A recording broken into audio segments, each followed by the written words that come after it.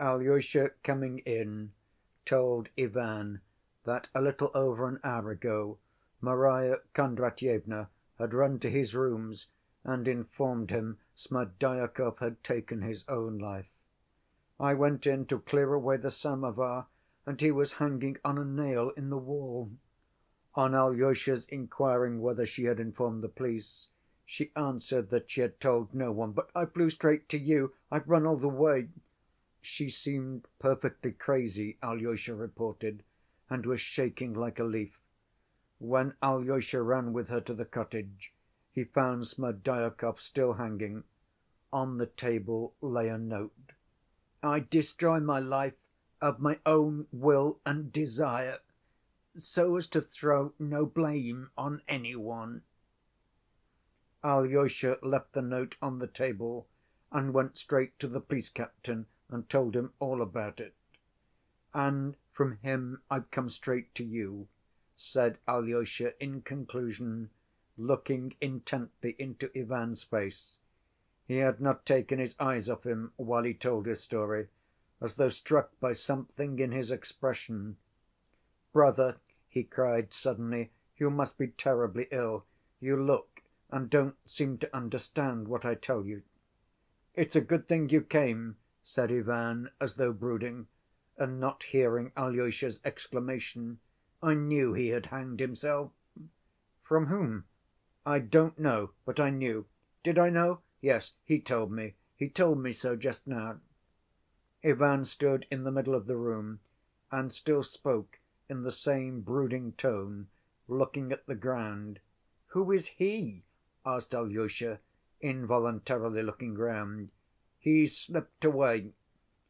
Ivan raised his head and smiled softly. "He was afraid of you, of a dove like you. You are a pure cherub. Dmitri calls you a cherub. Cherub!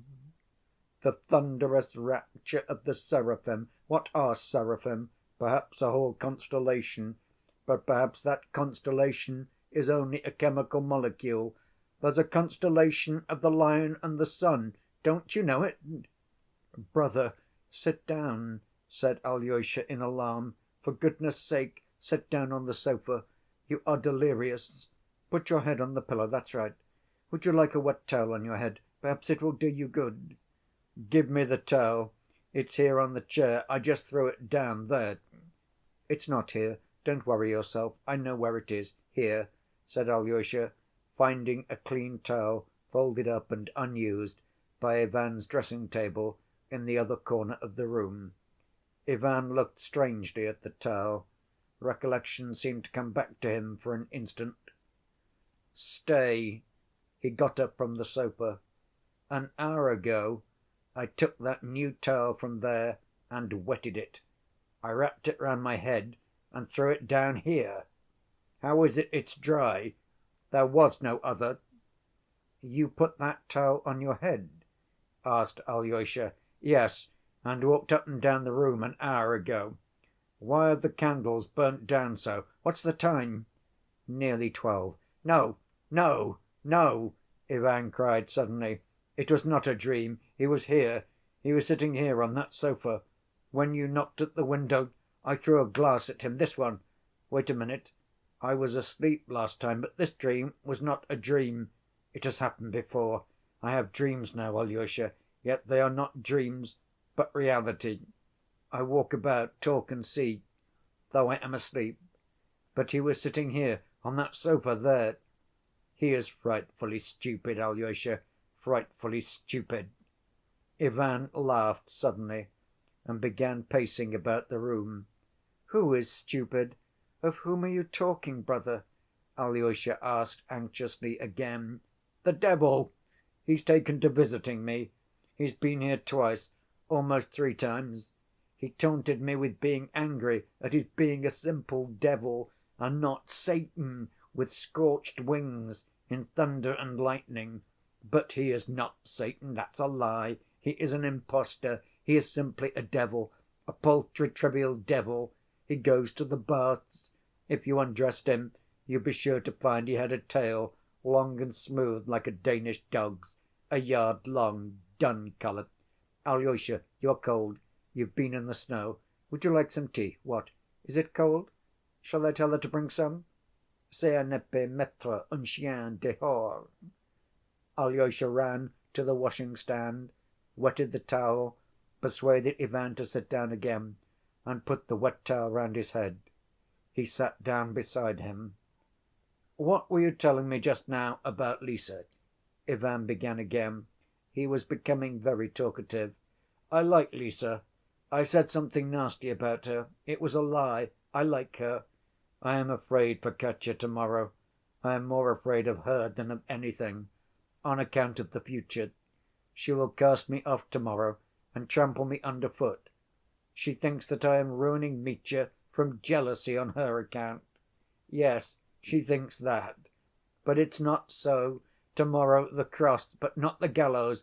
No, I shan't hang myself. Do you know I can never commit suicide, Alyosha? Is it because I am base? I am not a coward. Is it from love of life? How did I know that Smerdyakov had hanged himself? Yes, it was he told me so." "And you are quite convinced that there has been some one here?" asked Alyosha. "Yes, on that sofa in the corner. You would have driven him away. You did drive him away. He disappeared when you arrived. I love your face, Alyosha.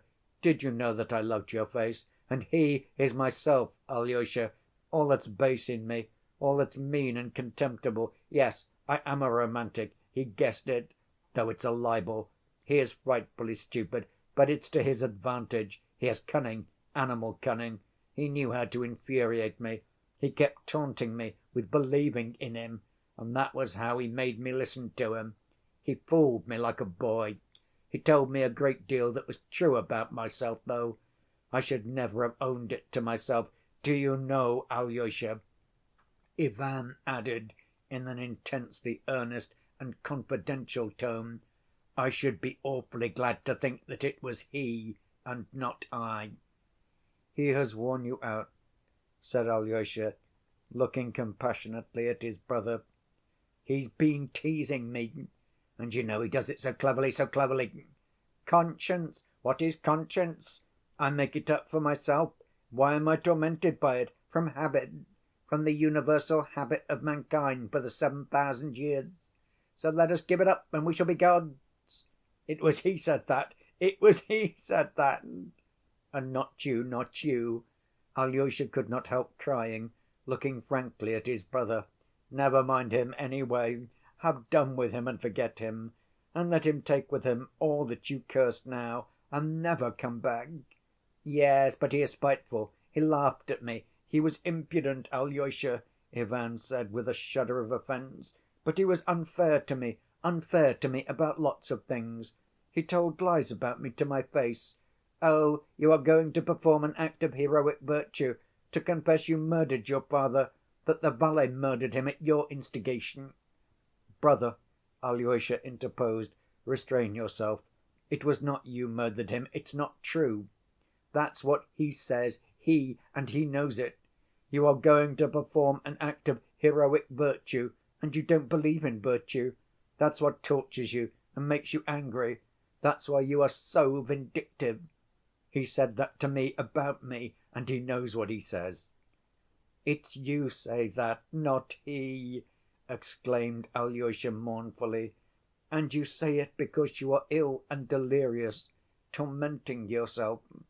"No, he knows what he says. You are going from pride, he says. You'll stand up and say, 'It was I killed him.' And why do you writhe with horror? You are lying. I despise your opinion. I despise your horror." He said that about me. And do you know, you are longing for their praise. He is a criminal, a murderer, but what a generous soul! He wanted to save his brother, and he confessed. "That's a lie, Alyosha!" Ivan cried suddenly, with flashing eyes. "I don't want the low rabble to praise me. I swear I don't. That's a lie. That's why I threw the glass at him, and it broke against his ugly face." "Brother, calm yourself. Stop," Alyosha entreated him. "Yes, he knows how to torment one. He's cruel," Ivan went on unheeding. I had an inkling from the first what he came for. Granting that you go through pride, still you had a hope that Smerdyakov might be convicted and sent to Siberia, and Mitya would be acquitted, while you would only be punished with moral condemnation. Do you hear?" He laughed then. "And some people will praise you. But now Smerdyakov's dead, he has hanged himself, and who'll believe you alone? But yet you are going, you'll go all the same. You've decided to go. What are you going for now?" "That's awful, Alyosha. I can't endure such questions. Who dare ask me such questions?" "Brother," interposed Alyosha, his heart sank with terror, but he still seemed to hope to bring Ivan to reason. "How could he have told you of Smerdyakov's death before I came, when no one knew of it, and there was no time for any one to know of it?" "He told me," said Ivan firmly, refusing to admit a doubt. "It was all he did talk about, if you come to that." "And it would be all right if you believed in virtue," he said. "No matter if they disbelieve you, you are going for the sake of principle. But you are a little pig, like Fyodor Pavlovitch, and what do you want with virtue? Why do you want to go meddling if your sacrifice was of no use to any one? Because you don't know yourself why you go. Oh, you'd give a great deal to know yourself why you go. And can you have made up your mind? You've not made up your mind. You'll sit all night deliberating whether to go or not, but you will go. You know you'll go. You know that whichever way you decide, the decision does not depend on you. You'll go because you won't dare not to go. Why won't you dare? You must guess that for yourself. That's a riddle for you." He got up and went away. You came and he went. He called me a coward, Alyosha. Le mot de l'énigme is that I am a coward. It is not for such eagles to soar above the earth. It was he added that, he. And Smerdyakov said the same. He must be killed. Katya despises me. I've seen that for a month past. Even Lise will begin to despise me. You're going in order to be praised. That's a brutal lie. And you despise me too, Alyosha. Now I am going to hate you again. And I hate the monster too. I hate the monster. I don't want to save the monster. Let him rot in Siberia. He's begun singing a hymn. Oh, tomorrow I'll go, stand before them and spit in their faces." He jumped up in a frenzy, flung off the towel, and fell to pacing up and down the room again. Alyosha recalled what he had just said. "I seem to be sleeping awake. I walk, I speak, I see, but I am asleep." It seemed to be just like that now. Alyosha did not leave him. The thought passed through his mind to run for a doctor, but he was afraid to leave his brother alone. There was no one to whom he could leave him. By degrees Ivan lost consciousness completely at last. He still went on talking incessantly, but quite incoherently, and even articulated his words with difficulty. Suddenly he staggered violently, but Alyosha was in time to support him. Ivan let him lead him to his bed. Alyosha undressed him somehow and put him to bed. He sat watching over him for another 2 hours. The sick man slept soundly, without stirring, breathing softly and evenly. Alyosha took a pillow and lay down on the sofa without undressing. As he fell asleep, he prayed for Mitya and Ivan. He began to understand Ivan's illness, the anguish of a proud determination, an earnest conscience. God, in whom he disbelieved, and his truth were gaining mastery over his heart, which still refused to submit.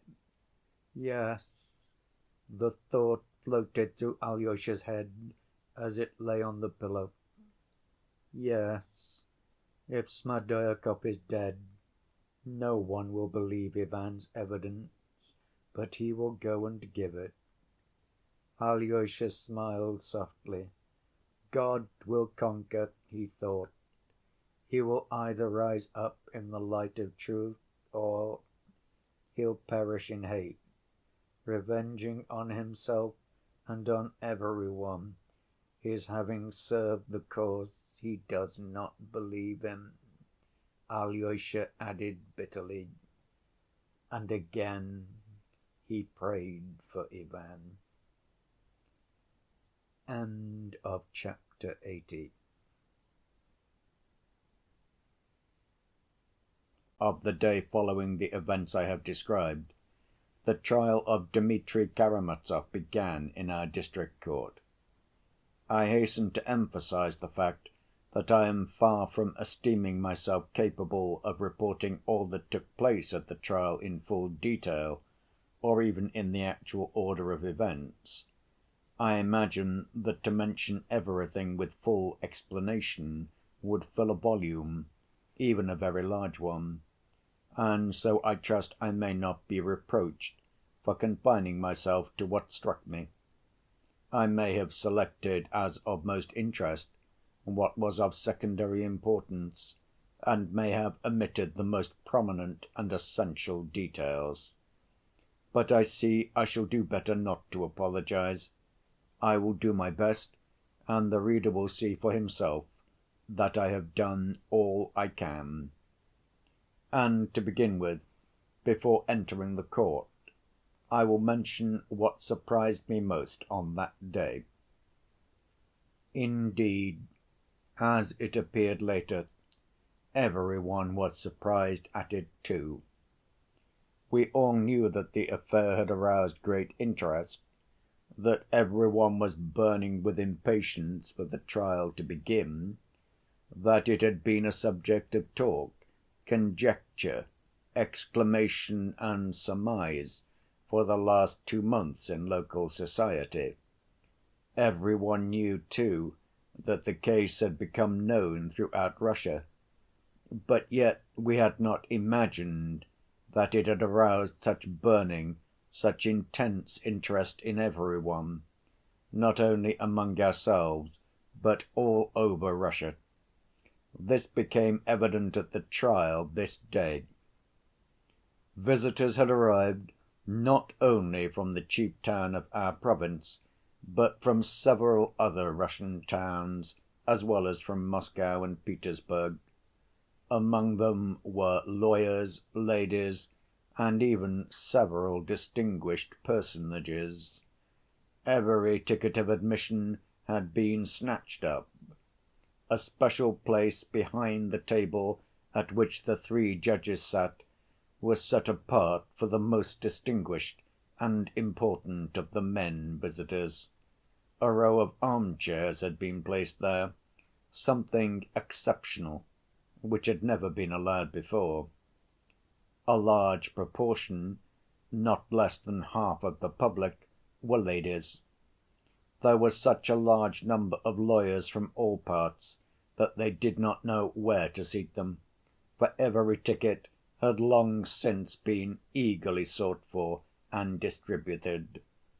I saw at the end of the room, behind the platform, a special partition hurriedly put up, behind which all these lawyers were admitted, and they thought themselves lucky to have standing room there, for all chairs had been removed for the sake of space, and the crowd behind the partition stood throughout the case, closely packed, shoulder to shoulder. Some of the ladies, especially those who came from a distance, made their appearance in the gallery very smartly dressed, but the majority of the ladies were oblivious even of dress. Their faces betrayed hysterical, intense, almost morbid curiosity. A peculiar fact, established afterwards by many observations, was that almost all the ladies, or at least the vast majority of them, were on Mitya's side and in favor of his being acquitted. This was perhaps chiefly owing to his reputation as a conqueror of female hearts. It was known that 2 women rivals were to appear in the case. One of them, Katerina Ivanovna, was an object of general interest. All sorts of extraordinary tales were told about her, amazing anecdotes of her passion for Mitya in spite of his crime. Her pride and aristocratic connections were particularly insisted upon. She had called upon scarcely any one in the town. People said she intended to petition the government for leave to accompany the criminal to Siberia and to be married to him somewhere in the mines. The appearance of Grushenka in court was awaited with no less impatience. The public was looking forward with anxious curiosity to the meeting of the two rivals, the proud aristocratic girl and the hetaira. But Grushenka was a more familiar figure to the ladies of the district than Katerina Ivanovna. They had already seen the woman who had ruined Fyodor Pavlovitch and his unhappy son, and all, almost without exception, wondered how father and son could be so in love with such a very common, ordinary Russian girl who was not even pretty. In brief, there was a great deal of talk. I know for a fact that there were several serious family quarrels on Mitya's account in our town. Many ladies quarreled violently with their husbands over differences of opinion about the dreadful case, and it was only natural that the husbands of these ladies, far from being favorably disposed to the prisoner, should enter the court bitterly prejudiced against him. In fact, one may say pretty certainly that the masculine, as distinguished from the feminine part of the audience, were biased against the prisoner. There were numbers of severe, frowning, even vindictive faces. Mitya, indeed, had managed to offend many people during his stay in the town.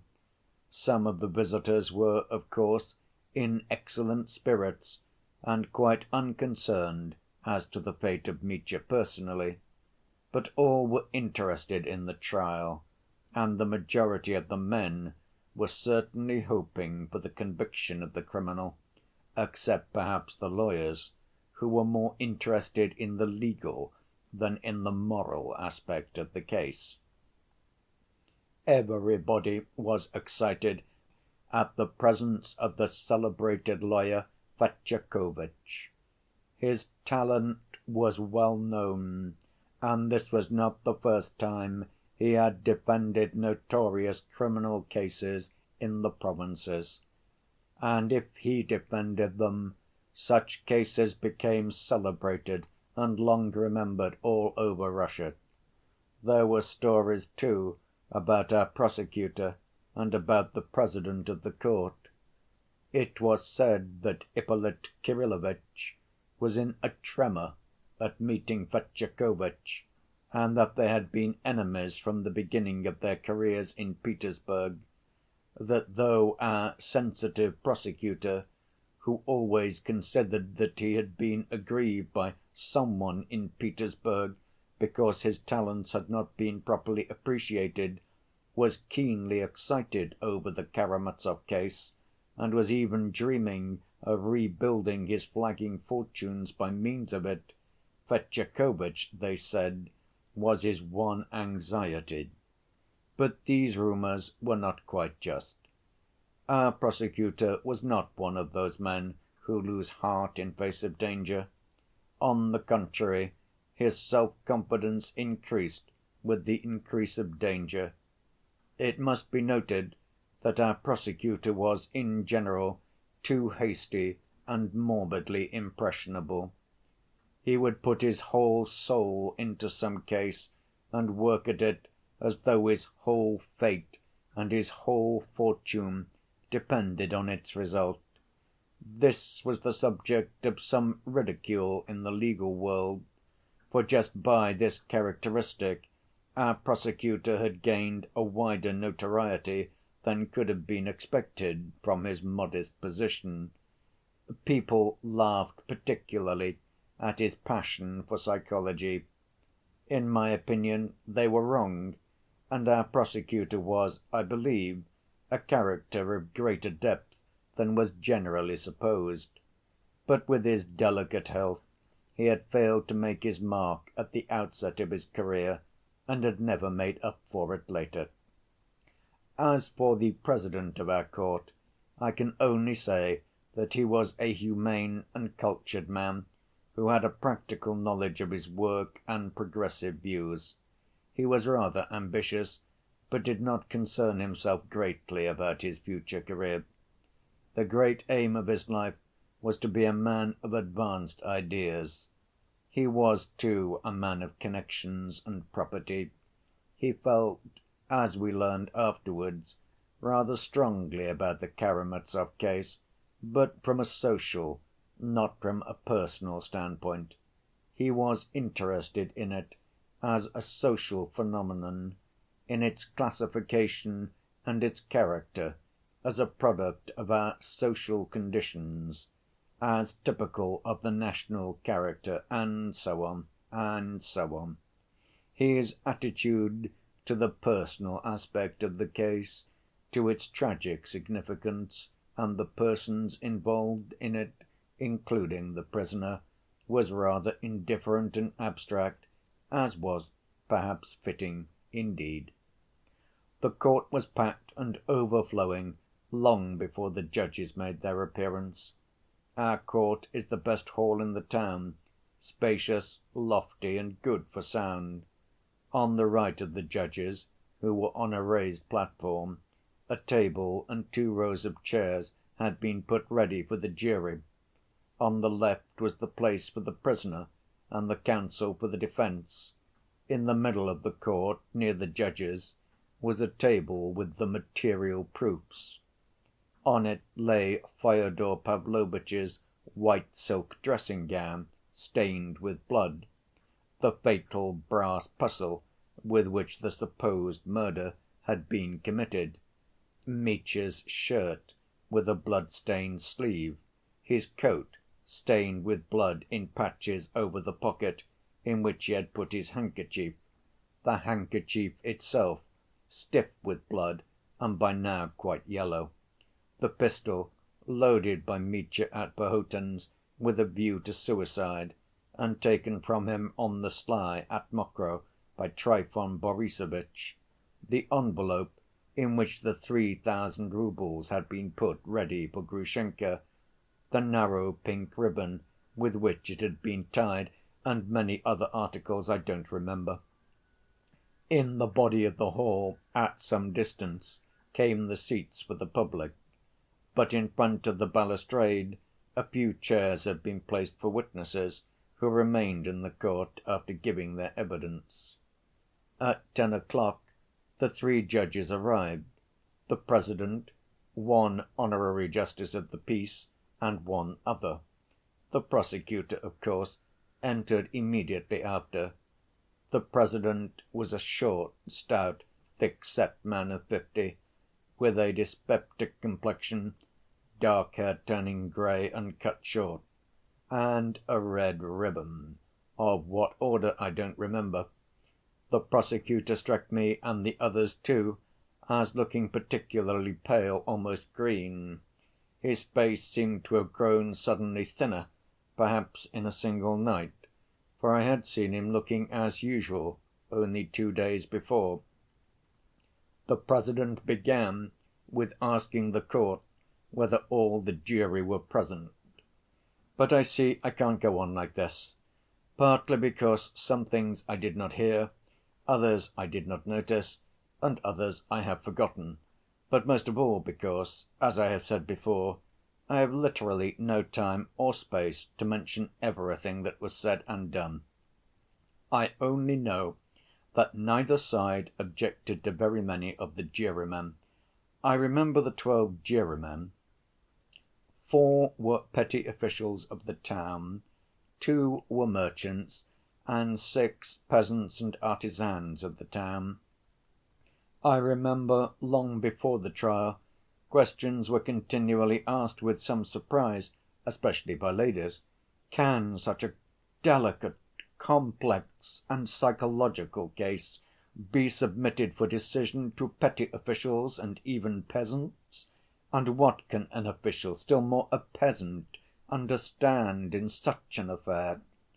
All the four officials in the jury were, in fact, men of no consequence and of low rank.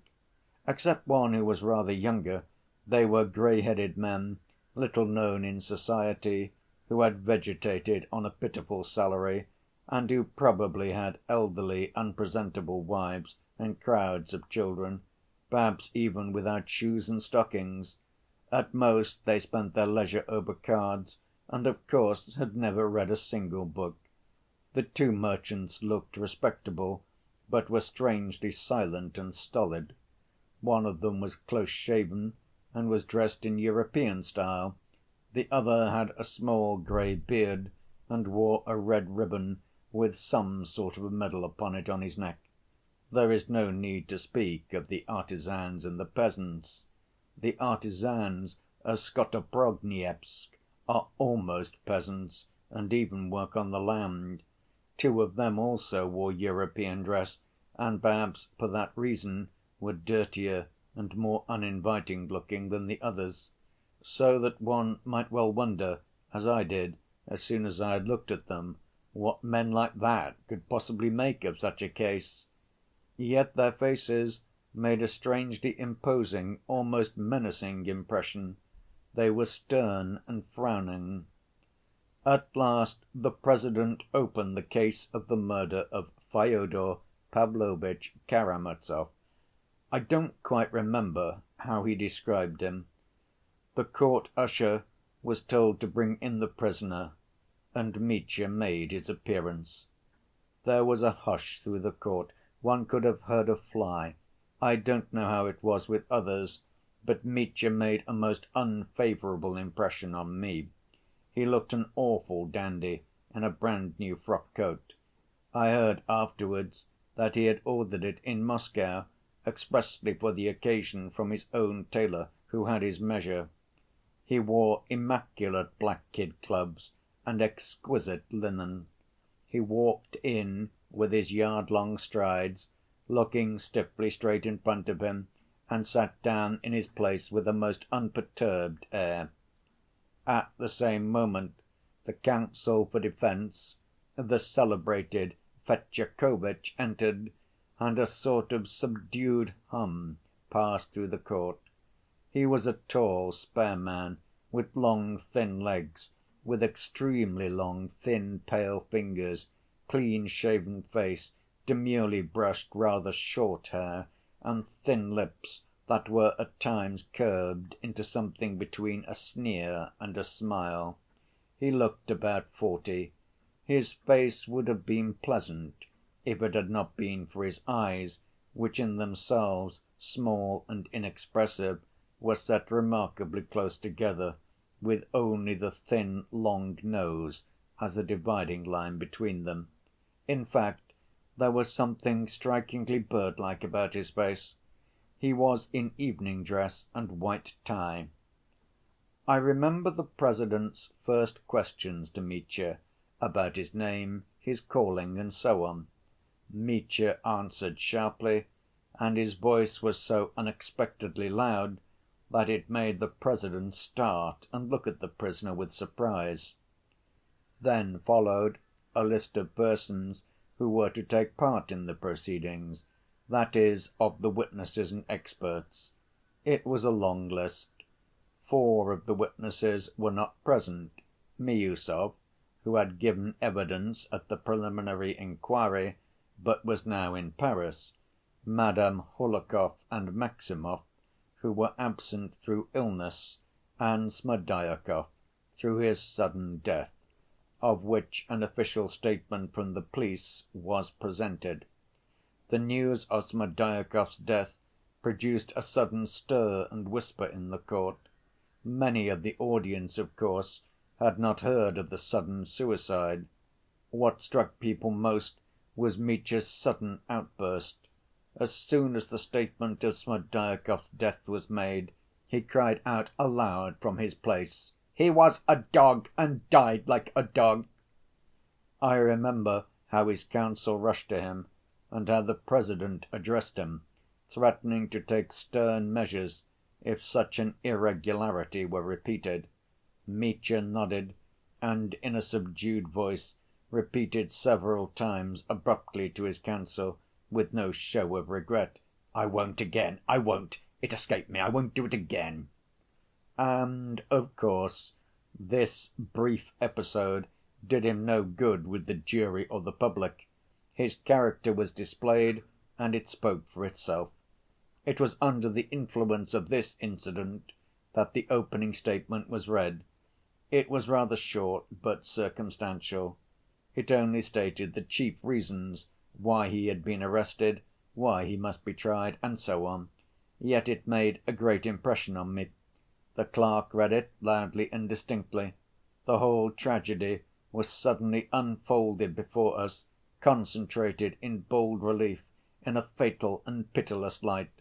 I remember how, immediately after it had been read, the President asked Mitya in a loud, impressive voice, "Prisoner, do you plead guilty?"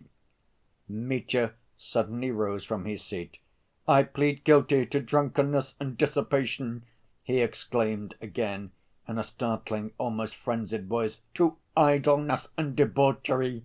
I meant to become an honest man for good just at the moment when I was struck down by fate. But I am not guilty of the death of that old man, my enemy and my father. No, no, I am not guilty of robbing him. I could not be.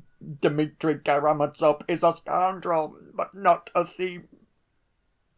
He sat down again, visibly trembling all over.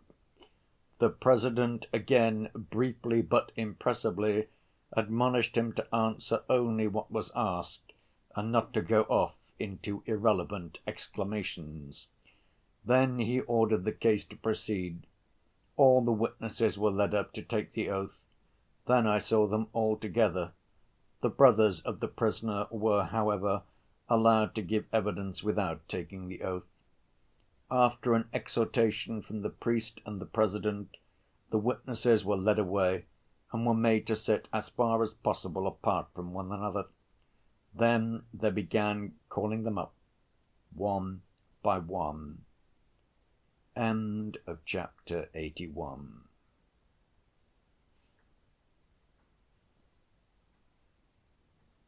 I do not know whether the witnesses for the defense and for the prosecution were separated into groups by the President, and whether it was arranged to call them in a certain order, but no doubt it was so. I only know that the witnesses for the prosecution were called first. I repeat, I don't intend to describe all the questions step by step. Besides, my account would be to some extent superfluous, because in the speeches for the prosecution and for the defense the whole course of the evidence was brought together and set in a strong and significant light, and I took down parts of those two remarkable speeches in full, and will quote them in due course, together with one extraordinary and quite unexpected episode, which occurred before the final speeches and undoubtedly influenced the sinister and fatal outcome of the trial. I will only observe that from the first moments of the trial one peculiar characteristic of the case was conspicuous and observed by all. That is, the overwhelming strength of the prosecution as compared with the arguments the defense had to rely upon. Every one realized it from the first moment that the facts began to group themselves round a single point, and the whole horrible and bloody crime was gradually revealed. Every one, perhaps, felt from the first that the case was beyond dispute, that there was no doubt about it, that there could be really no discussion, and that the defense was only a matter of form, and that the prisoner was guilty, obviously and conclusively guilty. I imagine that even the ladies, who were so impatiently longing for the acquittal of the interesting prisoner, were at the same time, without exception, convinced of his guilt. What's more, I believe they would have been mortified if his guilt had not been so firmly established, as that would have lessened the effect of the closing scene of the criminal's acquittal. That he would be acquitted all the ladies, strange to say, were firmly persuaded up to the very last moment.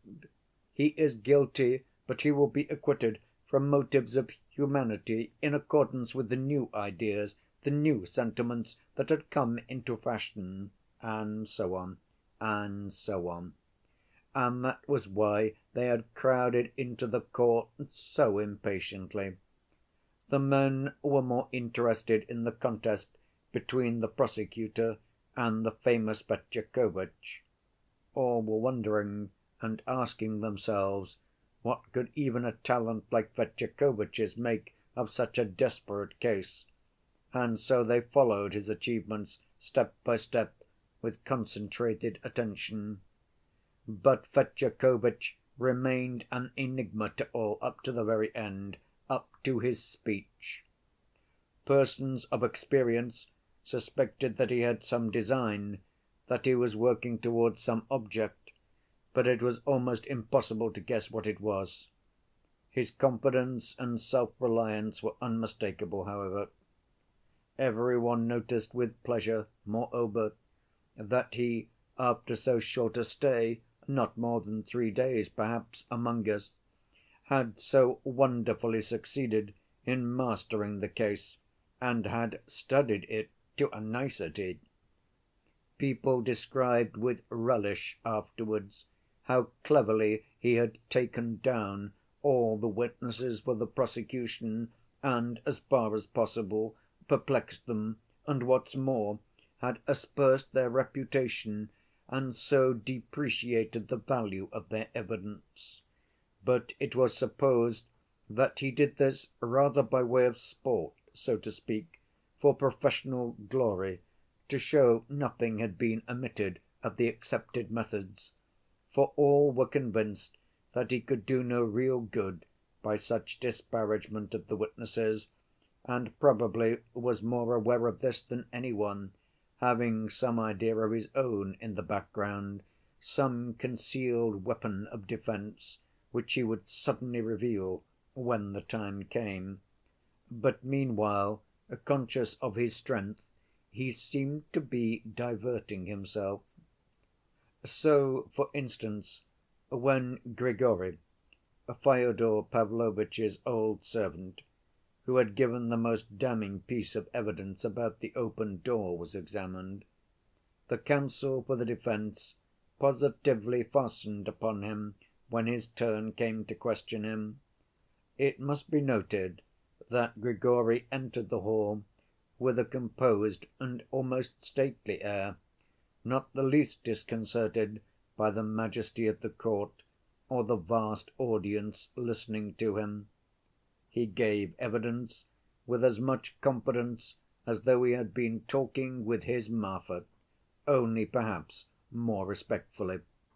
It was impossible to make him contradict himself. The prosecutor questioned him first in detail about the family life of the Karamazovs. The family picture stood out in lurid colors. It was plain to ear and eye that the witness was guileless and impartial.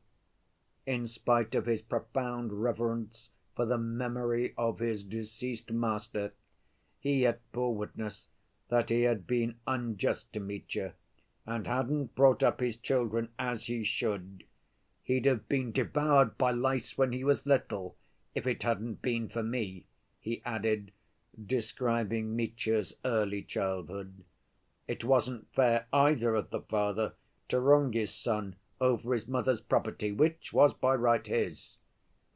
In reply to the prosecutor's question what grounds he had for asserting that Fyodor Pavlovitch had wronged his son in their money relations, Grigory, to the surprise of every one, had no proof at all to bring forward, but he still persisted that the arrangement with the son was unfair, and that he ought to have paid him several thousand roubles more. I must note, by the way, that the prosecutor asked this question, whether Fyodor Pavlovitch had really kept back part of Mitya's inheritance, with marked persistence, of all the witnesses who could be asked it, not excepting Alyosha and Ivan, but he obtained no exact information from any one. All alleged that it was so, but were unable to bring forward any distinct proof. Grigory's description of the scene at the dinner‐table, when Dmitri had burst in and beaten his father, threatening to come back to kill him, made a sinister impression on the court, especially as the old servant's composure in telling it, his parsimony of words, and peculiar phraseology, were as effective as eloquence. He observed that he was not angry with Mitya for having knocked him down and struck him on the face. He had forgiven him long ago, he said. Of the deceased Smerdyakov he observed, crossing himself, that he was a lad of ability, but stupid and afflicted, and worse still, an infidel, and that it was Fyodor Pavlovitch and his eldest son who had taught him to be so. But he defended Smerdyakov's honesty almost with warmth, and related how Smerdyakov had once found the master's money in the yard, and instead of concealing it, had taken it to his master, who had rewarded him with a gold piece for it, and trusted him implicitly from that time forward. He maintained obstinately that the door into the garden had been open. But he was asked so many questions that I can't recall them all. At last the counsel for the defense began to cross‐examine him, and the first question he asked was about the envelope in which Fyodor Pavlovitch was supposed to have put 3,000 roubles for a certain person. "Have you ever seen it, you, who were for so many years in close attendance on your master?" Grigory answered that he had not seen it, and had never heard of the money from any one till everybody was talking about it. This question about the envelope Fetyukovitch put to every one who could conceivably have known of it, as persistently as the prosecutor asked his question about Dmitri's inheritance, and got the same answer from all, that no one had seen the envelope, though many had heard of it. From the beginning every one noticed Fetyukovitch's persistence on this subject. "Now, with your permission, I'll ask you a question," Fetyukovitch said suddenly and unexpectedly.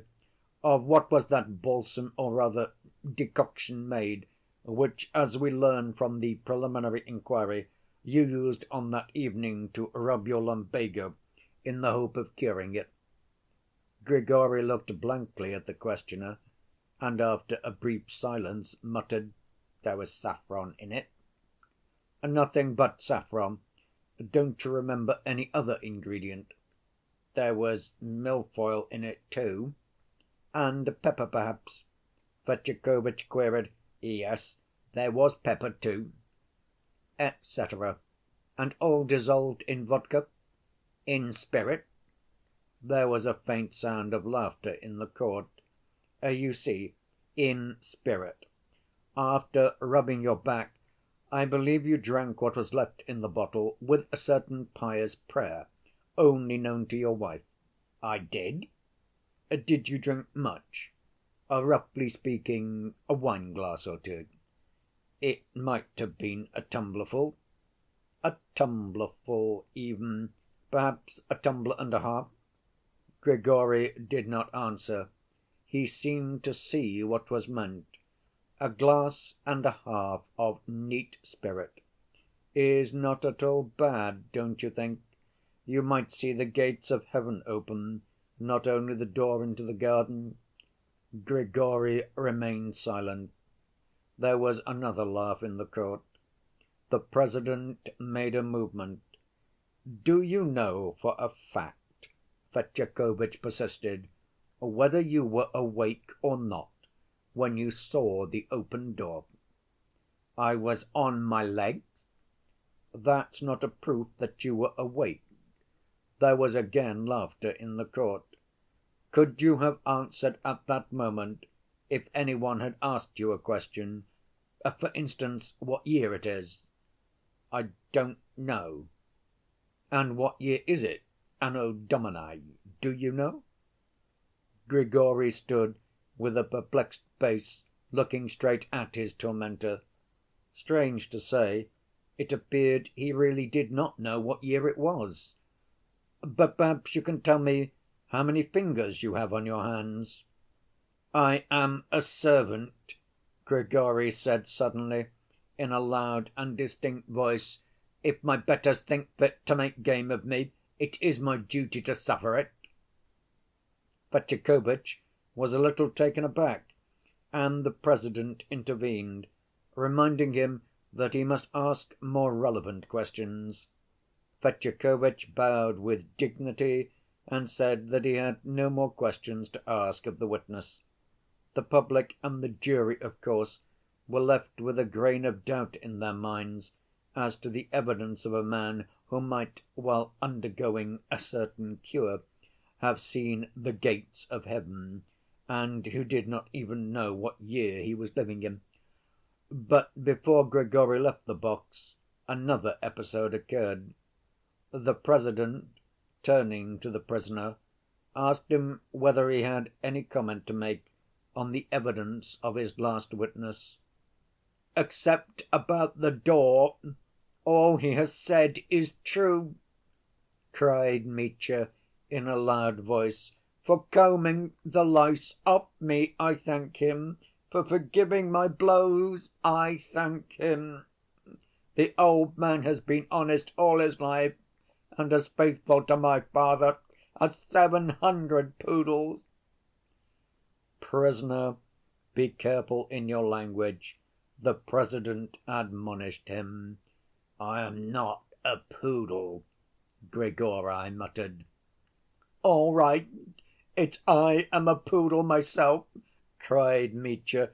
"If it's an insult, I take it to myself, and I beg his pardon. I was a beast and cruel to him. I was cruel to Æsop, to—" "What Æsop?" the President asked sternly again. "Oh, Pierrot, my father, Fyodor Pavlovitch."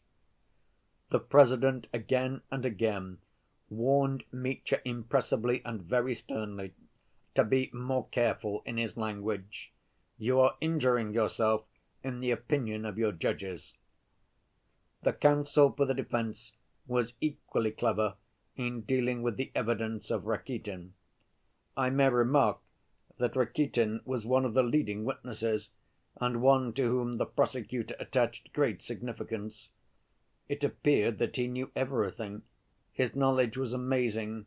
He had been everywhere, seen everything, talked to everybody, knew every detail of the biography of Fyodor Pavlovitch and all the Karamazovs.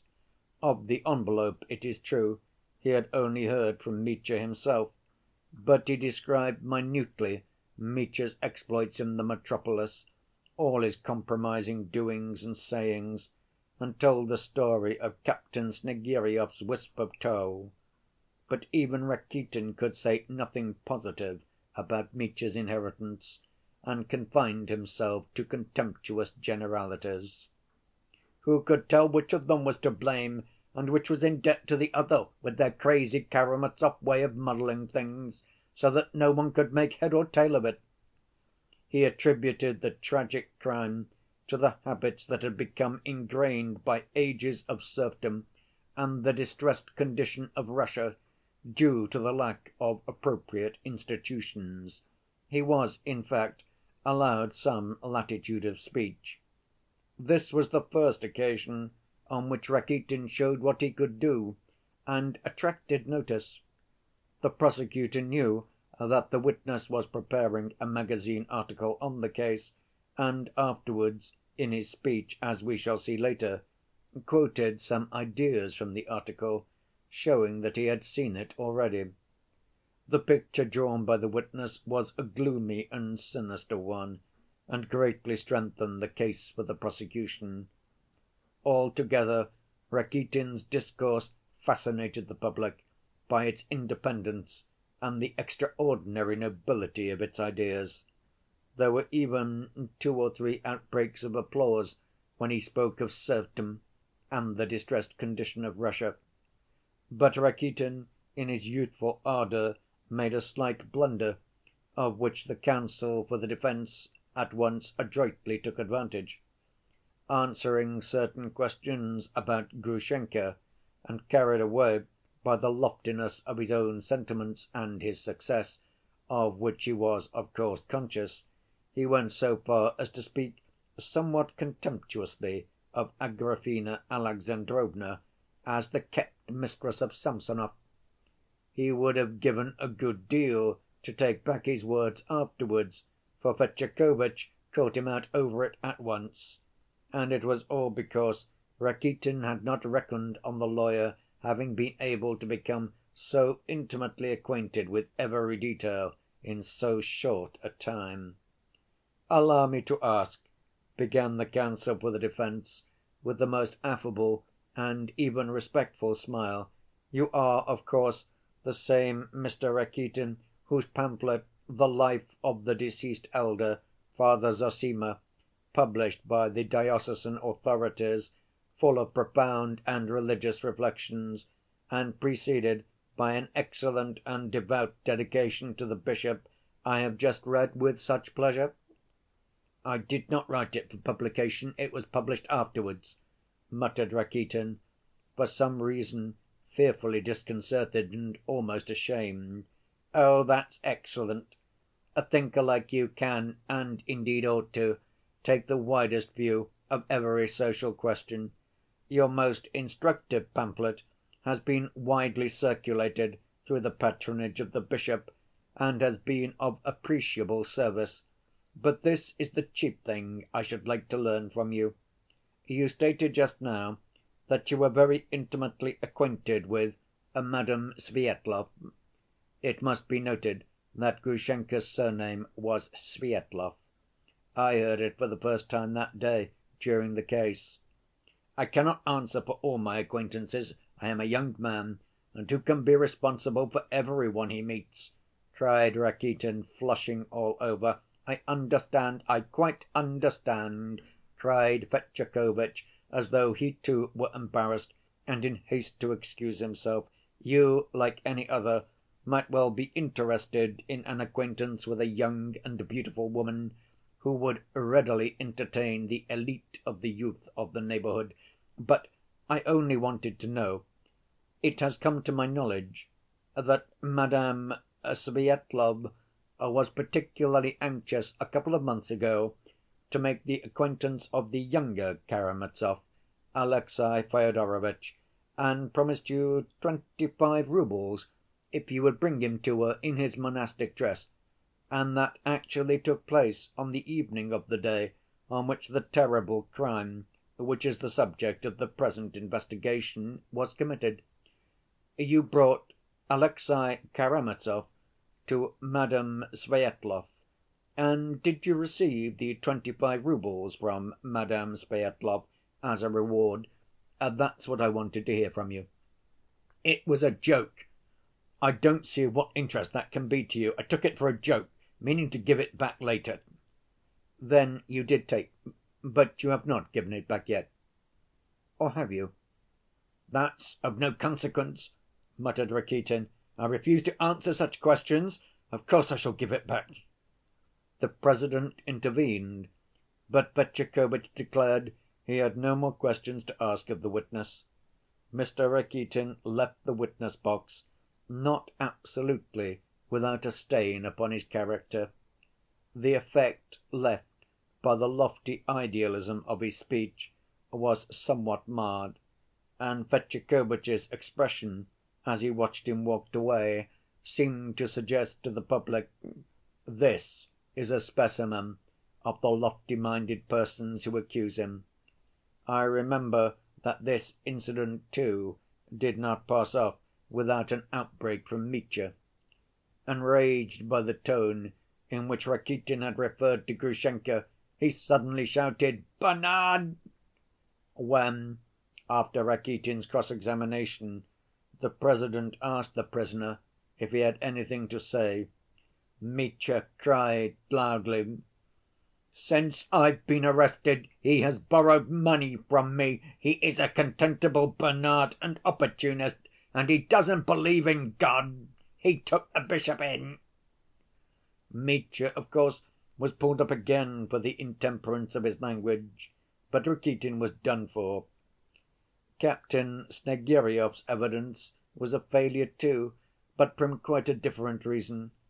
He appeared in ragged and dirty clothes, muddy boots, and in spite of the vigilance and expert observation of the police officers, he turned out to be hopelessly drunk. On being asked about Mitya's attack upon him, he refused to answer. "God bless him! Ilusha told me not to. God will make it up to me yonder." "Who told you not to tell? Of whom are you talking?" "Ilusha, my little son. Father, father, how he insulted you. He said that at the stone. Now he's dying." The captain suddenly began sobbing and plumped down on his knees before the President. He was hurriedly led away amidst the laughter of the public. The effect prepared by the prosecutor did not come off at all. Fetyukovitch went on making the most of every opportunity, and amazed people more and more by his minute knowledge of the case. Thus, for example, Trifon Borissovitch made a great impression, of course, very prejudicial to Mitya. He calculated almost on his fingers that on his first visit to Mokroe, Mitya must have spent 3,000 roubles, or very little less. Just think what he squandered on those gypsy girls alone. And as for our lousy peasants, it wasn't a case of flinging half a rouble in the street. He made them presents of 25 roubles each at least.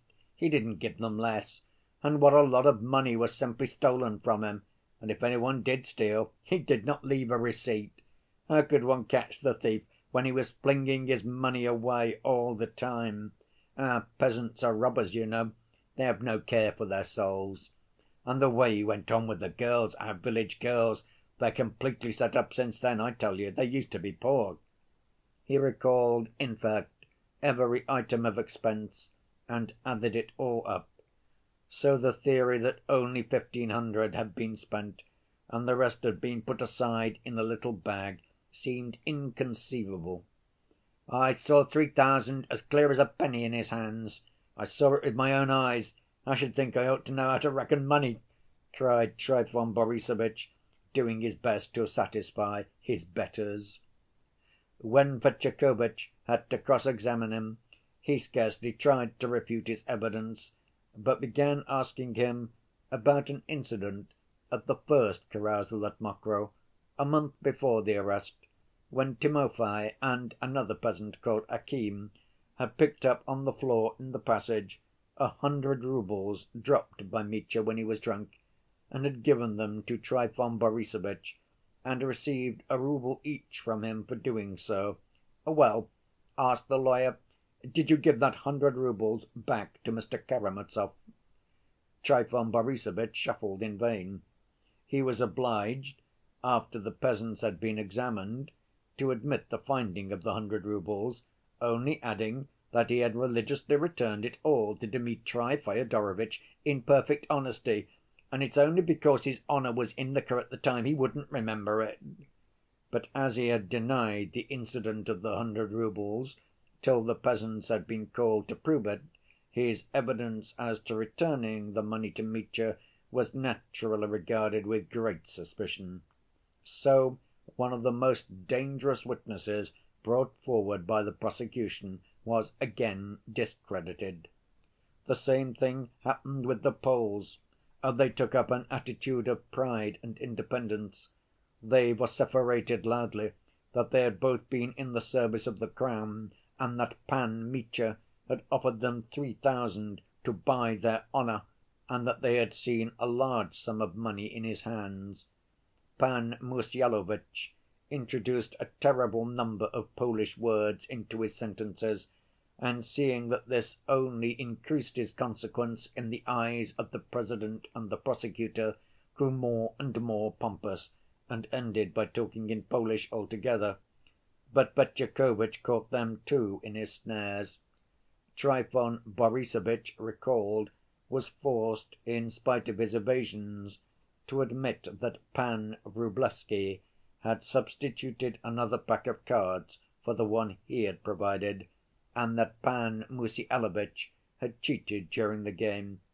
Kalganov confirmed this, and both the Poles left the witness‐box with damaged reputations, amidst laughter from the public.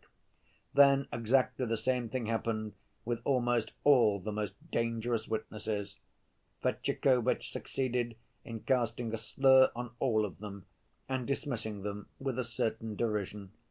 The lawyers and experts were lost in admiration, and were only at a loss to understand what good purpose could be served by it, for all, I repeat, felt that the case for the prosecution could not be refuted, but was growing more and more tragically overwhelming. But from the confidence of the great magician, they saw that he was serene, and they waited, feeling that such a man had not come from Petersburg for nothing, and that he was not a man to return unsuccessful. End of chapter 82.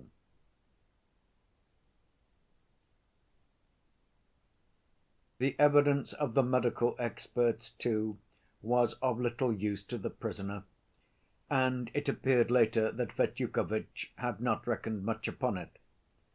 The medical line of defense had only been taken up through the insistence of Katerina Ivanovna, who had sent for a celebrated doctor from Moscow on purpose. The case for the defense could, of course, lose nothing by it, and might, with luck, gain something from it. There was, however, an element of comedy about it, through the difference of opinion of the doctors. The medical experts were the famous doctor from Moscow, our doctor, Herzenstube, and the young doctor, Varvinsky. The two latter appeared also as witnesses for the prosecution. The first to be called in the capacity of expert was Doctor Herzenstube. He was a gray and bald old man of 70, of middle height and sturdy build. He was much esteemed and respected by every one in the town. He was a conscientious doctor and an excellent and pious man, a Herrnhuter or Moravian brother, I am not quite sure which. He had been living amongst us for many years, and behaved with wonderful dignity. He was a kind‐hearted and humane man. He treated the sick, poor, and peasants for nothing, visited them in their slums and huts, and left money for medicine. But he was as obstinate as a mule. If once he had taken an idea into his head, there was no shaking it. Almost every one in the town was aware, by the way, that the famous doctor had, within the first 2 or 3 days of his presence among us, uttered some extremely offensive allusions to Doctor Herzenstube's qualifications. Though the Moscow doctor asked 25 roubles for a visit, several people in the town were glad to take advantage of his arrival, and rushed to consult him, regardless of expense. All these had, of course, been previously patients of Doctor Herzenstube, and the celebrated doctor had criticized his treatment with extreme harshness. Finally, he had asked the patients as soon as he saw them, "Well, who has been cramming you with nostrums? Herzenstube? He he!" Doctor Herzenstube, of course, heard all this, and now all the 3 doctors made their appearance one after another to be examined. Doctor Herzenstube roundly declared that the abnormality of the prisoner's mental faculties was self‐evident. Then, giving his ground for this opinion, which I omit here, he added that the abnormality was not only evident in many of the prisoner's actions in the past, but was apparent even now, at this very moment. When he was asked to explain how it was apparent now, at this moment, the old doctor, with simple‐hearted directness, pointed out that the prisoner, on entering the court, had "an extraordinary air, remarkable in the circumstances," that he had "marched in like a soldier, looking straight before him, though it would have been more natural for him to look to the left where, among the public, the ladies were sitting, seeing that he was a great admirer of the fair sex, and must be thinking much of what the ladies are saying of him now," the old man concluded in his peculiar language. I must add that he spoke Russian readily, but every phrase was formed in German style, which did not, however, trouble him, for it had always been a weakness of his to believe that he spoke Russian perfectly, better indeed than Russians, and he was very fond of using Russian proverbs, always declaring that the Russian proverbs were the best and most expressive sayings in the whole world. I may remark, too, that in conversation, through absent‐mindedness, he often forgot the most ordinary words, which sometimes went out of his head, though he knew them perfectly. The same thing happened, though, when he spoke German, and at such times he always waved his hand before his face, as though trying to catch the lost word, and no one could induce him to go on speaking till he had found the missing word. His remark that the prisoner ought to have looked at the ladies on entering roused a whisper of amusement in the audience. All our ladies were very fond of our old doctor. They knew, too, that having been all his life a bachelor and a religious man of exemplary conduct, he looked upon women as lofty creatures. And so his unexpected observation struck every one as very queer. The Moscow doctor, being questioned in his turn, definitely and emphatically repeated that he considered the prisoner's mental condition abnormal in the highest degree.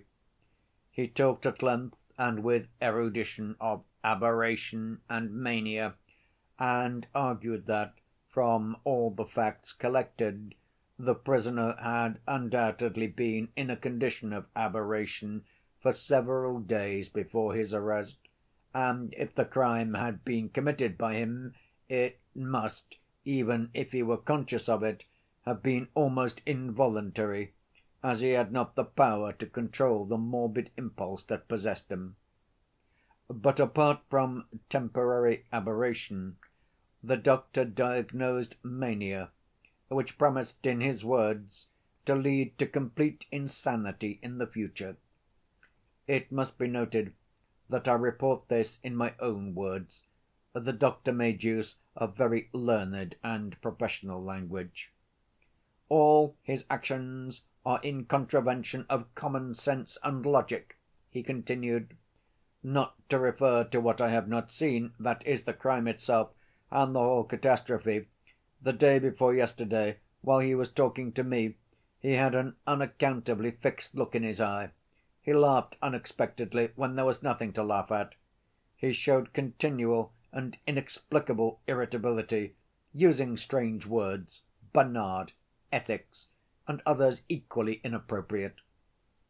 But the doctor detected mania, above all, in the fact that the prisoner could not even speak of the 3,000 roubles of which he considered himself to have been cheated, without extraordinary irritation, though he could speak comparatively lightly of other misfortunes and grievances. According to all accounts, he had even in the past, whenever the subject of the 3,000 roubles was touched on, flown into a perfect frenzy, and yet he was reported to be a disinterested and not grasping man. "As to the opinion of my learned colleague," the Moscow doctor added ironically in conclusion, "that the prisoner would, on entering the court, have naturally looked at the ladies and not straight before him, I will only say that, apart from the playfulness of this theory, it is radically unsound. For though I fully agree that the prisoner on entering the court where his fate will be decided would not naturally look straight before him in that fixed way, and that that may really be a sign of his abnormal mental condition, at the same time I maintain that he would naturally not look to the left at the ladies, but on the contrary to the right, to find his legal adviser, on whose help all his hopes rest, on whose defense all his future depends. The doctor expressed his opinion positively and emphatically. But the unexpected pronouncement of Dr. Varvinsky gave the last touch of comedy to the difference of opinion between the experts. In his opinion, the prisoner was now, and had been all along, in a perfectly normal condition, and although he certainly must have been in a nervous and exceedingly excited state before his arrest, this might have been due to several perfectly obvious causes: jealousy, anger, continual drunkenness, and so on. But this nervous condition would not involve the mental aberration of which mention had just been made.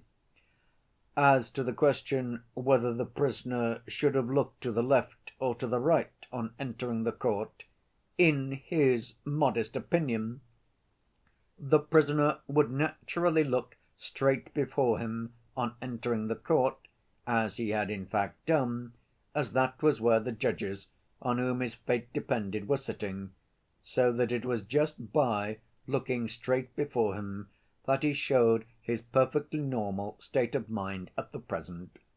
The young doctor concluded his modest testimony with some heat.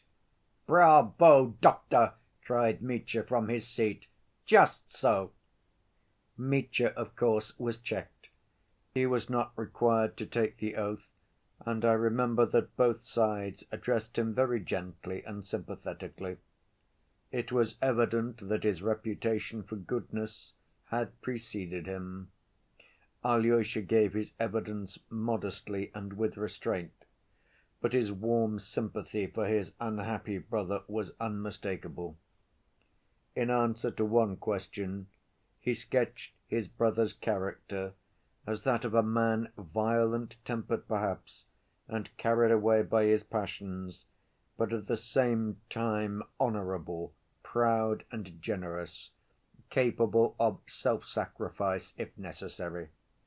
He admitted, however, that through his passion for Grushenka and his rivalry with his father, his brother had been of late in an intolerable position. But he repelled with indignation the suggestion that his brother might have committed a murder for the sake of gain, though he recognized that the 3,000 roubles had become almost an obsession with Mitya, that he looked upon them as part of the inheritance he had been cheated of by his father, and that, indifferent as he was to money as a rule, he could not even speak of that 3,000 without fury. As for the rivalry of the two ladies, as the prosecutor expressed it, that is, of Grushenka and Katya, he answered evasively, and was even unwilling to answer one or two questions altogether. "Did your brother tell you, anyway, that he intended to kill your father?"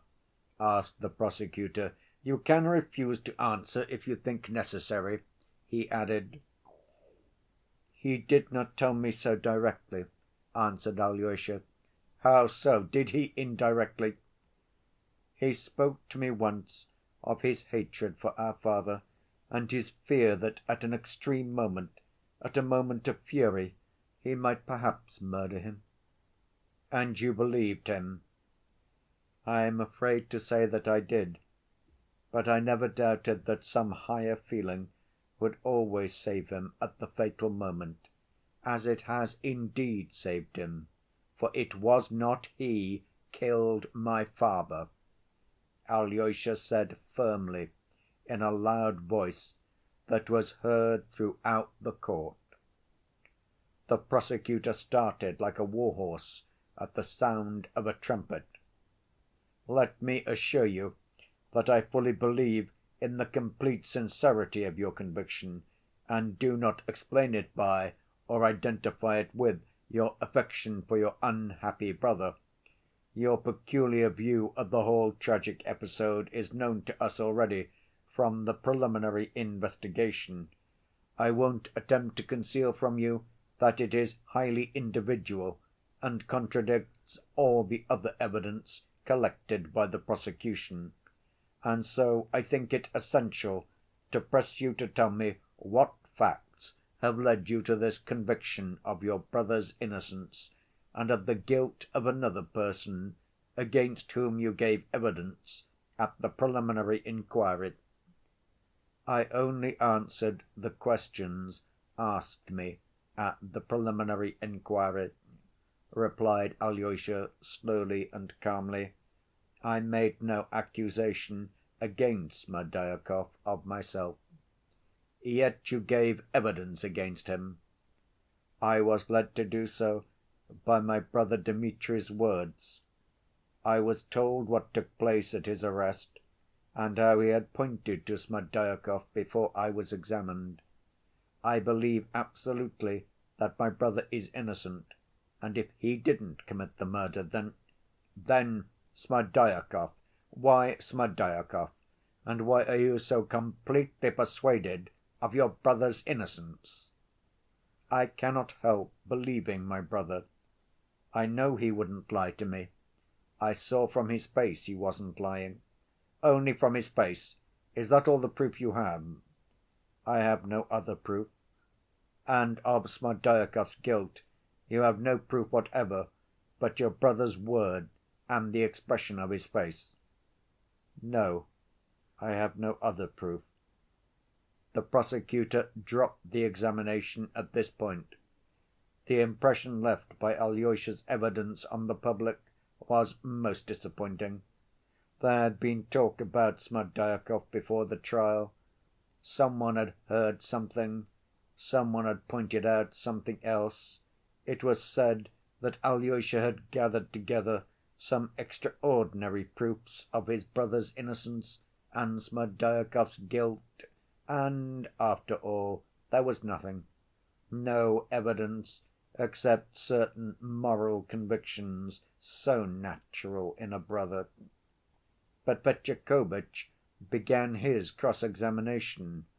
On his asking Alyosha when it was that the prisoner had told him of his hatred for his father and that he might kill him, and whether he had heard it, for instance, at their last meeting before the catastrophe, Alyosha started as he answered, as though only just recollecting and understanding something. "I remember one circumstance now which I'd quite forgotten myself. It wasn't clear to me at the time, but now—" And obviously only now, for the first time struck by an idea, he recounted eagerly how, at his last interview with Mitya that evening under the tree on the road to the monastery, Mitya had struck himself on the breast, the upper part of the breast, and had repeated several times that he had a means of regaining his honor, that that means was here, here on his breast. "I thought when he struck himself on the breast he meant that it was in his heart," Alyosha continued, "that he might find in his heart strength to save himself from some awful disgrace which was awaiting him and which he did not dare confess even to me. I must confess I did think at the time that he was speaking of our father, and that the disgrace he was shuddering at was the thought of going to our father and doing some violence to him. Yet it was just then that he pointed to something on his breast, so that I remember the idea struck me at the time that the heart is not on that part of the breast, but below, and that he struck himself much too high, just below the neck, and kept pointing to that place." My idea seemed silly to me at the time, but he was perhaps pointing then to that little bag in which he had 1,500 roubles." "Just so!" Mitya cried from his place. "That's right, Alyosha, it was the little bag I struck with my fist." Fetyukovitch flew to him in hot haste, entreating him to keep quiet, and at the same instant pounced on Alyosha.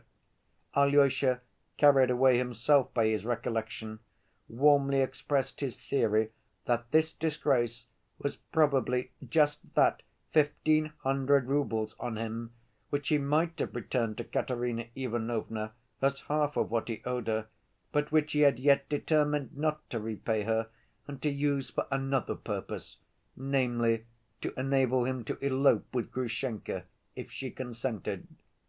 "It is so, it must be so!" exclaimed Alyosha in sudden excitement. "My brother cried several times that half of the disgrace, half of it, he said half several times, he could free himself from at once, but that he was so unhappy in his weakness of will that he wouldn't do it, that he knew beforehand he was incapable of doing it." "And you clearly, confident to remember that he struck himself just on this part of the breast?" Fetyukovitch asked eagerly. "Clearly and confidently, for I thought at the time, 'Why does he strike himself up there, when the heart is lower down?' And the thought seemed stupid to me at the time. I remember its seeming stupid, it flashed through my mind. That's what brought it back to me just now. How could I have forgotten it till now? It was that little bag he meant when he said he had the means, but wouldn't give back that 1,500.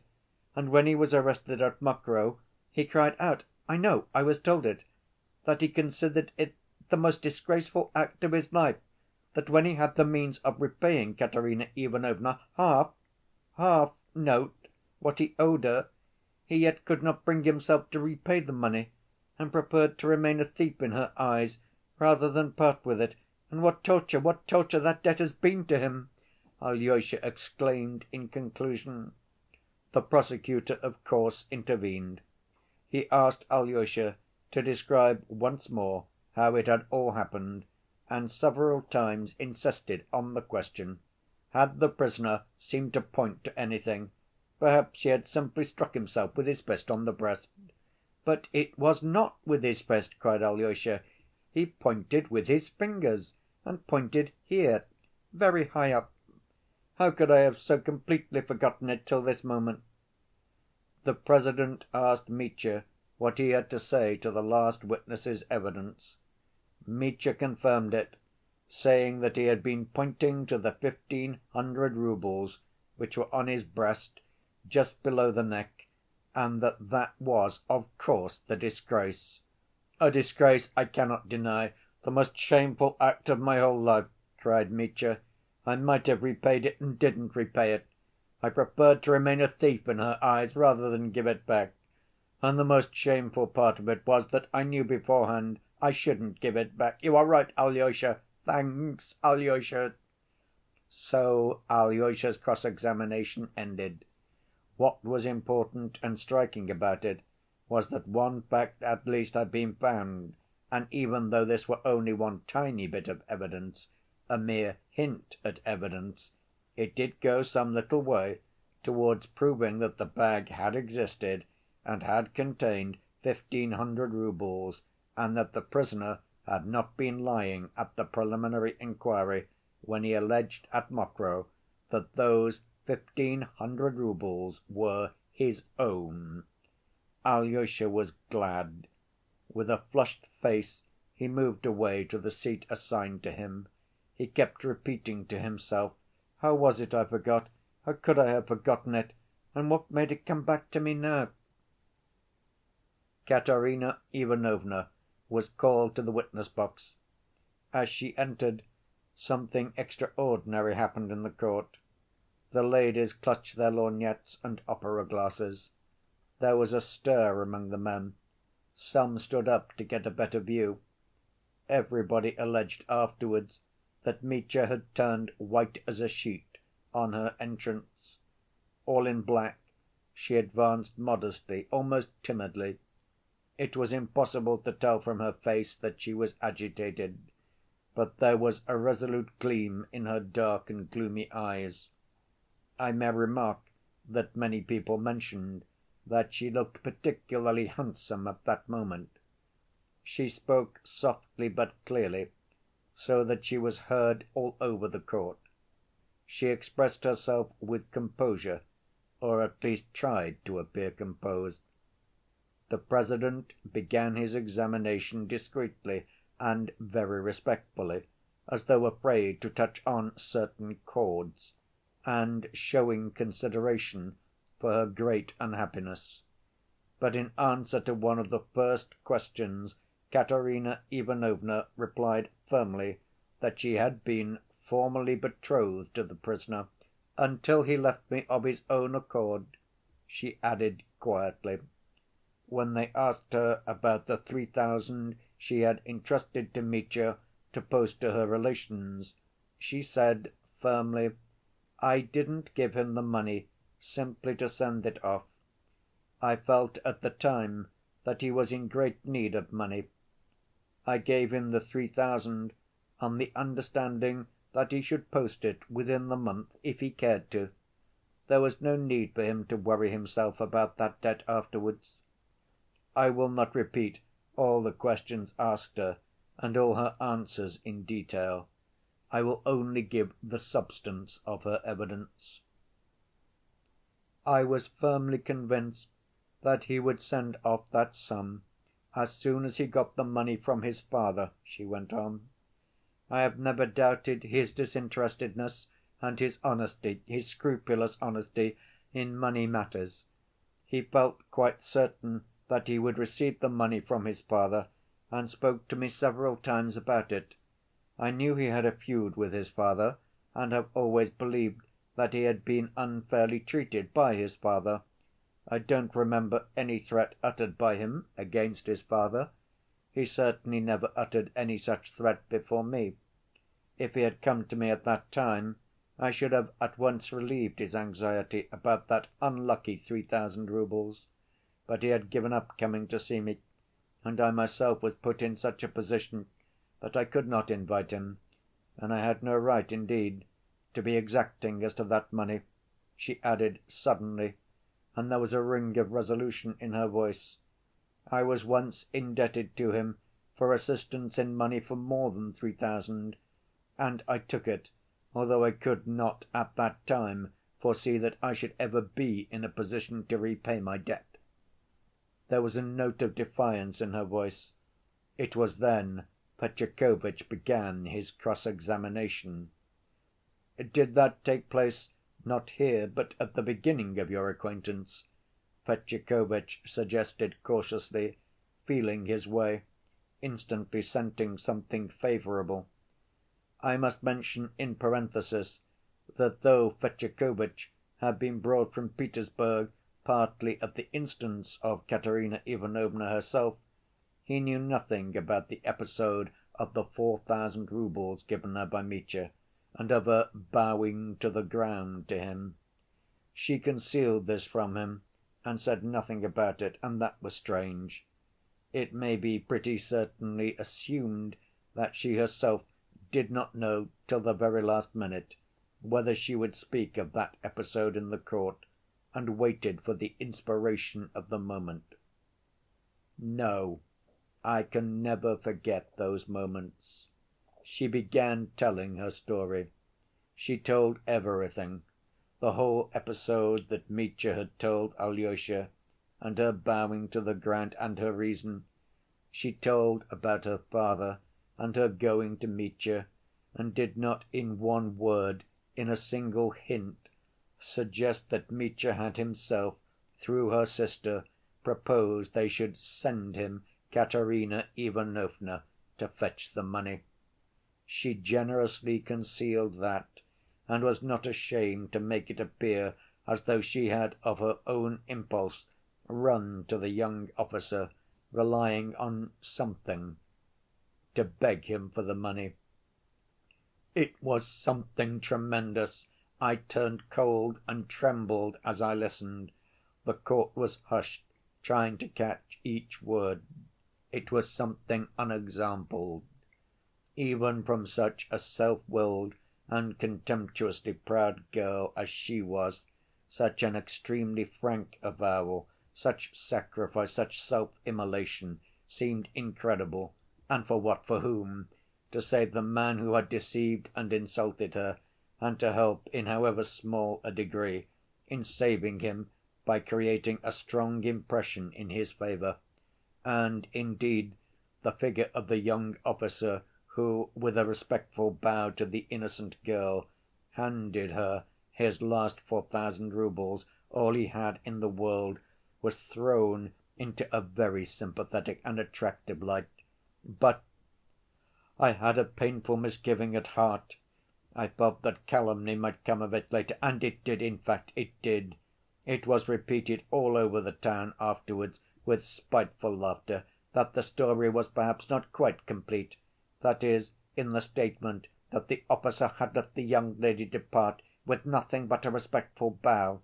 It was hinted that something was here omitted, and even if nothing had been omitted, if this were the whole story, the most highly respected of our ladies maintained, even then it's very doubtful whether it was creditable for a young girl to behave in that way, even for the sake of saving her father. And can Katerina Ivanovna, with her intelligence, her morbid sensitiveness, have failed to understand that people would talk like that? She must have understood it, yet she made up her mind to tell everything. Of course, all these nasty little suspicions as to the truth of her story only arose afterwards, and at the first moment all were deeply impressed by it. As for the judges and the lawyers, they listened in reverent, almost shamefaced silence to Katerina Ivanovna. The prosecutor did not venture upon even one question on the subject. Fetyukovitch made a low bow to her. Oh, he was almost triumphant.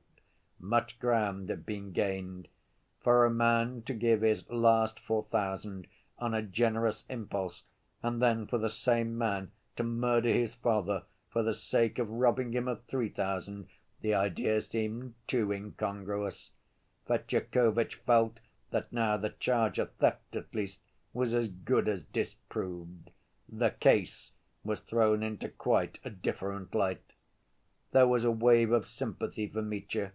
As for him, I was told that once or twice, while Katerina Ivanovna was giving her evidence, he jumped up from his seat, sank back again, and hid his face in his hands.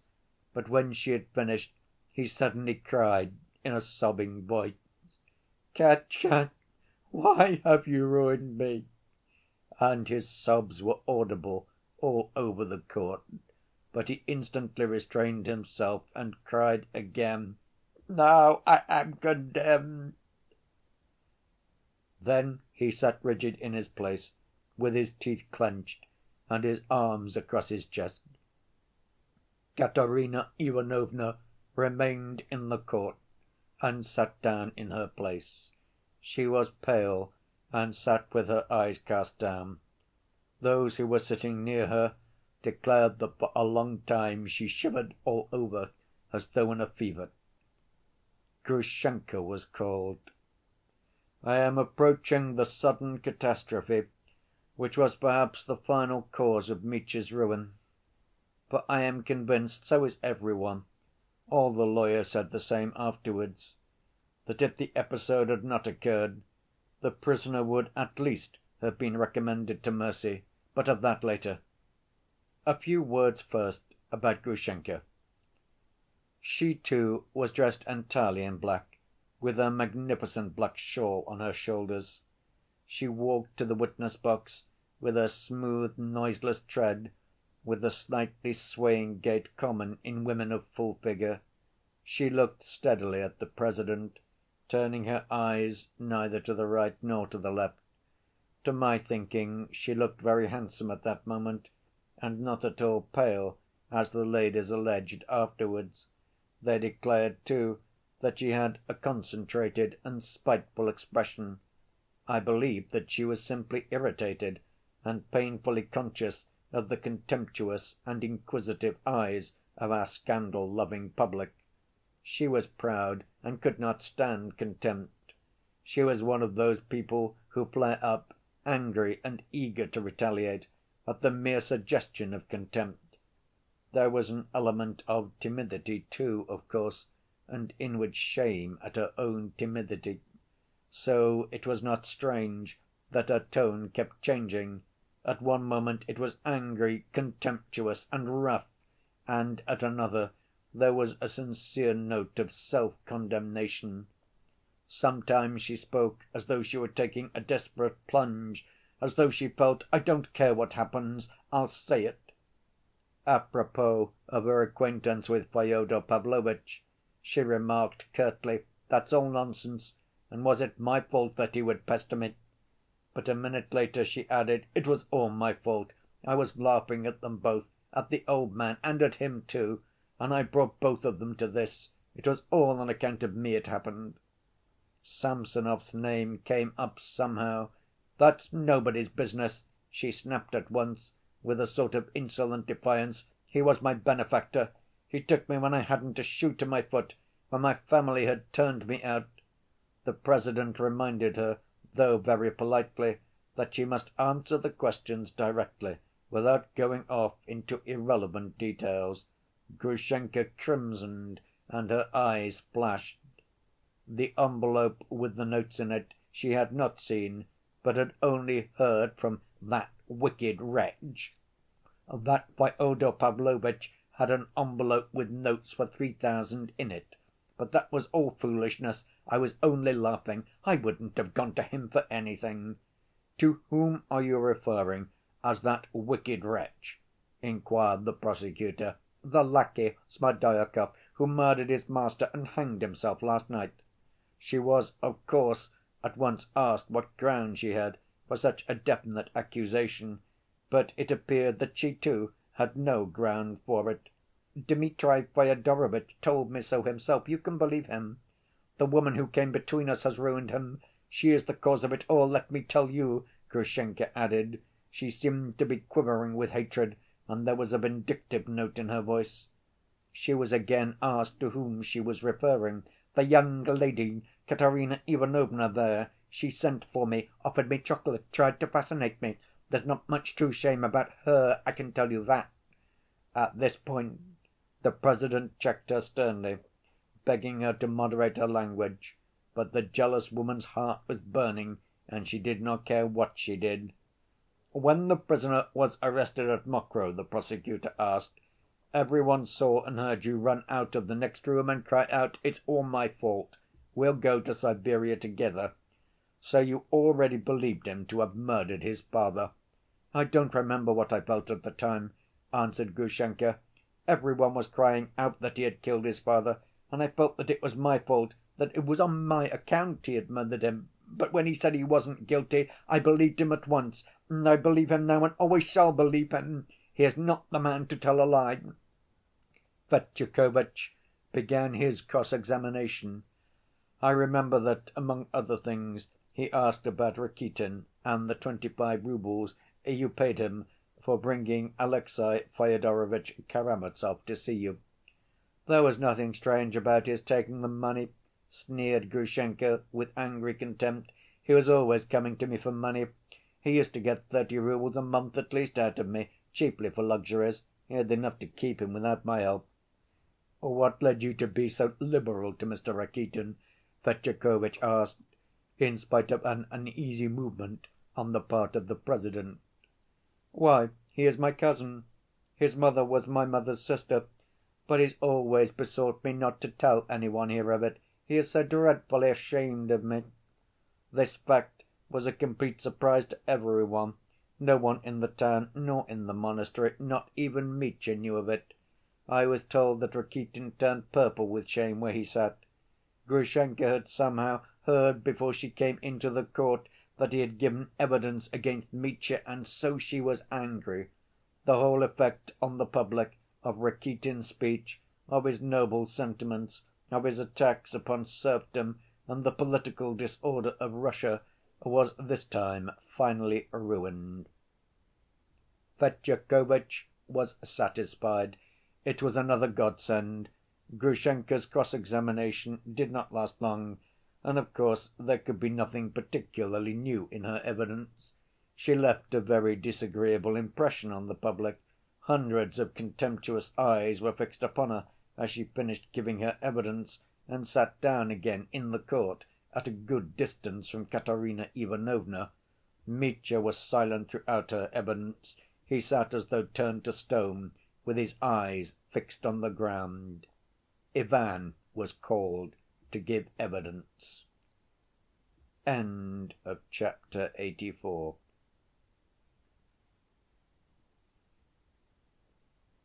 I may note that he had been called before Alyosha, but the usher of the court announced to the President that, owing to an attack of illness or some sort of fit, the witness could not appear at the moment, but was ready to give his evidence as soon as he recovered. But no one seemed to have heard it, and it only came out later.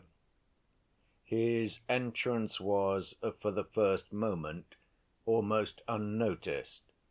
The principal witnesses, especially the two rival ladies, had already been questioned. Curiosity was satisfied for the time. The public was feeling almost fatigued. Several more witnesses were still to be heard, who probably had little information to give after all that had been given. Time was passing. Ivan walked up with extraordinary slowness, looking at no one, and with his head bowed, as though plunged in gloomy thought. He was irreproachably dressed, but his face made a painful impression, on me at least. There was an earthy look in it, a look like a dying man's. His eyes were lusterless. He raised them and looked slowly round the court. Alyosha jumped up from his seat and moaned, "Ah!" I remember that, but it was hardly noticed. The President began by informing him that he was a witness not on oath, that he might answer or refuse to answer, but that, of course, he must bear witness according to his conscience, and so on, and so on. Ivan listened and looked at him blankly, but his face gradually relaxed into a smile, and as soon as the President, looking at him in astonishment, finished, he laughed outright. "Well, and what else?" he asked in a loud voice. There was a hush in the court. There was a feeling of something strange. The President showed signs of uneasiness. "You are perhaps still unwell," he began, looking everywhere for the usher. "Don't trouble yourself, your Excellency, I am well enough, and can tell you something interesting," Ivan answered with sudden calmness and respectfulness. "You have some special communication to make," the President went on, still mistrustfully. Ivan looked down, waited a few seconds, and raising his head, answered, almost stammering, "No, I haven't. I have nothing particular." They began asking him questions. He answered, as it were reluctantly, with extreme brevity, with a sort of disgust which grew more and more marked, though he answered rationally. To many questions he answered that he did not know. He knew nothing of his father's money relations with Dmitri. "I wasn't interested in the subject," he added. Threats to murder his father he had heard from the prisoner. Of the money in the envelope he had heard from Smerdyakov. "The same thing over and over again," he interrupted suddenly, with a look of weariness. "I have nothing particular to tell the court." "I see you are unwell and understand your feelings," the President began. He turned to the prosecutor and the counsel for the defense to invite them to examine the witness if necessary, when Ivan suddenly asked in an exhausted voice, "Let me go, your Excellency. I feel very ill." And with these words, without waiting for permission, he turned to walk out of the court. But after taking 4 steps, he stood still, as though he had reached a decision, smiled slowly, and went back. "I am like the peasant girl, your Excellency. You know, how does it go? I'll stand up if I like, and I won't if I don't. They were trying to put on her seraphim to take her to church to be married, and she said, 'I'll stand up if I like, and I won't if I don't.' It's in some book about the peasantry." "What do you mean by that?" the President asked severely. "Why, this." Ivan suddenly pulled out a roll of notes. "Here's the money, the notes that lay in that envelope." He nodded towards the table on which lay the material evidence for the sake of which our father was murdered. "Where shall I put them? Mr. Superintendent, take them." The usher of the court took the whole roll and handed it to the President. "How could this money have come into your possession, if it is the same money?" the President asked wonderingly. "I got them from Smerdyakov, from the murderer, yesterday. I was with him just before he hanged himself. It was he, not my brother, killed our father. He murdered him, and I incited him to do it. Who doesn't desire his father's death?" "Are you in your right mind?" broke involuntarily from the President. "I should think I am in my right mind, in the same nasty mind as all of you, as all these ugly faces." He turned suddenly to the audience. "My father has been murdered, and they pretend they are horrified," he snarled with furious contempt. "They keep up the sham with one another, liars! They all desire the death of their fathers. One reptile devours another. If there hadn't been a murder, they'd have been angry and gone home ill‐humored. It's a spectacle they want. Panem et circenses, though I am one to talk. Have you any water?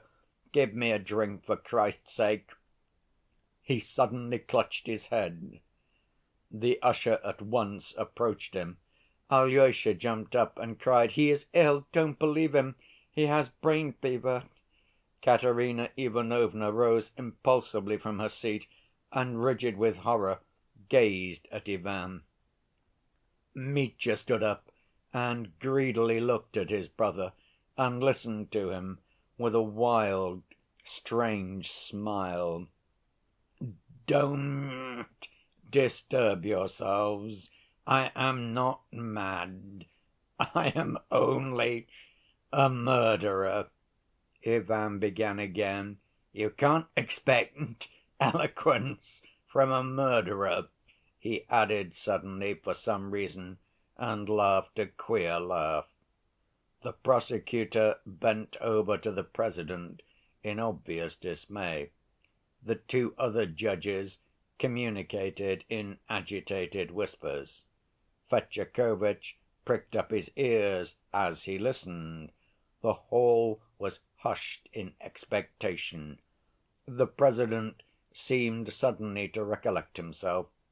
"Witness, your words are incomprehensible and impossible here. Calm yourself, if you can, and tell your story, if you really have something to tell. How can you confirm your statement, if indeed you are not delirious?" "That's just it. I have no proof. That cur, Smerdyakov, won't send you proofs from the other world in an envelope. You think of nothing but envelopes. One is enough. Of no witnesses, except one perhaps." He smiled thoughtfully. "Who is your witness?"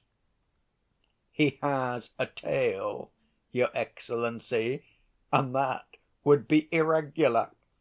Le diable n'existe point. Don't pay attention. He is a paltry, pitiful devil," he added suddenly. He ceased laughing and spoke, as it were, confidentially.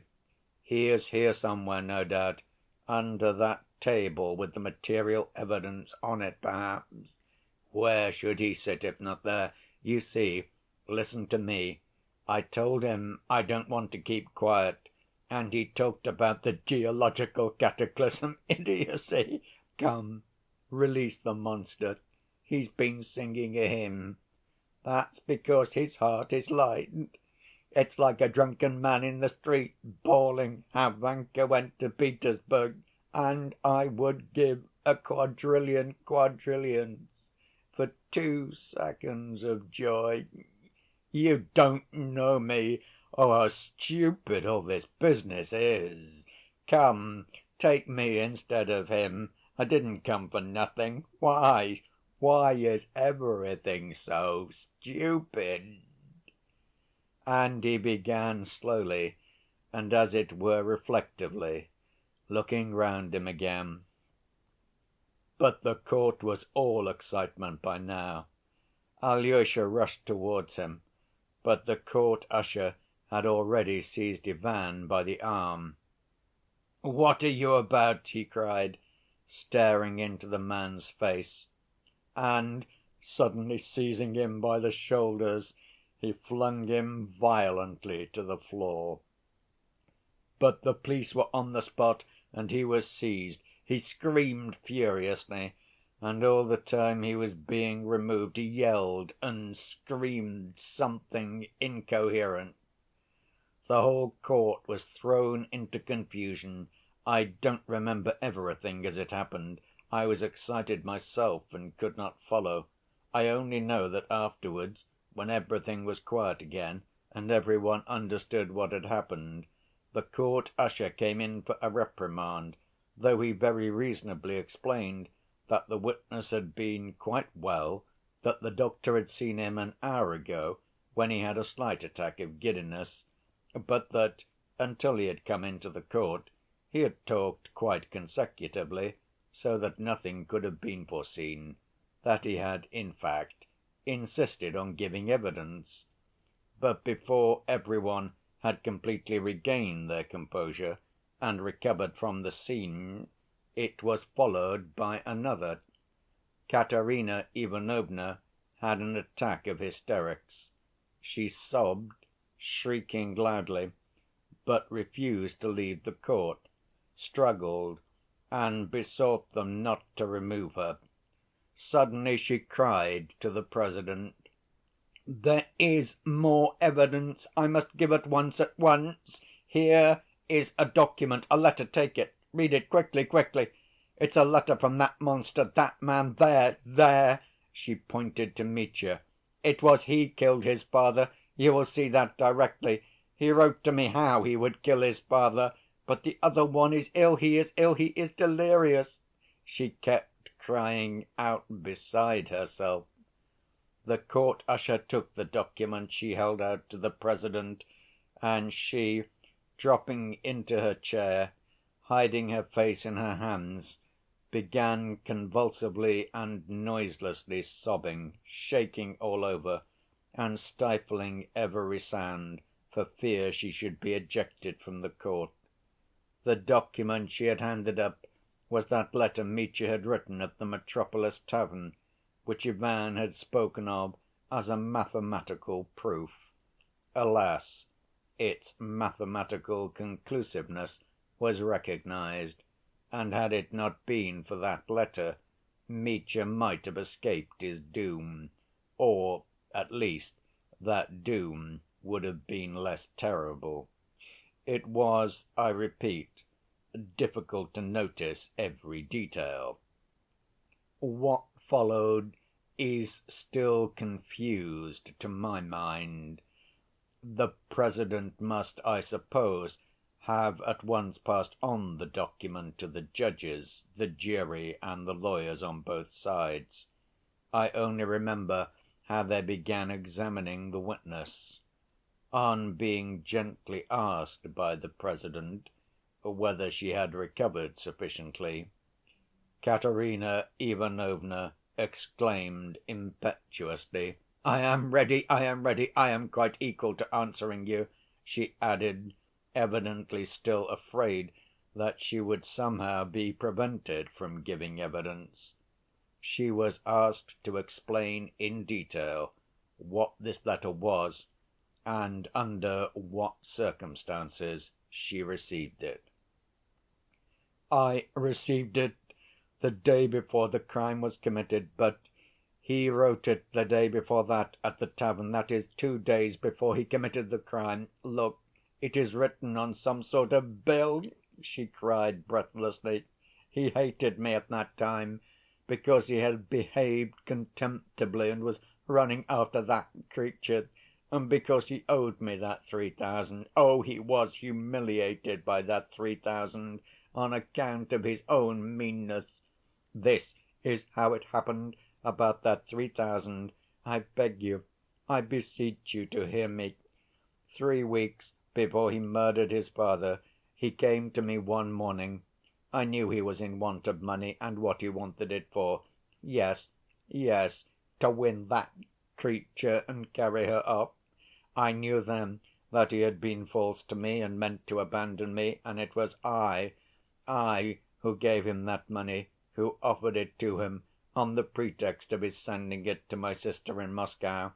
And as I gave it him, I looked him in the face and said that he could send it when he liked, in a month's time would do. How could he have failed to understand that I was practically telling him to his face, 'You want money to be false to me with your creature? So here's the money for you. I give it to you myself. Take it if you have so little honor as to take it.' I wanted to prove what he was, and what happened? He took it, and squandered it with that creature in one night. But he knew that I knew all about it. I assure you he understood, too, that I gave him that money to test him, to see whether he was so lost to all sense of honor as to take it from me. I looked into his eyes, and he looked into mine, and he understood it all, and he took it. He carried off my money." "That's true, Katya," Mitya roared suddenly. "I looked into your eyes, and I knew that you were dishonoring me, and yet I took your money. Despise me as a scoundrel, despise me, all of you, I've deserved it." "Prisoner," cried the President, "another word and I will order you to be removed." "That money was a torment to him," Katya went on with impulsive haste. "He wanted to repay it me, he wanted to, that's true. But he needed money for that creature, too. So he murdered his father, but he didn't repay me, and went off with her to that village where he was arrested. There again he squandered the money he had stolen after the murder of his father. And a day before the murder he wrote me this letter. He was drunk when he wrote it. I saw it at once, at the time. He wrote it from spite, and feeling certain, positively certain, that I should never show it to any one, even if he did kill him, or else he wouldn't have written it, for he knew I shouldn't want to revenge myself and ruin him. But read it attentively, more attentively, please, and you will see that he had described it all in his letter, all beforehand, how he would kill his father and where his money was kept. Look, please don't overlook that. There's one phrase there, 'I shall kill him as soon as Ivan has gone away.' So he thought it all out beforehand, how he would kill him," Katerina Ivanovna pointed out to the court, with venomous and malignant triumph. Oh, it was clear she had studied every line of that letter and detected every meaning underlining it. "If he hadn't been drunk, he wouldn't have written to me, but look, everything is written there beforehand, just as he committed the murder after, a complete program of it!" she exclaimed frantically. She was reckless now of all consequences to herself, though, no doubt, she had foreseen them even a month ago, for even then, perhaps, shaking with anger, she had pondered whether to show it at the trial or not. Now she had taken the fatal plunge. I remember that the letter was read aloud by the clerk directly afterwards, I believe. It made an overwhelming impression. They asked Mitya whether he admitted having written the letter. "It's mine, mine!" cried Mitya. "I shouldn't have written it if I hadn't been drunk. We've hated each other for many things, Katya, but I swear I loved you even while I hated you, and you didn't love me." He sank back on his seat, wringing his hands in despair. The prosecutor and counsel for the defense began cross‐examining her, chiefly to ascertain what had induced her to conceal such a document and to give her evidence in quite a different tone and spirit just before. "Yes, yes, I was telling lies just now. I was lying against my honor and my conscience, but I wanted to save him, for he has hated and despised me so!" Katya cried madly. "Oh, he has despised me horribly. He has always despised me, and do you know, he has despised me from the very moment that I bowed down to him for that money. I saw that. I felt it at once at the time, but for a long time I wouldn't believe it. How often I have read it in his eyes. You came of yourself, though. Oh, he didn't understand. He had no idea why I ran to him. He can suspect nothing but baseness. He judged me by himself. He thought every one was like himself," Katya hissed furiously, in a perfect frenzy. "And he only wanted to marry me because I'd inherited a fortune. Because of that, because of that. I always suspected it was because of that. Oh, he is a brute. He was always convinced that I should be trembling with shame all my life before him, because I went to him then, and that he had a right to despise me for ever for it, and so to be superior to me. That's why he wanted to marry me. Oh, that's so, that's all so. I tried to conquer him by my love, a love that knew no bounds. I even tried to forgive his faithlessness, but he understood nothing, nothing. How could he understand? Indeed, he is a monster. I only received that letter the next evening.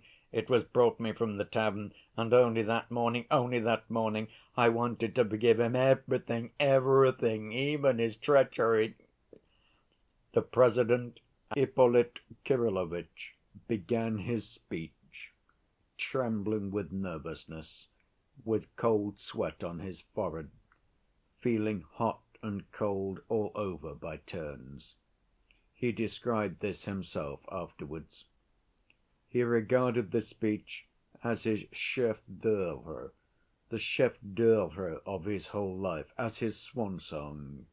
He died, it is true, 9 months later of rapid consumption, so that he had the right, as it turned out, to compare himself to a swan singing his last song. He had put his whole heart and all the brain he had into that speech. And poor Ippolit Kirillovitch unexpectedly revealed that at least some feeling for the public welfare and the eternal question lay concealed in him. Where his speech really excelled was in its sincerity. He genuinely believed in the prisoner's guilt. He was accusing him, not as an official duty only, and in calling for vengeance he quivered with a genuine passion for the security of society. Even the ladies in the audience, though they remained hostile to Ippolit Kirillovitch, admitted that he made an extraordinary impression on them. He began in a breaking voice, but it soon gained strength and filled the court to the end of his speech. But as soon as he had finished, he almost fainted. "Gentlemen of the jury," began the prosecutor, "this case has made a stir throughout Russia. But what is there to wonder at? What is there so peculiarly horrifying in it for us? We are so accustomed to such crimes. That's what's so horrible, that such dark deeds have ceased to horrify us. What ought to horrify us is that we are so accustomed to it, and not this or that isolated crime.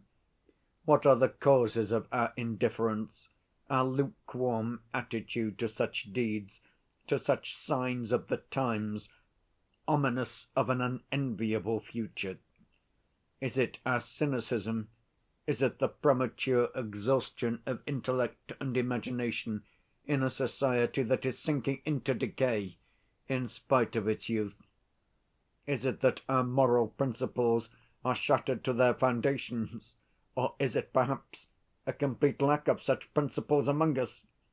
I cannot answer such questions.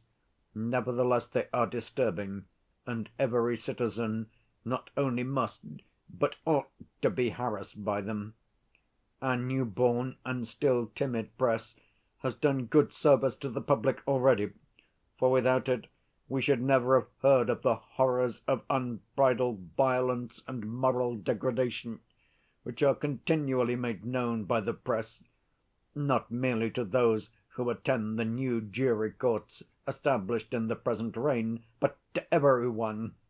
And what do we read almost daily? Of things beside which the present case grows pale and seems almost commonplace. But what is most important is that the majority of our national crimes of violence bear witness to a widespread evil, now so general among us that it is difficult to contend against it. One day we see a brilliant young officer of high society at the very outset of his career, in a cowardly, underhand way, without a pang of conscience, murdering an official who had once been his benefactor and the servant girl, to steal his own IOU and what ready money he could find on him. It will come in handy for my pleasures in the fashionable world and for my career in the future. After murdering them, he puts pillows under the head of each of his victims. He goes away. Next, a young hero, decorated for bravery, kills the mother of his chief and benefactor, like a highwayman, and to urge his companions to join him, he asserts that she loves him like a son, and so will follow all his directions and take no precautions. Granted that he is a monster, yet I dare not say in these days that he is unique. Another man will not commit the murder, but will feel and think like him, and is as dishonorable in soul. In silence, alone with his conscience, he asks himself, perhaps, what is honor, and isn't the condemnation of bloodshed a prejudice? Perhaps people will cry out against me that I am morbid, hysterical, that it is a monstrous slander, that I am exaggerating. Let them say so, and heavens! I should be the first to rejoice if it were so. Oh, don't believe me, think of me as morbid, but remember my words. If only a tenth, if only a 20th part of what I say is true, even so it's awful. Look how our young people commit suicide, without asking themselves Hamlet's question what there is beyond, without a sign of such a question, as though all that relates to the soul and to what awaits us beyond the grave had long been erased in their minds and buried under the sands. Look at our vice, at our profligates. Fyodor Pavlovitch, the luckless victim in the present case, was almost an innocent babe compared with many of them, and yet we all knew him. He lived among us. Yes, one day, perhaps, the leading intellects of Russia and of Europe will study the psychology of Russian crime, for the subject is worth it. But this study will come later, at leisure, when all the tragic topsy‐turvydom of to‐day is farther behind us, so that it's possible to examine it with more insight and more impartiality than I can do. Now we are either horrified or pretend to be horrified, though we really gloat over the spectacle and love strong and eccentric sensations which tickle our cynical, pampered idleness. Or, like little children, we brush the dreadful ghosts away and hide our heads in the pillow so as to return to our sports and merriment as soon as they have vanished. But we must one day begin life in sober earnest. We must look at ourselves as a society. It's time we tried to grasp something of our social position, or at least to make a beginning in that direction. A great writer of the last epoch, comparing Russia to a swift troika galloping to an unknown goal, exclaims, "O troika, bird‐like troika, who invented thee?" and adds in proud ecstasy that all the peoples of the world stand aside respectfully to make way for the reckless galloping troika to pass.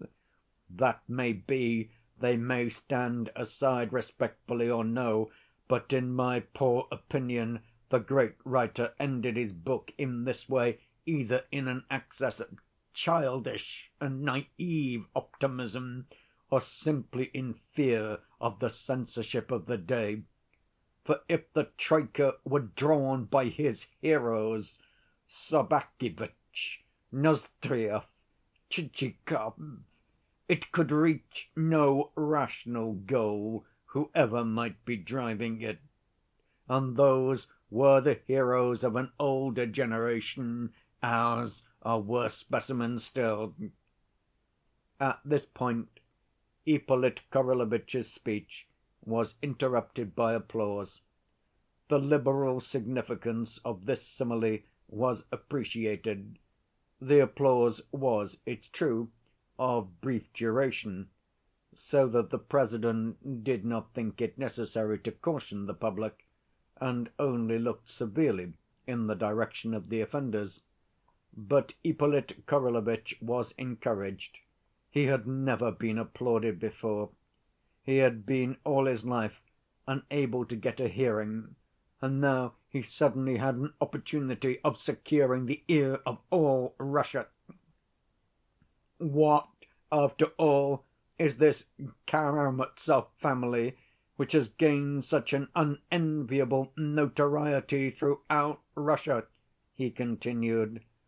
Perhaps I am exaggerating, but it seems to me that certain fundamental features of the educated class of to‐day are reflected in this family picture, only, of course, in miniature, like the sun in a drop of water. Think of that unhappy, vicious, unbridled old man who has met with such a melancholy end, the head of a family. Beginning life of noble birth, but in a poor dependent position, through an unexpected marriage he came into a small fortune. A petty knave, a toady and buffoon, of fairly good though undeveloped intelligence, he was above all a money‐lender who grew bolder with growing prosperity. His abject and servile characteristics disappeared. His malicious and sarcastic cynicism was all that remained. On the spiritual side he was undeveloped, while his vitality was excessive. He saw nothing in life but sensual pleasure, and he brought his children up to be the same. He had no feelings for his duties as a father. He ridiculed those duties. He left his little children to the servants and was glad to be rid of them, forget about them completely. The old man's maxim was, "Après moi le déluge." He was an example of everything that is opposed to civic duty, of the most complete and malignant individualism. The world may burn for aught I care, so long as I am all right. And he was all right. He was content. He was eager to go on living in the same way for another 20 or 30 years.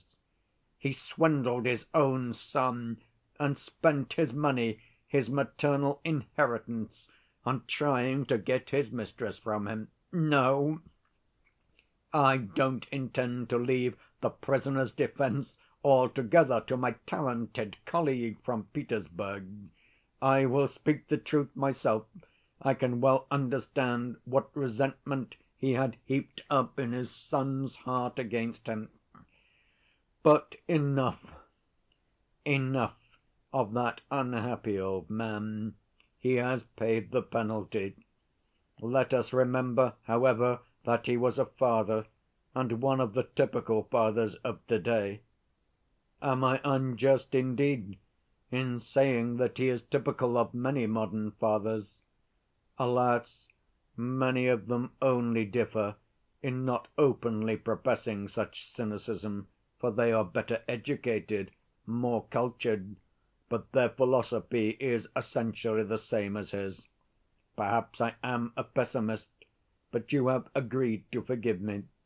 Let us agree beforehand. You need not believe me, but let me speak. Let me say what I have to say, and remember something of my words. Now for the children of this father, this head of a family. One of them is the prisoner before us. All the rest of my speech will deal with him. Of the other two I will speak only cursorily. The elder is one of those modern young men of brilliant education and vigorous intellect, who has lost all faith in everything. He has denied and rejected much already, like his father. We have all heard him. He was a welcome guest in local society. He never concealed his opinions, quite the contrary, in fact, which justifies me in speaking rather openly of him now, of course, not as an individual, but as a member of the Karamazov family. Another personage closely connected with the case died here by his own hand last night. I mean an afflicted idiot, formerly the servant and possibly the illegitimate son of Fyodor Pavlovitch, Smerdyakov. At the preliminary inquiry he told me with hysterical tears how the young Ivan Karamazov had horrified him by his spiritual audacity.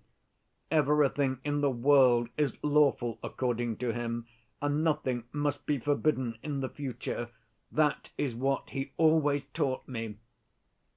I believe that idiot was driven out of his mind by this theory, though, of course, the epileptic attacks from which he suffered and this terrible catastrophe have helped to unhinge his faculties. But he dropped one very interesting observation which would have done credit to a more intelligent observer, and that is, indeed, why I've mentioned it. If there is one of the sons that is like Fyodor Pavlovitch in character, it is Ivan Fyodorovitch. With that remark, I conclude my sketch of his character, feeling it indelicate to continue further. Oh, I don't want to draw any further conclusions. and croaked like a raven over the young man's future. We've seen to‐day in this court that there are still good impulses in his young heart, that family feeling has not been destroyed in him by lack of faith and cynicism, which have come to him rather by inheritance than by the exercise of independent thought. Then the third son. Oh, he is a devout and modest youth, who does not share his elder brother's gloomy, undestructive theory of life. He has sought to cling to the ideas of the people, or to what goes by that name in some circles of our intellectual classes. He clung to the monastery, and was within an ace of becoming a monk. He seems to me to have betrayed unconsciously, and so early, that timid despair which leads so many in our unhappy society, who dread cynicism and its corrupting influences, and mistakenly attribute all the mischief to European enlightenment, to return to their native soil, as they say, to the bosom, so to speak, of their mother earth, like frightened children, yearning to fall asleep on the withered bosom of their decrepit mother, and to sleep there for ever, only to escape the horrors that terrify them. For my part, I wish the excellent and gifted young man every success. I trust that his youthful idealism and impulse towards the ideas of the people may never degenerate, as often happens on the moral side, into gloomy mysticism, and on the political into blind chauvinism, two elements which are even a greater menace to Russia than the premature decay due to misunderstanding and gratuitous adoption of European ideas from which his elder brother is suffering. 2 or 3 people clapped their hands at the mention of chauvinism and mysticism. Ippolit Kirillovitch had been, indeed, carried away by his own eloquence. All this had little to do with the case in hand, to say nothing of the fact of its being somewhat vague, but the sickly and consumptive man was overcome by the desire to express himself once in his life.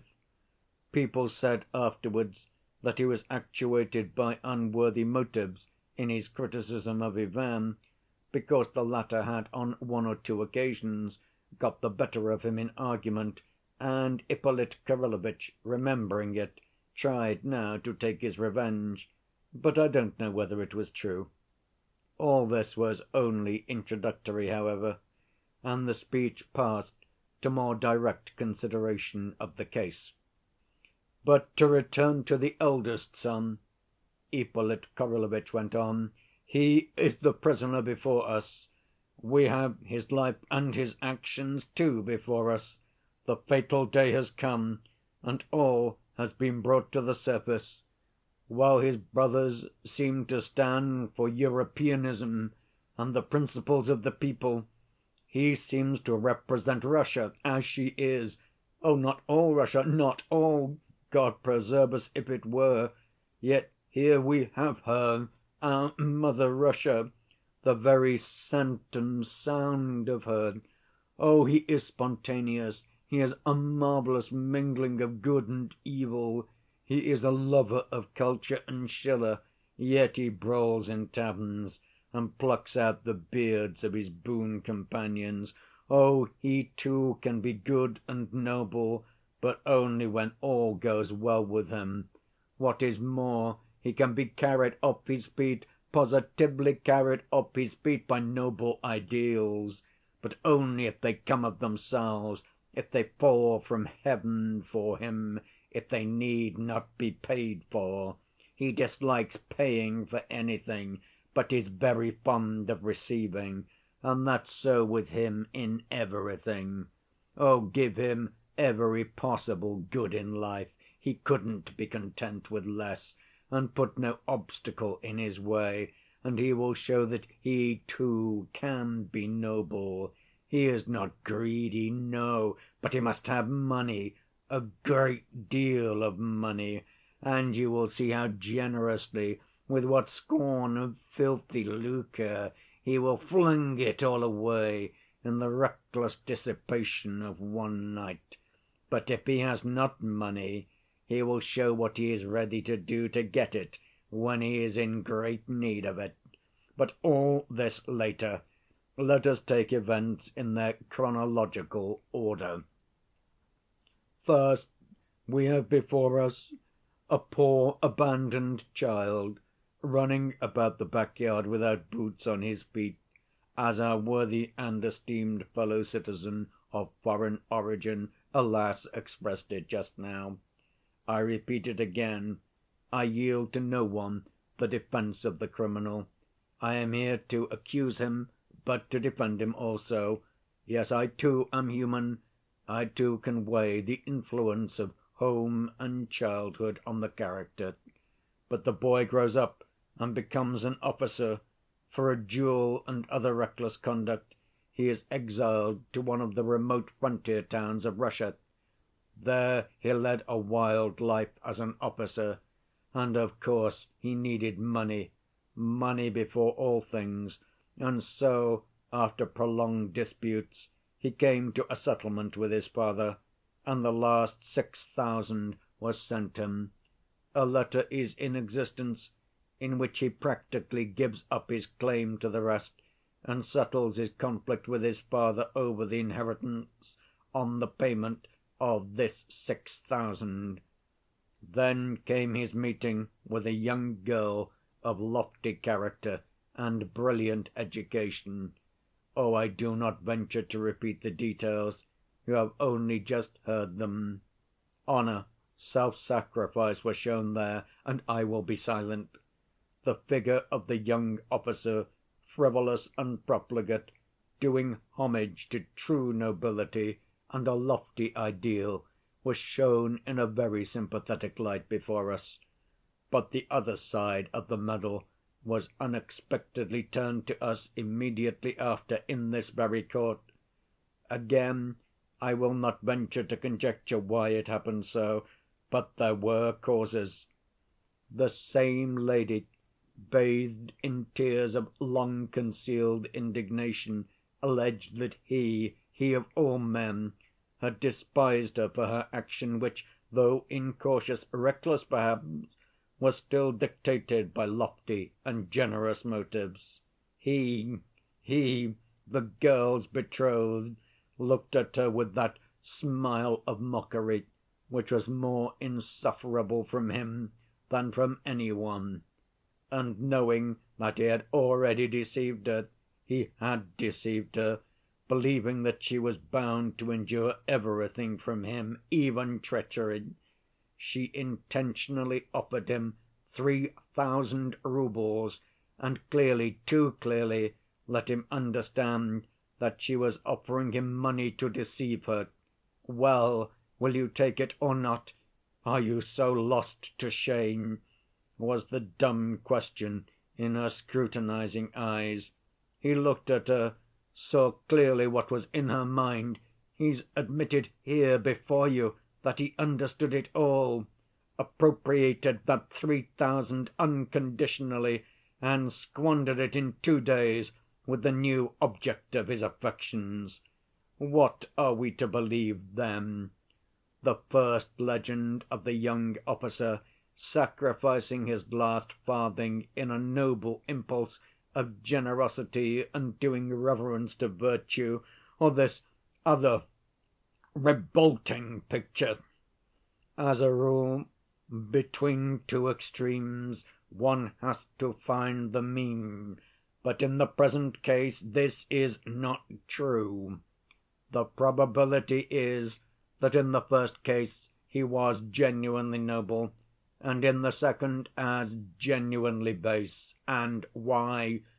Because he was of the broad Karamazov character, That's just what I am leading up to, capable of combining the most incongruous contradictions, and capable of the greatest heights and of the greatest depths.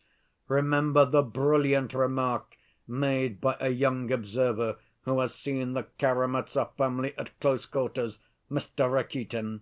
The sense of their own degradation is as essential to those reckless, unbridled natures as the sense of their lofty generosity. And that's true, they need continually this unnatural mixture. Two extremes at the same moment, or they are miserable and dissatisfied, and their existence is incomplete. They are wide, wide as Mother Russia.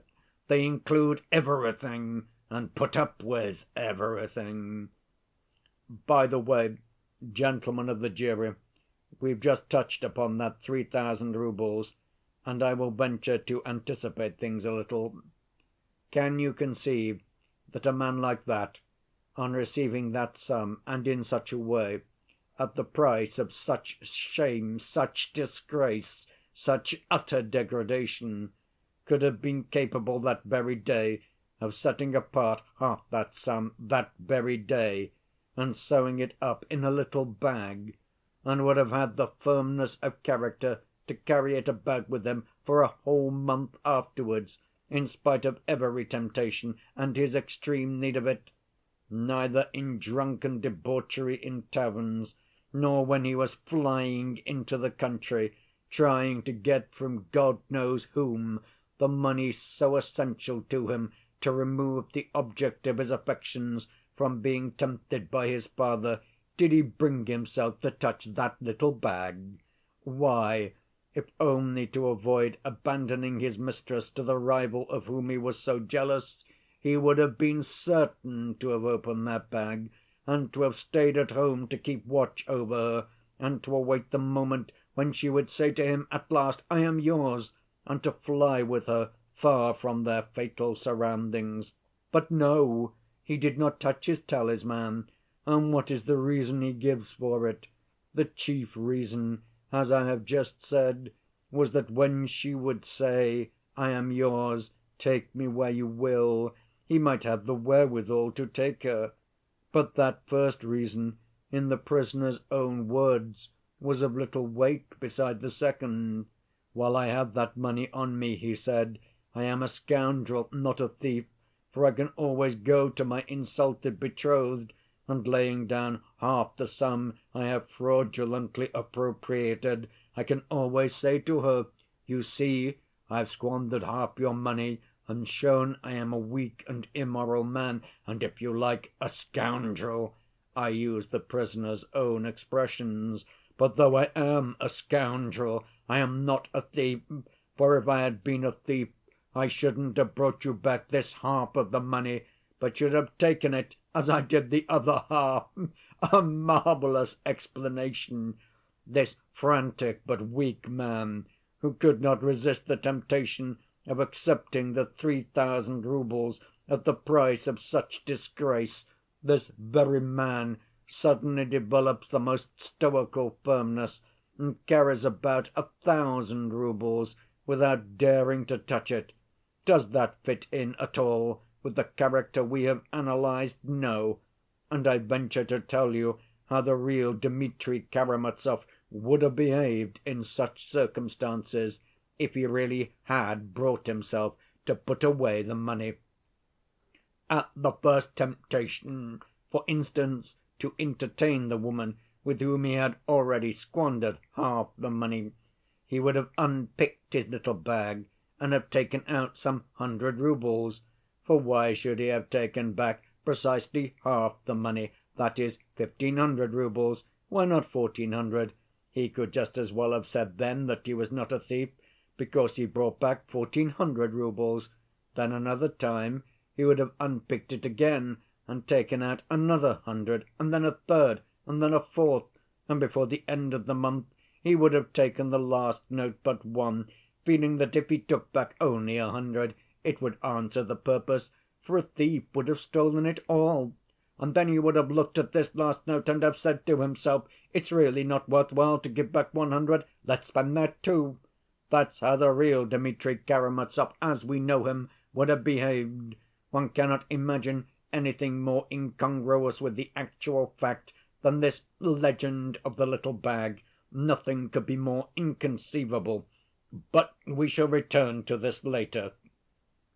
After touching upon what had come out in the proceedings concerning the financial relations of father and son, and arguing again and again that it was utterly impossible from the facts known to determine which was in the wrong, Ippolit Kirillovitch passed to the evidence of the medical experts in reference to Mitya's fixed idea about the 3,000 owing him. End of chapter 86.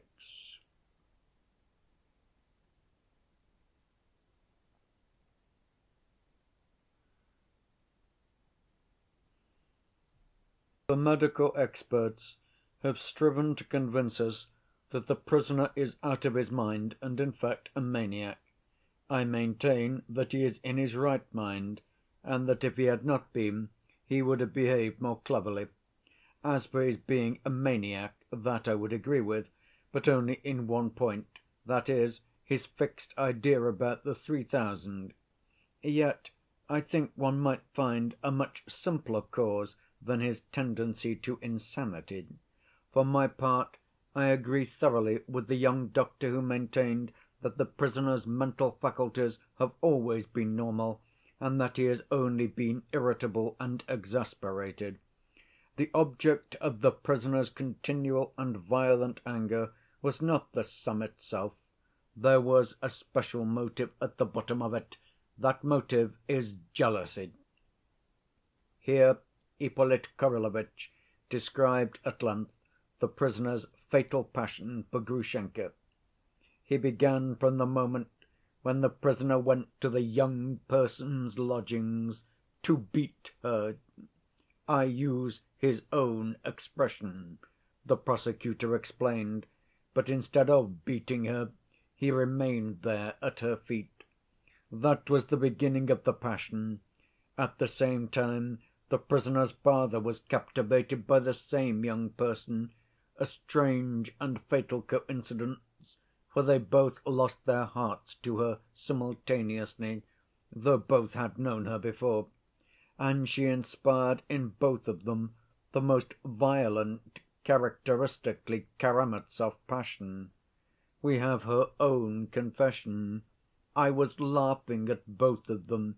Yes, the sudden desire to make a jest of them came over her, and she conquered both of them at once. The old man, who worshipped money, at once set aside 3,000 roubles as a reward for one visit from her, but soon after that he would have been happy to lay his property and his name at her feet, if only she would become his lawful wife. We have good evidence of this. As for the prisoner, the tragedy of his fate is evident, it is before us. But such was the young person's game. The enchantress gave the unhappy young man no hope until the last moment, when he knelt before her, stretching out hands that were already stained with the blood of his father and rival. It was in that position that he was arrested. Send me to Siberia with him. I have brought him to this. I am most to blame, the woman herself cried, in genuine remorse, at the moment of his arrest. The talented young man to whom I have referred already, Mr. Rakitin, characterized this heroine in brief and impressive terms. She was disillusioned early in life, deceived and ruined by a betrothed, who seduced and abandoned her. She was left in poverty, cursed by a respectable family, and taken under the protection of a wealthy old man, whom she still, however, considers as her benefactor. There was perhaps much that was good in her young heart, but it was embittered too early. She became prudent and saved money. She grew sarcastic and resentful against society. After this sketch of her character, it may well be understood that she might laugh at both of them simply from mischief, from malice. After a month of hopeless love and moral degradation, during which he betrayed his betrothed and appropriated money entrusted to his honor, the prisoner was driven almost to frenzy, almost to madness by continual jealousy. And of whom? His father. And the worst of it was that the crazy old man was alluring and enticing the object of his affection by means of that very 3,000 roubles which the son looked upon as his own property, part of his inheritance from his mother, of which his father was cheating him. Yes, I admit it was hard to bear. It might well drive a man to madness. It was not the money, but the fact that this money was used with such revolting cynicism to ruin his happiness. Then the prosecutor went on to describe how the idea of murdering his father had entered the prisoner's head, and illustrated his theory with facts. At first he only talked about it in taverns. He was talking about it all that month. Ah, he likes being always surrounded with company, and he likes to tell his companions everything, even his most diabolical and dangerous ideas. He likes to share every thought with others, and expects, for some reason, that those he confides in will meet him with perfect sympathy, enter into all his troubles and anxieties, take his part, and not oppose him in anything. If not, he flies into a rage and smashes up everything in the tavern. Then followed the anecdote about Captain Snegiryov. Those who heard the prisoner began to think at last that he might mean more than threats, and that such a frenzy might turn threats into actions. Here the prosecutor described the meeting of the family at the monastery, the conversations with Alyosha, and the horrible scene of violence when the prisoner had rushed into his father's house just after dinner. "I cannot positively assert," the prosecutor continued, "that the prisoner fully intended to murder his father before that incident, yet the idea had several times presented itself to him, and he had deliberated on it. For that we have facts, witnesses, and his own words. I confess, gentlemen of the jury," he added, "that till to‐day I have been uncertain whether to attribute to the prisoner conscious premeditation. I was firmly convinced that he had pictured the fatal moment beforehand, but had only pictured it, contemplating it as a possibility. He had not definitely considered when and how he might commit the crime. But I was only uncertain till to‐day, till that fatal document was presented to the court just now. You yourselves heard that young lady's exclamation, 'It is the plan, the program of the murder!' That is how she defined that miserable, drunken letter of the unhappy prisoner, and, in fact, from that letter we see that the whole fact of the murder was premeditated. It was written 2 days before, and so we know now for a fact that 48 hours before the perpetration of his terrible design, the prisoner swore that, if he could not get money next day, he would murder his father in order to take the envelope with the notes from under his pillow as soon as Ivan had left. As soon as Ivan had gone away. You hear that? So he had thought everything out, weighing every circumstance, and he carried it all out just as he had written it. The proof of premeditation is conclusive. The crime must have been committed for the sake of the money. That is stated clearly. That is written and signed. The prisoner does not deny his signature. I shall be told that he was drunk when he wrote it. But that does not diminish the value of the letter, quite the contrary.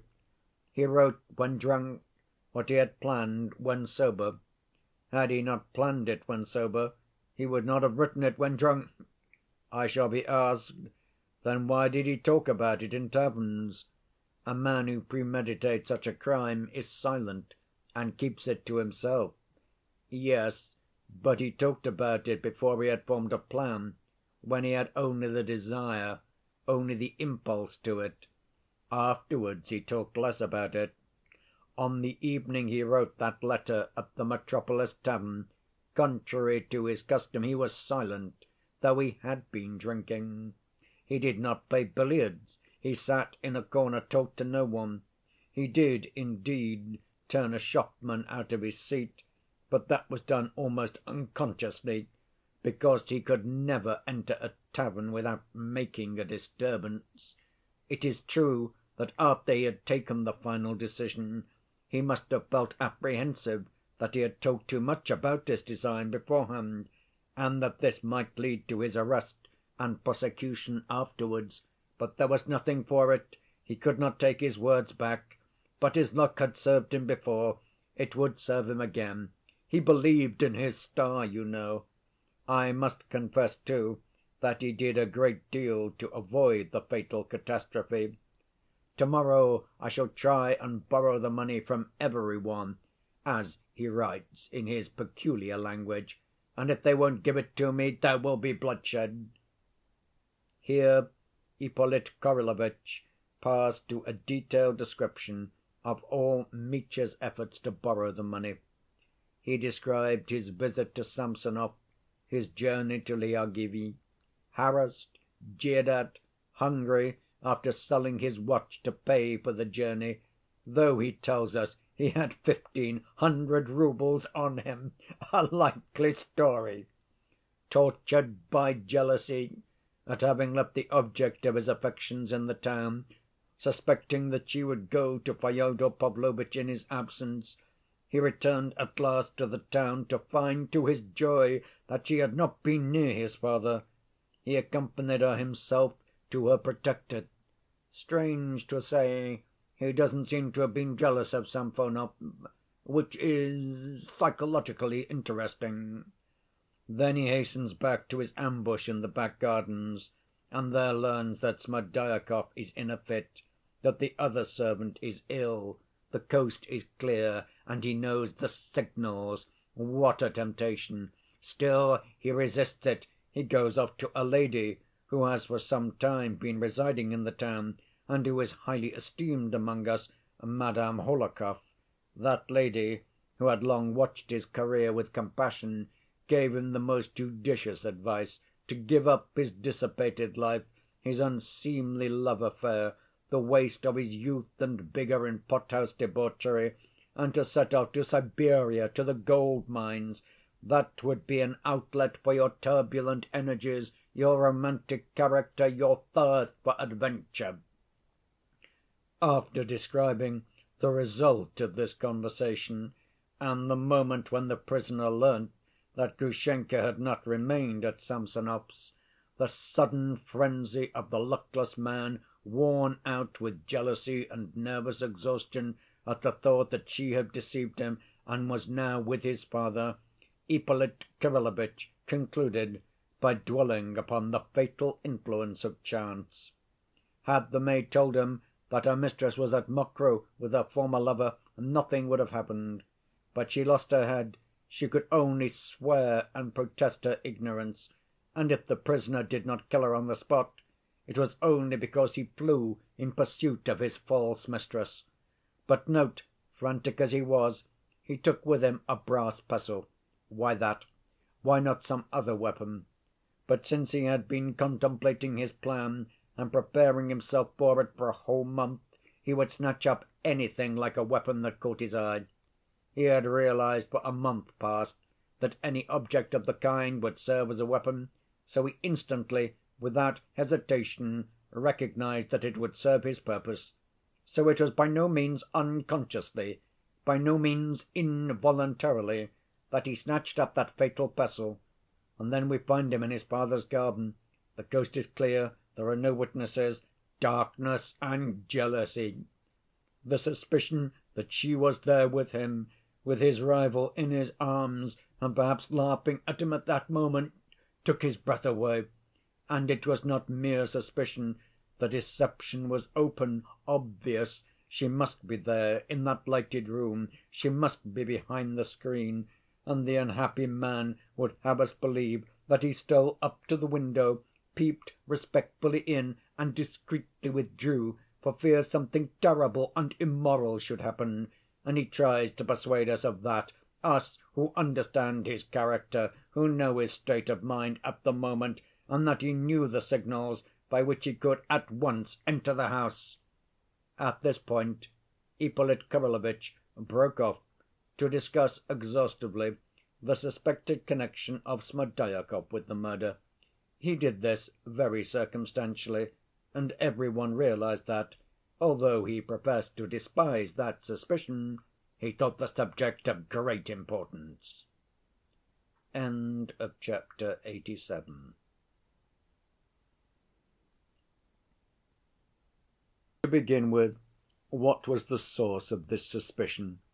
Ippolit Kirillovitch began. The first person who cried out that Smerdyakov had committed the murder was the prisoner himself at the moment of his arrest. Yet from that time to this he had not brought forward a single fact to confirm the charge, nor the faintest suggestion of a fact. The charge is confirmed by three persons only: the two brothers of the prisoner and Madame Svyetlov. The elder of these brothers expressed his suspicions only to‐day, when he was undoubtedly suffering from brain fever. But we know that for the last 2 months he has completely shared our conviction of his brother's guilt, and did not attempt to combat that idea. But of that later. The younger brother has admitted that he has not the slightest fact to support his notion of Smerdyakov's guilt, and has only been led to that conclusion from the prisoner's own words and the expression of his face. Yes, that astounding piece of evidence has been brought forward twice to‐day by him. Madame Svyetlov was even more astounding. "What the prisoner tells you, you must believe. He is not a man to tell a lie." That is all the evidence against Smerdyakov produced by these three persons, who are all deeply concerned in the prisoner's fate. And yet the theory of Smerdyakov's guilt has been noised about, has been and is still maintained. Is it credible? Is it conceivable? Here Ippolit Kirillovitch thought it necessary to describe the personality of Smerdyakov, who had cut short his life in a fit of insanity. He depicted him as a man of weak intellect, with a smattering of education, who had been thrown off his balance by philosophical ideas above his level, and certain modern theories of duty, which he learnt in practice from the reckless life of his master, who was also perhaps his father, Fyodor Pavlovitch, and theoretically from various strange philosophical conversations with his master's elder son, Ivan Fyodorovitch, who readily indulged in this diversion, probably feeling dull, or wishing to amuse himself at the valet's expense. He spoke to me himself of his spiritual condition during the last few days at his father's house, Ippolit Kirillovitch explained, but others too have borne witness to it, the prisoner himself, his brother, and the servant Grigory. That is, all who knew him well. Moreover, Smerdyakov, whose health was shaken by his attacks of epilepsy, had not the courage of a chicken. He fell at my feet and kissed them, the prisoner himself has told us, before he realized how damaging such a statement was to himself. "He is an epileptic chicken," he declared about him in his characteristic language. and the prisoner chose him for his confidant, we have his own word for it, and he frightened him into consenting at last to act as a spy for him. In that capacity he deceived his master, revealing to the prisoner the existence of the envelope with the notes in it, and the signal by means of which he could get into the house. How could he help telling him, indeed? "He would have killed me, I could see that he would have killed me," he said at the inquiry, trembling and shaking even before us, though his tormentor was by that time arrested and could do him no harm. "He suspected me at every instant. In fear and trembling I hastened to tell him every secret to pacify him, that he might see that I had not deceived him and let me off alive." Those are his own words. I wrote them down, and I remember them. "When he began shouting at me, I would fall on my knees." He was naturally very honest, and enjoyed the complete confidence of his master ever since he had restored him some money he had lost. So it may be supposed that the poor fellow suffered pangs of remorse at having deceived his master, whom he loved as his benefactor. Persons severely afflicted with epilepsy are, so the most skillful doctors tell us, always prone to continual and morbid self‐reproach. They worry over their wickedness, they are tormented by pangs of conscience, often entirely without cause. They exaggerate and often invent all sorts of faults and crimes. And here we have a man of that type who had really been driven to wrong‐doing by terror and intimidation. He had, besides, a strong presentiment that something terrible would be the outcome of the situation that was developing before his eyes. When Ivan Fyodorovitch was leaving for Moscow, just before the catastrophe, Smerdyakov besought him to remain, though he was too timid to tell him plainly what he feared. He confined himself to hints, but his hints were not understood. It must be observed that he looked on Ivan Fyodorovitch as a protector, whose presence in the house was a guarantee that no harm would come to pass. Remember the phrase in Dmitri Karamazov's drunken letter, "I shall kill the old man if only Ivan goes away." So Ivan Fyodorovitch's presence seemed to every one a guarantee of peace and order in the house. But he went away, and within an hour of his young master's departure, Smerdyakov was taken with an epileptic fit. But that's perfectly intelligible. Here I must mention that Smerdyakov, oppressed by terror and despair of a sort, had felt, during those last few days, that one of the fits from which he had suffered before at moments of strain might be coming upon him again. The day and hour of such an attack cannot, of course, be foreseen, but every epileptic can feel beforehand that he is likely to have one. So the doctors tell us. And so, as soon as Ivan Fyodorovitch had driven out of the yard, Smerdyakov, depressed by his lonely and unprotected position, went to the cellar. He went down the stairs, wondering if he would have a fit or not, and what if it were to come upon him at once, and that very apprehension, that very wonder, brought on the spasm in his throat that always precedes such attacks, and he fell unconscious into the cellar. And in this perfectly natural occurrence people tried to detect a suspicion, a hint that he was shamming an attack on purpose. But if it were on purpose, the question arises at once: what was his motive? What was he reckoning on? What was he aiming at? I say nothing about medicine. Science, I am told, may go astray. The doctors were not able to discriminate between the counterfeit and the real.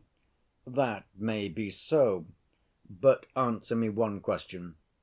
What motive had he for such a counterfeit?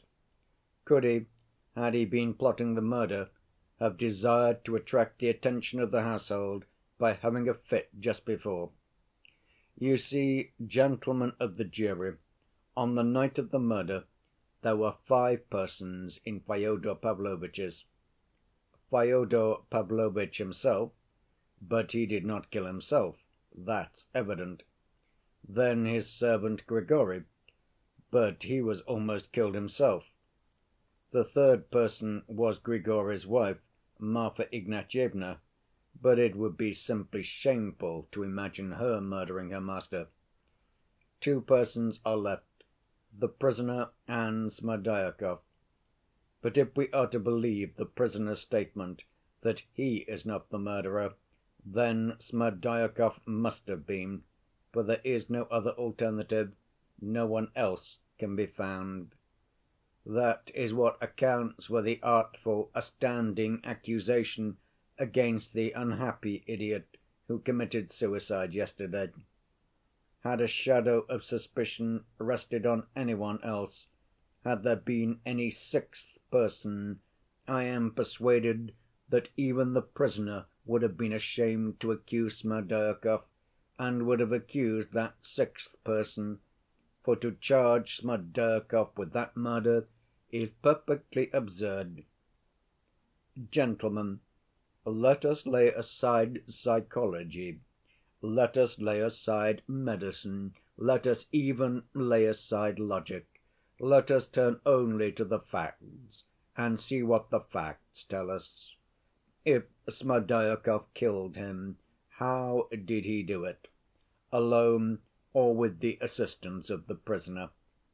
Let us consider the first alternative, that he did it alone. If he had killed him, it must have been with some object for some advantage to himself. But not having a shadow of the motive that the prisoner had for the murder, hatred, jealousy, and so on, Smerdyakov could only have murdered him for the sake of gain, in order to appropriate the 3,000 roubles he had seen his master put in the envelope. And yet he tells another person, and a person most closely interested, that is, the prisoner, everything about the money and the signals, where the envelope lay, what was written on it, what it was tied up with, and, above all, told him of those signals by which he could enter the house. Did he do this simply to betray himself, or to invite to the same enterprise one who would be anxious to get that envelope for himself? Yes, I shall be told, but he betrayed it from fear. But how do you explain this? A man who could conceive such an audacious, savage act and carry it out, tells facts which are known to no one else in the world, and which, if he held his tongue, no one would ever have guessed. No, however cowardly he might be, if he had plotted such a crime, nothing would have induced him to tell any one about the envelope and the signals, for that was as good as betraying himself beforehand. He would have invented something, he would have told some lie, if he had been forced to give information, but he would have been silent about that. For on the other hand, if he had said nothing about the money, but had committed the murder and stolen the money, no one in the world could have charged him with murder for the sake of robbery, since no one but he had seen the money, no one but he knew of its existence in the house. Even if he had been accused of the murder, it could only have been thought that he had committed it from some other motive. But since no one had observed any such motive in him beforehand, and every one saw, on the contrary, that his master was fond of him and honored him with his confidence, he would, of course, have been the last to be suspected. People would have suspected first the man who had a motive, a man who had himself declared he had such motives, who had made no secret of it. They would, in fact, have suspected the son of the murdered man, Dmitri Fyodorovitch. Had Smerdyakov killed and robbed him? and the son been accused of it, that would of course have suited Smerdyakov. Yet are we to believe that, though plotting the murder, he told that son Dmitri about the money, the envelope, and the signals? Is that logical? Is that clear? When the day of the murder planned by Smerdyakov came, we have him falling downstairs in a feigned fit. With what object? In the first place, that Grigory, who had been intending to take his medicine, might put it off and remain on guard, seeing there was no one to look after the house. And in the second place, I suppose, that his master, seeing that there was no one to guard him, and in terror of a visit from his son, might redouble his vigilance and precaution. And most of all, I suppose, that he, Smerdyakov, disabled by the fit, might be carried from the kitchen where he always slept, apart from all the rest, and where he could go in and out as he liked, to Grigory's room at the other end of the lodge, where he was always put, shut off by a screen 3 paces from their own bed. This was the immemorial custom established by his master and the kind‐hearted Marfa Ignatyevna whenever he had a fit. There, lying behind the screen, he would most likely, to keep up the sham, have begun groaning, and so keeping them awake all night, as Grigory and his wife testified, and all this we are to believe that he might more conveniently get up and murder his master. But I shall be told that he shammed illness on purpose, that he might not be suspected, and that he told the prisoner of the money and the signals to tempt him to commit the murder, and when he had murdered him and had gone away with the money, making a noise most likely, and waking people, Smerdyakov got up, am I to believe, and went in. What for? To murder his master a second time, and carry off the money that had already been stolen? Gentlemen, are you laughing? I am ashamed to put forward such suggestions, but, incredible as it seems, that's just what the prisoner alleges. When he had left the house, had knocked Grigory down and raised an alarm, he tells us Smerdyakov got up, went in and murdered his master and stole the money. I won't press the point that Smerdyakov could hardly have reckoned on this beforehand, and have foreseen that the furious and exasperated son would simply come to peep in respectfully, though he knew the signals, and beat a retreat, leaving Smerdyakov his booty. Gentlemen of the jury, I put this question to you in earnest. When was the moment when Smerdyakov could have committed his crime? Name that moment, or you can't accuse him. But perhaps the fit was a real one. The sick man suddenly recovered, heard a shout, and went out. Well, what then? He looked about him and said, "Why not go and kill the master?" And how did he know what had happened, since he had been lying unconscious till that moment? But there's a limit to these flights of fancy. Quite so, some astute people will tell me. But what if they were in agreement? What if they murdered him together and shared the money? What then? A weighty question, surely. And the facts to confirm it are astounding. One commits the murder and takes all the trouble, while his accomplice lies on one side shamming a fit, apparently to arouse suspicion in every one, alarm in his master, and alarming Grigory. It would be interesting to know what motives could have induced the 2 accomplices to form such an insane plan. But perhaps it was not a case of active complicity on Smerdyakov's part, but only of passive acquiescence. Perhaps Smerdyakov was intimidated, and agreed not to prevent the murder, and foreseeing that he would be blamed for letting his master be murdered, without screaming for help or resisting, he may have obtained permission from Dmitri Karamazov to get out of the way by shamming a fit. You may murder him as you like, it's nothing to me. But as this attack of Smerdyakov's was bound to throw the household into confusion, Dmitri Karamazov could never have agreed to such a plan. I will waive that point, however. Supposing that he did agree, it would still follow that Dmitri Karamazov is the murderer and the instigator, and Smerdyakov is only a passive accomplice, and not even an accomplice, but merely acquiesced against his will through terror. But what do we see? As soon as he is arrested, the prisoner instantly throws all the blame on Smerdyakov, not accusing him of being his accomplice, but of being himself the murderer. He did it alone, he says. He murdered and robbed him. It was the work of his hands. Strange sort of accomplices who begin to accuse one another at once. And think of the risk for Karamazov. After committing the murder while his accomplice lay in bed, he throws the blame on the invalid, who might well have resented it and in self‐preservation might well have confessed the truth, for he might well have seen that the court would at once judge how far he was responsible, and so he might well have reckoned that if he were punished it would be far less severely than the real murderer. But in that case he would have been certain to make a confession. Yet he has not done so. Smerdyakov never hinted at their complicity, though the actual murderer persisted in accusing him and declaring that he had committed the crime alone.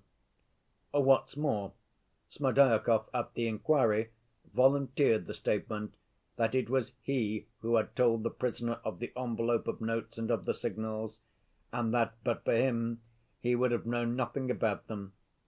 If he had really been a guilty accomplice, would he so readily have made this statement at the inquiry? On the contrary, he would have tried to conceal it, to distort the facts or minimize them. But he was far from distorting or minimizing them. No one but an innocent man, who had no fear of being charged with complicity, could have acted as he did. And in a fit of melancholy arising from his disease and this catastrophe, he hanged himself yesterday. He left a note written in his peculiar language. "I destroy myself of my own will and inclination, so as to throw no blame on any one." What would it have cost him to add, "I am the murderer, not Karamazov"? But that he did not add. Did his conscience lead him to suicide and not to avowing his guilt? And what followed? Notes for 3,000 roubles were brought into the court just now, and we were told that they were the same that lay in the envelope now on the table before us, and that the witness had received them from Smerdyakov the day before. But I need not recall the painful scene, though I will make one or two comments, selecting such trivial ones as might not be obvious at first sight to every one, and so may be overlooked. In the first place, Smerdyakov must have given back the money and hanged himself yesterday from remorse. And only yesterday he confessed his guilt to Ivan Karamazov, as the latter informs us. If it were not so, indeed, why should Ivan Fyodorovitch have kept silence till now? And so, if he has confessed, then why, I ask again, did he not avow the whole truth in the last letter he left behind, knowing that the innocent prisoner had to face this terrible ordeal the next day? The money alone is no proof. A week ago, quite by chance, the fact came to the knowledge of myself and two other persons in this court that Ivan Fyodorovitch had sent two 5% coupons of 5,000 each, that is, 10,000 in all, to the chief town of the province to be changed. I only mention this to point out that any one may have money, and that it can't be proved that these notes are the same as were in Fyodor Pavlovitch's envelope. Ivan Karamazov, after receiving yesterday a communication of such importance from the real murderer, did not stir. Why didn't he report it at once? Why did he put it all off till morning? I think I have a right to conjecture why. His health had been giving way for a week past. He had admitted to a doctor and to his most intimate friends that he was suffering from hallucinations and seeing phantoms of the dead. He was on the eve of the attack of brain fever by which he has been stricken down to‐day. In this condition he suddenly heard of Smerdyakov's death, and at once reflected, "The man is dead. I can throw the blame on him and save my brother. I have money. I will take a roll of notes and say that Smerdyakov gave them me before his death." You will say that was dishonorable. It's dishonorable to slander even the dead and even to save a brother. True, but what if he slandered him unconsciously? What if, finally unhinged, by the sudden news of the valet's death. He imagined it really was so. You saw the recent scene. You have seen the witness's condition. He was standing up and was speaking, but where was his mind? Then followed the document, the prisoner's letter written 2 days before the crime, and containing a complete program of the murder. Why, then, are we looking for any other program? The crime was committed precisely according to this program, and by no other than the writer of it. Yes, gentlemen of the jury, it went off without a hitch. He did not run respectfully and timidly away from his father's window, though he was firmly convinced that the object of his affections was with him. No, that is absurd and unlikely. He went in and murdered him. Most likely he killed him in anger, burning with resentment as soon as he looked on his hated rival. But having killed him, probably with one blow of the brass pestle, and having convinced himself, after careful search, that she was not there, he did not, however, forget to put his hand under the pillow and take out the envelope, the torn cover of which lies now on the table before us. I mention this fact that you may note one, to my thinking, very characteristic circumstance. Had he been an experienced murderer, and had he committed the murder for the sake of gain only, would he have left the torn envelope on the floor as it was found beside the corpse? Had it been Smerdyakov, for instance, murdering his master to rob him, he would have simply carried away the envelope with him, without troubling himself to open it over his victim's corpse, for he would have known for certain that the notes were in the envelope. They had been put in and sealed up in his presence, and had he taken the envelope with him, no one would ever have known of the robbery. I ask you, gentlemen, would Smerdyakov have behaved in that way? Would he have left the envelope on the floor? No. This was the action of a frantic murderer, a murderer who was not a thief and had never stolen before that day, who snatched the notes from under the pillow, not like a thief stealing them, but as though seizing his own property from the thief who had stolen it. For that was the idea which had become almost an insane obsession in Dmitri Karamazov in regard to that money. And pouncing upon the envelope, which he had never seen before, he tore it open to make sure whether the money was in it, and ran away with the money in his pocket, even forgetting to consider that he had left an astounding piece of evidence against himself in that torn envelope on the floor. All because it was Karamazov, not Smerdyakov. He didn't think, he didn't reflect, and how should he? He ran away. He heard behind him the servant cry out. The old man caught him, stopped him, and was felled to the ground by the brass pestle. The prisoner, moved by pity, leapt down to look at him. Would you believe it? He tells us that he leapt down out of pity, out of compassion, to see whether he could do anything for him. Was that a moment to show compassion? No, he jumped down simply to make certain whether the only witness of his crime were dead or alive. Any other feeling, any other motive would be unnatural. Note that he took trouble over Grigory, wiped his head with his handkerchief, and, convincing himself he was dead, he ran to the house of his mistress, dazed and covered with blood. How was it he never thought that he was covered with blood and would be at once detected? But the prisoner himself assures us that he did not even notice that he was covered with blood. That may be believed, that is very possible, that always happens at such moments with criminals. On one point they will show diabolical cunning, while another will escape them altogether. But he was thinking at that moment of one thing only: where was she? He wanted to find out at once where she was, so he ran to her lodging and learnt an unexpected and astounding piece of news. She had gone off to Mokroe to meet her first lover. End of chapter 88.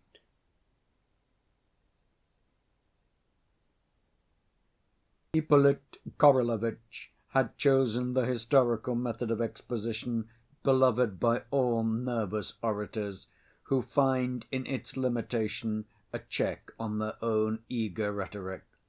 At this moment in his speech he went off into a dissertation on Grushenka's first lover, and brought forward several interesting thoughts on this theme. Karamazov, who had been frantically jealous of every one, collapsed, so to speak, and effaced himself at once before this first lover. What makes it all the more strange is that he seems to have hardly thought of this formidable rival. But he had looked upon him as a remote danger, and Karamazov always lives in the present.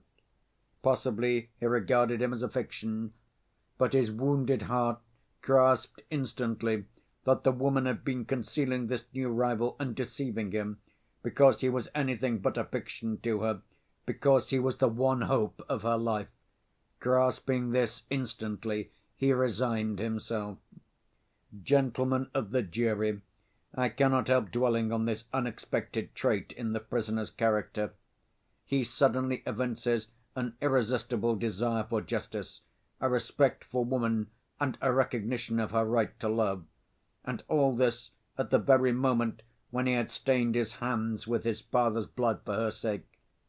It is true that the blood he had shed was already crying out for vengeance, for, after having ruined his soul and his life in this world, he was forced to ask himself at that same instant what he was, and what he could be now to her, to that being dearer to him than his own soul, in comparison with that former lover who had returned penitent with new love to the woman he had once betrayed, with honorable offers, with the promise of a reformed and happy life.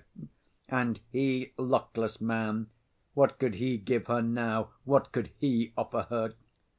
Karamazov felt all this, knew that all ways were barred to him by his crime, and that he was a criminal under sentence, and not a man with life before him. This thought crushed him, and so he instantly flew to one frantic plan, which to a man of Karamazov's character must have appeared the one inevitable way out of his terrible position. That way out was suicide. He ran for the pistols he had left in pledge with his friend Perhotin, and on the way, as he ran, he pulled out of his pocket the money, for the sake of which he had stained his hands with his father's gore. Oh, now he needed money more than ever. Karamazov would die, Karamazov would shoot himself, and it should be remembered. To be sure, he was a poet, and had burnt the candle at both ends all his life. To her, and there, oh there, I will give a feast to the whole world, such as never was before, that will be remembered and talked of long after. In the midst of shouts of wild merriment, reckless gypsy songs and dances, I shall raise the glass and drink to the woman I adore and her new‐found happiness, and then on the spot, at her feet, I shall dash out my brains before her and punish myself. She will remember Mitya Karamazov sometimes. She will see how Mitya loved her. She will feel for Mitya. Here we see in excess a love of effect, a romantic despair and sentimentality, and the wild recklessness of the Karamazovs. Yes, but there is something else, gentlemen of the jury, something that cries out in the soul, throbs incessantly in the mind, and poisons the heart unto death. That something is conscience. Gentlemen of the jury, its judgment, its terrible torments. The pistol will settle everything. The pistol is the only way out, but beyond. I don't know whether Karamazov wondered at that moment what lies beyond, and whether Karamazov could, like Hamlet, wonder what lies beyond. No, gentlemen of the jury, they have their Hamlets, but we still have our Karamazovs. Here Ippolit Kirillovitch drew a minute picture of Mitya's preparations, the scene at Perhotin's, at the shop, with the drivers. He quoted numerous words and actions, confirmed by witnesses, and the picture made a terrible impression on the audience. The guilt of this harassed and desperate man stood out clear and convincing when the facts were brought together. What need had he of precaution? 2 or 3 times he almost confessed, hinted at it, all but spoke out. Then followed the evidence given by witnesses. He even cried out to the peasant who drove him, "Do you know you are driving a murderer?" But it was impossible for him to speak out. He had to get to Mokroe and there to finish his romance. But what was awaiting the luckless man? Almost from the first minute at Mokroe he saw that his invincible rival was perhaps by no means so invincible, that the toast to their new‐found happiness was not desired and would not be acceptable. But you know the facts, gentlemen of the jury, from the preliminary inquiry. Karamazov's triumph over his rival was complete, and his soul passed into quite a new phase, perhaps the most terrible phase through which his soul has passed or will pass. One may say with certainty, gentlemen of the jury, the prosecutor continued, that outraged nature and the criminal heart bring their own vengeance more completely than any earthly justice. What's more, justice and punishment on earth positively alleviate the punishment of nature, and are indeed essential to the soul of the criminal at such moments as its salvation from despair.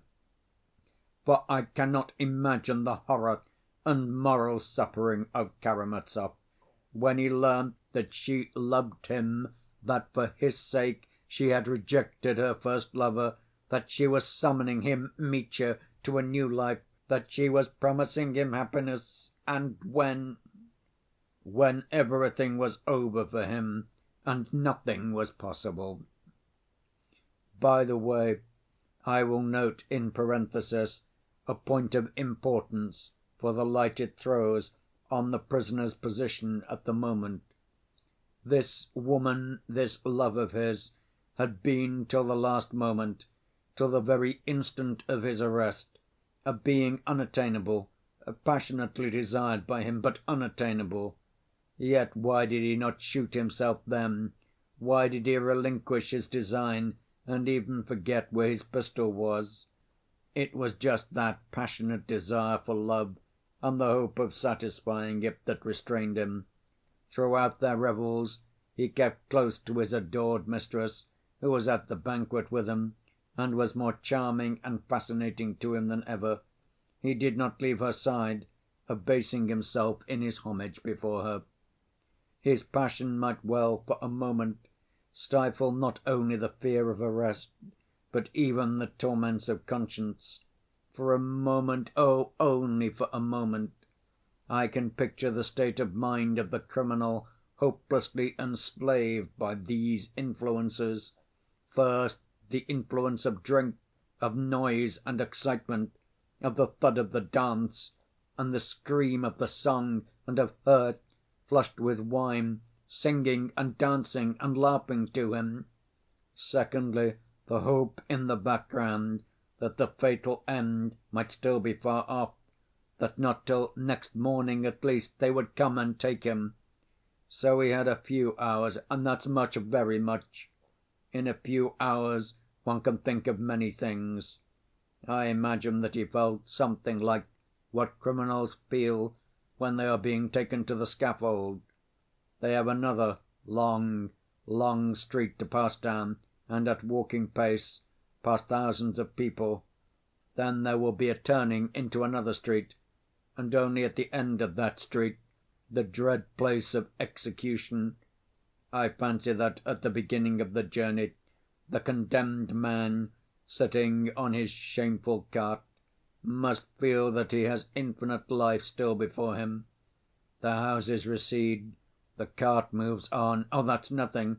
It's still far to the turning into the second street, and he still looks boldly to right and to left at those thousands of callously curious people with their eyes fixed on him, and he still fancies that he is just such a man as they. But now the turning comes to the next street. Oh, that's nothing, nothing! There's still a whole street before him, and however many houses have been passed, he will still think there are many left, and so to the very end, to the very scaffold. This, I imagine, is how it was with Karamazov then. They've not had time yet, he must have thought. I may still find some way out. Oh, there's still time to make some plan of defense, and now she is so fascinating. His soul was full of confusion and dread, but he managed, however, to put aside half his money and hide it somewhere. I cannot otherwise explain the disappearance of quite half of the 3,000 he had just taken from his father's pillow. He had been in Mokroe more than once before. He had caroused there for 2 days together already. He knew the old big house with all its passages and outbuildings. I imagine that part of the money was hidden in that house not long before the arrest, in some crevice, under some floor, in some corner under the roof. With what object, I shall be asked. Why, the catastrophe may take place at once, of course. He hadn't yet considered how to meet it. He hadn't the time, his head was throbbing, and his heart was with her, but money. Money was indispensable in any case. With money a man is always a man. Perhaps such foresight at such a moment may strike you as unnatural, but he assures us himself that a month before, at a critical and exciting moment, he had halved his money and sewn it up in a little bag. And though that was not true, as we shall prove directly, it shows the idea was a familiar one to Karamazov. He had contemplated it. What's more, when he declared at the inquiry that he had put 1,500 roubles in a bag, which never existed, he may have invented that little bag on the inspiration of the moment, because he had 2 hours before divided his money and hidden half of it at Mokroe till morning, in case of emergency, simply not to have it on himself. 2 extremes, gentlemen of the jury, remember that Karamazov can contemplate 2 extremes, and both at once. We have looked in the house, but we haven't found the money. It may still be there, or it may have disappeared next day and be in the prisoner's hands now. In any case, he was at her side, on his knees before her.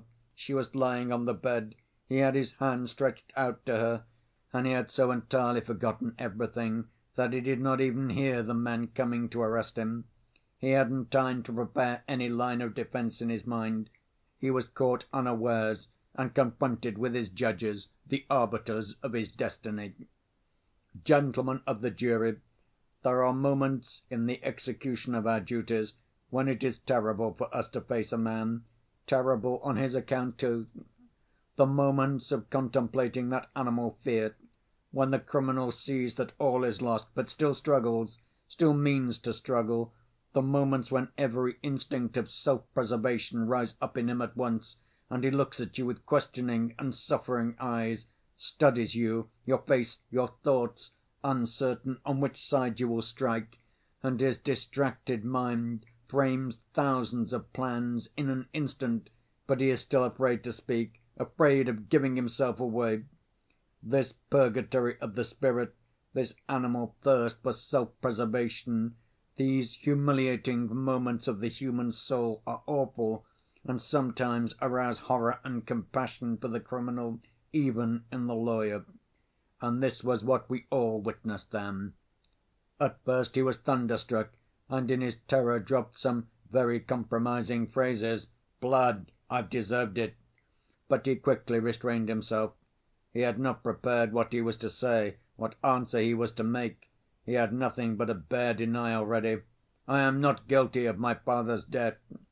That was his fence for the moment, and behind it he hoped to throw up a barricade of some sort.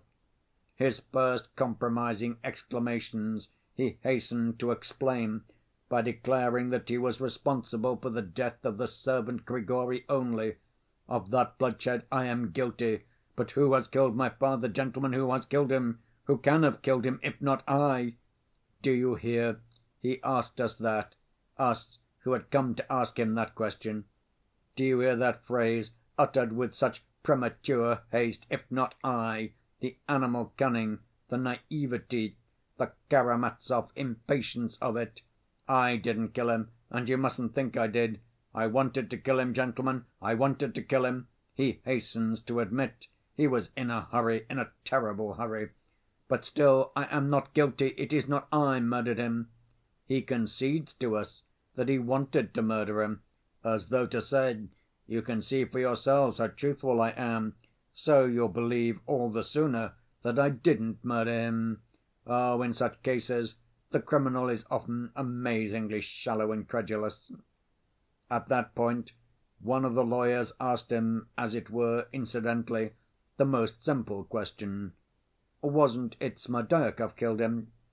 Then, as we expected, he was horribly angry at our having anticipated him and caught him unawares, before he had time to pave the way, to choose and snatch the moment when it would be most natural to bring in Smerdyakov's name.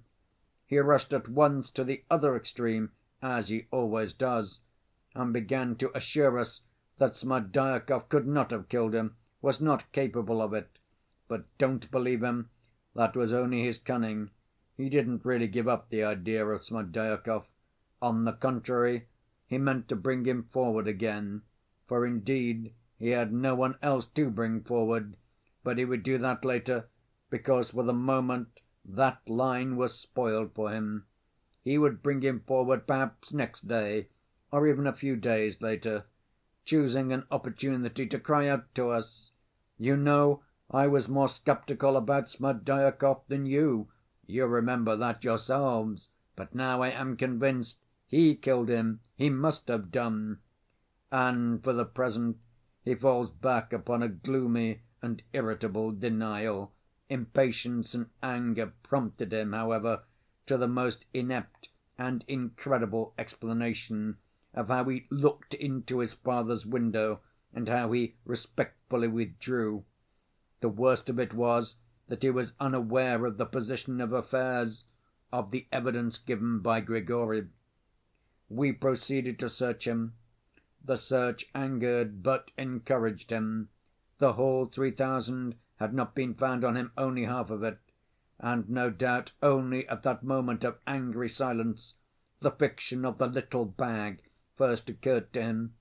No doubt he was conscious himself of the improbability of the story, and strove painfully to make it sound more likely, to weave it into a romance that would sound plausible. In such cases the first duty, the chief task of the investigating lawyers, is to prevent the criminal being prepared to pounce upon him unexpectedly, so that he may blurt out his cherished ideas in all their simplicity, improbability, and inconsistency. The criminal can only be made to speak by the sudden and apparently incidental communication of some new fact, of some circumstance of great importance in the case, of which he had no previous idea and could not have foreseen. We had such a fact in readiness. That was Grigory's evidence about the open door through which the prisoner had run out. He had completely forgotten about that door, and had not even suspected that Grigory could have seen it. The effect of it was amazing. He leapt up and shouted to us, "Then Smerdyakov murdered him! It was Smerdyakov!" and so betrayed the basis of the defense he was keeping back, and betrayed it in its most improbable shape. For Smerdyakov could only have committed the murder after he had knocked Grigory down and run away. When we told him that Grigory saw the door was open before he fell down, and had heard Smerdyakov behind the screen as he came out of his bedroom, Karamazov was positively crushed. My esteemed and witty colleague, Nikolay Parfenovitch, told me afterwards that he was almost moved to tears at the sight of him, and to improve matters the prisoner hastened to tell us about the much‐talked‐of little bag. So be it. You shall hear this romance. Gentlemen of the jury, I have told you already why I consider this romance not only an absurdity, but the most improbable invention that could have been brought forward in the circumstances. if one tried for a bet to invent the most unlikely story, one could hardly find anything more incredible. The worst of such stories is that the triumphant romancers can always be put to confusion and crushed by the very details in which real life is so rich, and which these unhappy and involuntary story‐tellers neglect as insignificant trifles. Oh, they have no thought to spare for such details. Their minds are concentrated on their grand invention as a whole, and fancy any one daring to pull them up for a trifle. But that's how they are caught. The prisoner was asked the question, "Where did you get the stuff for your little bag, and who made it for you?" "I made it myself." "And where did you get the linen?" The prisoner was positively offended. He thought it almost insulting to ask him such a trivial question, and would you believe it, his resentment was genuine. "But they're all like that." "I tore it off my shirt." "Then we shall find that shirt among your linen to‐morrow, with a piece torn off. And only fancy, gentlemen of the jury, if we really had found that torn shirt, and how could we have failed to find it in his chest of drawers or trunk? That would have been a fact, a material fact in support of his statement." But he was incapable of that reflection. "I don't remember. It may not have been off my shirt. I sewed it up in one of my landlady's caps." "What sort of a cap?" "It was an old cotton rag of hers lying about." "And do you remember that clearly?" "No, I don't." And he was angry, very angry. And yet imagine not remembering it! At the most terrible moments of man's life, for instance when he is being led to execution, he remembers just such trifles. He will forget anything but some green roof that has flashed past him on the road, or a jackdaw on a cross. That he will remember. He concealed the making of that little bag from his household. He must have remembered his humiliating fear that some one might come in and find him needle in hand, how at the slightest sound he slipped behind the screen. There is a screen in his lodgings. But, gentlemen of the jury, why do I tell you all this, all these details, trifles?" cried Ippolit Kirillovitch suddenly.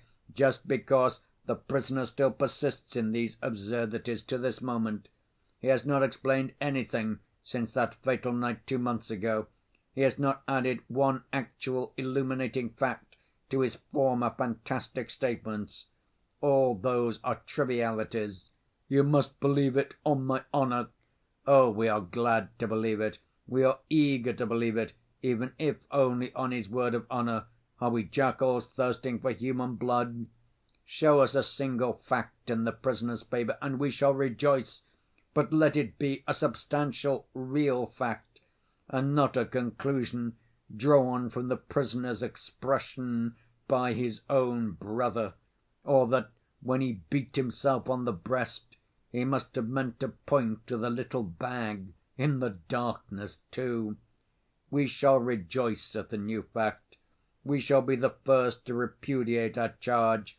We shall hasten to repudiate it. But now justice cries out, and we persist.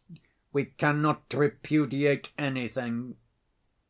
Ippolit Kirillovitch passed to his final peroration. He looked as though he was in a fever.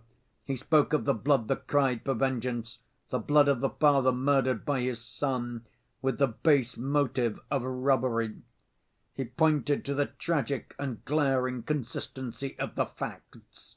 And whatever you may hear from the talented and celebrated counsel for the defense, Ippolit Kirillovitch could not resist adding, whatever eloquent and touching appeals may be made to your sensibilities, remember that at this moment you are in a temple of justice. Remember that you are the champions of our justice, the champions of our holy Russia, of her principles, her family, everything that she holds sacred.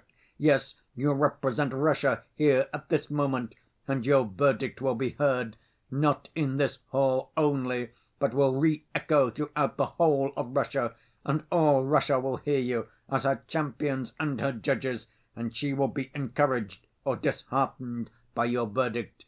Do not disappoint Russia and her expectations. Our fatal troika dashes on in her headlong flight, perhaps to destruction, and in all Russia, for long past, men have stretched out imploring hands and called a halt to its furious, reckless course. And if other nations stand aside from that troika, that may be not from respect, as the poet would fain believe, but simply from horror, perhaps from disgust.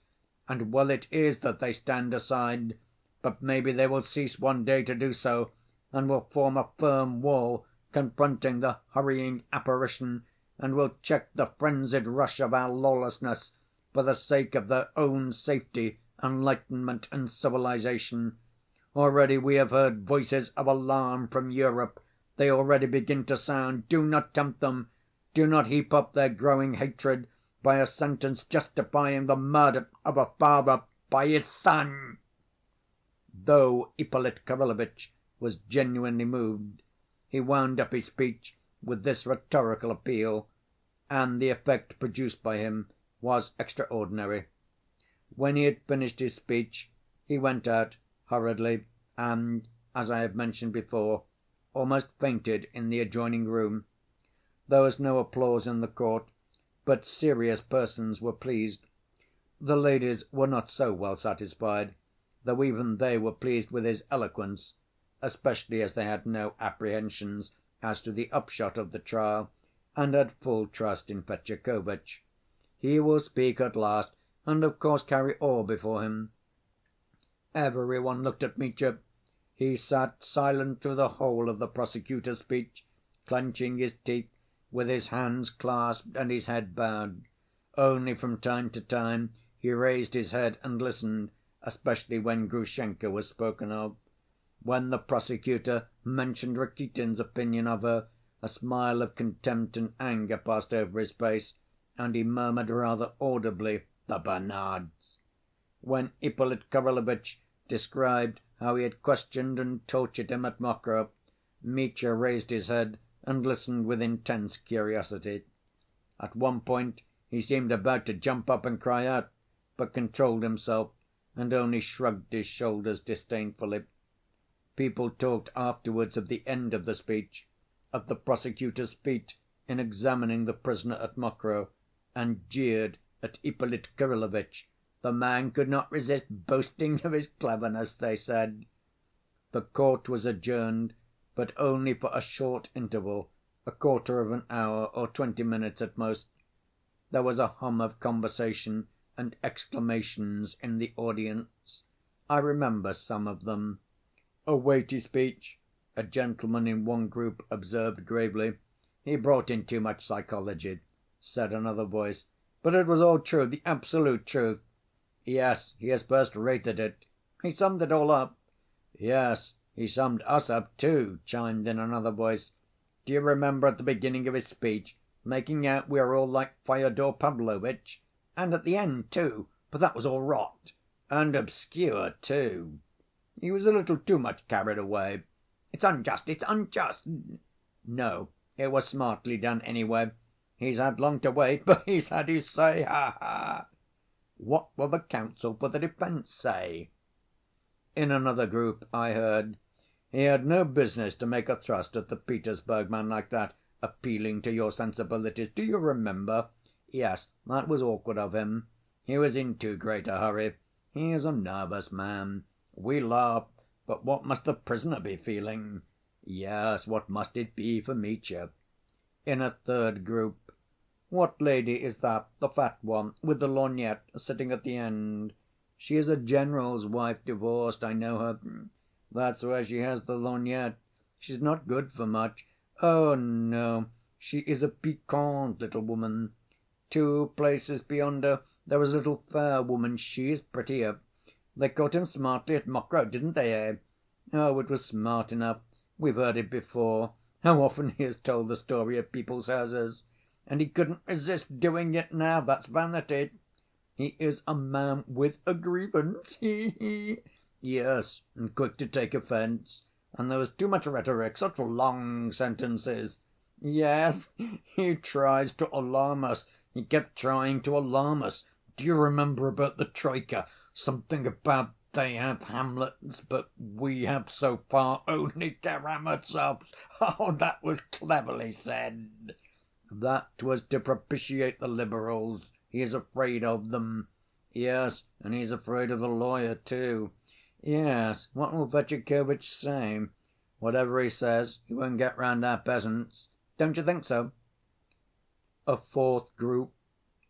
What he said about the Troika was good, that piece about the other nations. And that was true what he said about other nations not standing it. What do you mean? Why, in the English Parliament a member got up last week and, speaking about the Nihilists, asked the ministry whether it was not high time to intervene, to educate this barbarous people. Ippolit was thinking of him, I know he was. He was talking about that last week. Not an easy job. Not an easy job? Why not? Why, we'd shut up Kronstadt and not let them have any corn. Where would they get it? In America. They get it from America now. Nonsense! But the bell rang. All rushed to their places. Fetyukovitch mounted the tribune. End of chapter 89.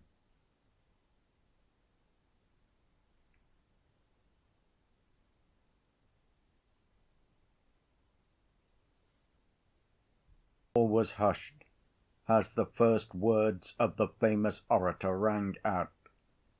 The eyes of the audience were fastened upon him. He began very simply and directly, with an air of conviction, but not the slightest trace of conceit. He made no attempt at eloquence, at pathos, or emotional phrases. He was like a man speaking in a circle of intimate and sympathetic friends. His voice was a fine one, sonorous and sympathetic, and there was something genuine and simple in the very sound of it. But every one realized at once that the speaker might suddenly rise to genuine pathos and pierce the heart with untold power. His language was perhaps more irregular than Ippolit Kirillovitch's, but he spoke without long phrases, and indeed with more precision. One thing did not please the ladies. He kept bending forward, especially at the beginning of his speech, not exactly bowing, but as though he were about to dart at his listeners, bending his long spine in half, as though there were a spring in the middle that enabled him to bend almost at right angles. At the beginning of his speech he spoke rather disconnectedly, without system, one may say, dealing with facts separately, though at the end these facts formed a whole. His speech might be divided into two parts, the first consisting of criticism in refutation of the charge, sometimes malicious and sarcastic. But in the second half he suddenly changed his tone and even his manner, and at once rose to pathos.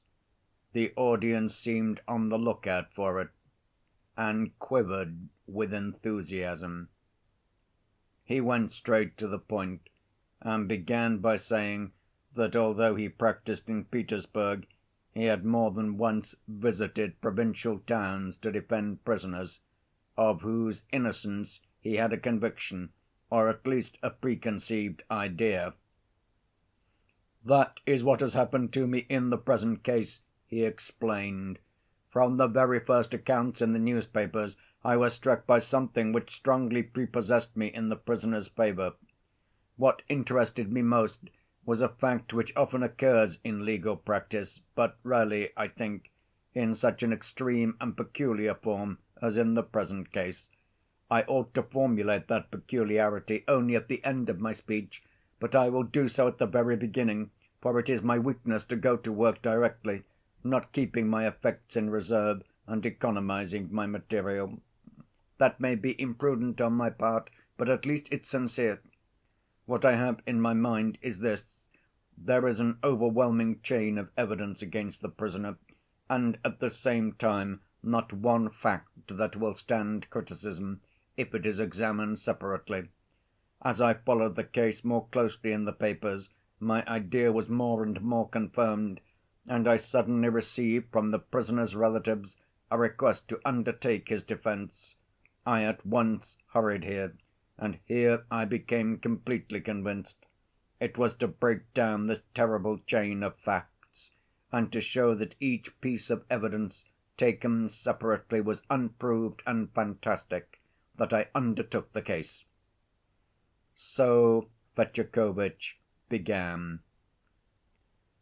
"Gentlemen of the jury," he suddenly protested, "I am new to this district. I have no preconceived ideas. The prisoner, a man of turbulent and unbridled temper, has not insulted me. But he has insulted perhaps hundreds of persons in this town, and so prejudiced many people against him beforehand. Of course, I recognize that the moral sentiment of local society is justly excited against him.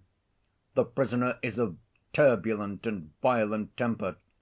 Yet he was received in society here. He was even welcome in the family of my talented friend, the prosecutor." N.B. At these words there were 2 or 3 laughs in the audience, quickly suppressed, but noticed by all. All of us knew that the prosecutor received Mitya against his will, solely because he had somehow interested his wife, a lady of the highest virtue and moral worth, but fanciful, capricious, and fond of opposing her husband, especially in trifles. Mitya's visits, however, had not been frequent. "Nevertheless, I venture to suggest," Fetyukovitch continued, "that in spite of his independent mind and just character, my opponent may have formed a mistaken prejudice against my unfortunate client. That is so natural. The unfortunate man has only too well deserved such prejudice. Outraged morality, and still more outraged taste, is often relentless. We have in the talented prosecutor's speech heard a stern analysis of the prisoner's character and conduct, and his severe critical attitude to the case was evident. And what's more, he went into psychological subtleties into which he could not have entered if he had the least conscious and malicious prejudice against the prisoner. But there are things which are even worse, even more fatal in such cases, than the most malicious and consciously unfair attitude. It is worse if we are carried away by the artistic instinct, by the desire to create, so to speak, a romance, especially if God has endowed us with psychological insight. Before I started on my way here, I was warned in Petersburg, and was myself aware, that I should find here a talented opponent whose psychological insight and subtlety had gained him peculiar renown in legal circles of recent years. But profound as psychology is, it's a knife that cuts both ways. Laughter among the public. You will, of course, forgive me my comparison. I can't boast of eloquence, but I will take as an example any point in the prosecutor's speech. The prisoner, running away in the garden in the dark, climbed over the fence, was seized by the servant, and knocked him down with a brass pestle. Then he jumped back into the garden and spent 5 minutes over the man, trying to discover whether he had killed him or not. And the prosecutor refuses to believe the prisoner's statement that he ran to old Grigory out of pity. "No," he says, "such sensibility is impossible at such a moment. That's unnatural. He ran to find out whether the only witness of his crime was dead or alive, and so showed that he had committed the murder, since he would not have run back for any other reason. Here you have psychology, but let us take the same method and apply it to the case the other way round, and our result will be no less probable. The murderer, we are told, leapt down to find out, as a precaution, whether the witness was alive or not, yet he had left in his murdered father's study, as the prosecutor himself argues, an amazing piece of evidence in the shape of a torn envelope with an inscription that there had been 3,000 roubles in it. If he had carried that envelope away with him, no one in the world would have known of that envelope and of the notes in it, and that the money had been stolen by the prisoner. Those are the prosecutor's own words. So on one side you see a complete absence of precaution, a man who has lost his head and run away in a fright, leaving that clue on the floor, and 2 minutes later, when he has killed another man, we are entitled to assume the most heartless and calculating foresight in him. But even admitting this was so, it is psychological subtlety, I suppose, that discerns that under certain circumstances I become as bloodthirsty and keen‐sighted as a Caucasian eagle, while at the next I am as timid and blind as a mole.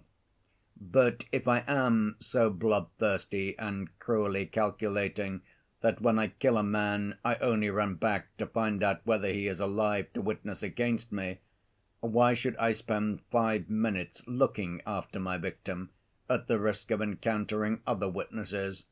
Why soak my handkerchief, wiping the blood off his head, so that it may be evidence against me later?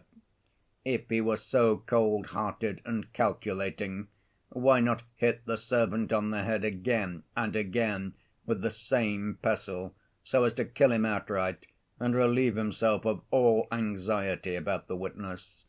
Again, though he ran to see whether the witness was alive, he left another witness on the path, that brass pestle which he had taken from the two women, and which they could always recognize afterwards as theirs, and prove that he had taken it from them. And it is not as though he had forgotten it on the path, dropped it through carelessness or haste. No, he had flung away his weapon, for it was found 15 paces from where Grigory lay. Why did he do so? Just because he was grieved at having killed a man, an old servant, and he flung away the pestle with a curse, as a murderous weapon. That's how it must have been. What other reason could he have had for throwing it so far? And if he was capable of feeling grief and pity at having killed a man, it shows that he was innocent of his father's murder. Had he murdered him, he would never have run to another victim out of pity. Then he would have felt differently. His thoughts would have been centered on self‐preservation. He would have had none to spare for pity, that is beyond doubt. On the contrary, he would have broken his skull instead of spending 5 minutes looking after him. There was room for pity and good feeling, just because his conscience had been clear till then. Here we have a different psychology. I have purposely resorted to this method, gentlemen of the jury, to show that you can prove anything by it. It all depends on who makes use of it. Psychology lures even most serious people into romancing, and quite unconsciously. I am speaking of the abuse of psychology, gentlemen. Sounds of approval and laughter at the expense of the prosecutor were again audible in the court. I will not repeat the speech in detail. I will only quote some passages from it, some leading points. End of chapter 90.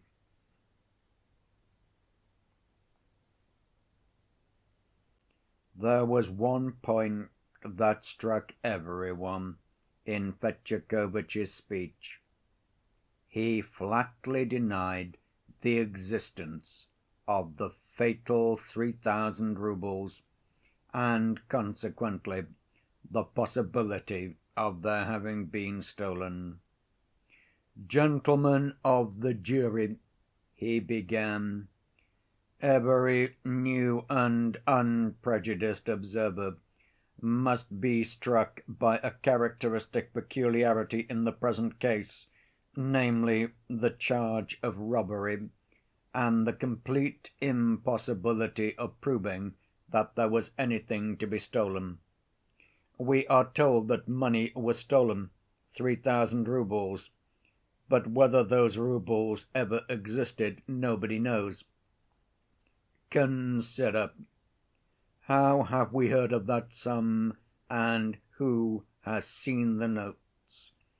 The only person who saw them and stated that they had been put in the envelope was the servant Smerdyakov. He had spoken of it to the prisoner and his brother Ivan Fyodorovitch before the catastrophe. Madame Svyetlov, too, had been told of it. But not one of these three persons had actually seen the notes. No one but Smerdyakov had seen them. Here the question arises: if it's true that they did exist, and that Smerdyakov had seen them, when did he see them for the last time? What if his master had taken the notes from under his bed and put them back in his cash‐box without telling him? Note that, according to Smerdyakov's story, the notes were kept under the mattress. The prisoner must have pulled them out, and yet the bed was absolutely unrumpled. That is carefully recorded in the protocol. How could the prisoner have found the notes without disturbing the bed? How could he have helped soiling with his blood‐stained hands the fine and spotless linen with which the bed had been purposely made? But I shall be asked, what about the envelope on the floor? Yes, it's worth saying a word or two about that envelope. I was somewhat surprised just now to hear the highly talented prosecutor declare of himself, observe, that but for that envelope, but for its being left on the floor, no one in the world would have known of the existence of that envelope and the notes in it, and therefore of the prisoner's having stolen it. And so that torn scrap of paper is, by the prosecutor's own admission, the sole proof on which the charge of robbery rests. Otherwise, no one would have known of the robbery, nor perhaps even of the money. But is the mere fact that that scrap of paper was lying on the floor a proof that there was money in it, and that that money had been stolen? Yet it will be objected, Smerdyakov had seen the money in the envelope. But when?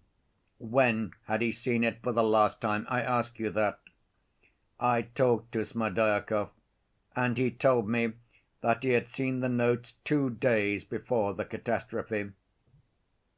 Then why not imagine that old Fyodor Pavlovitch, locked up alone in impatient and hysterical expectation of the object of his adoration, may have whiled away the time by breaking open the envelope and taking out the notes?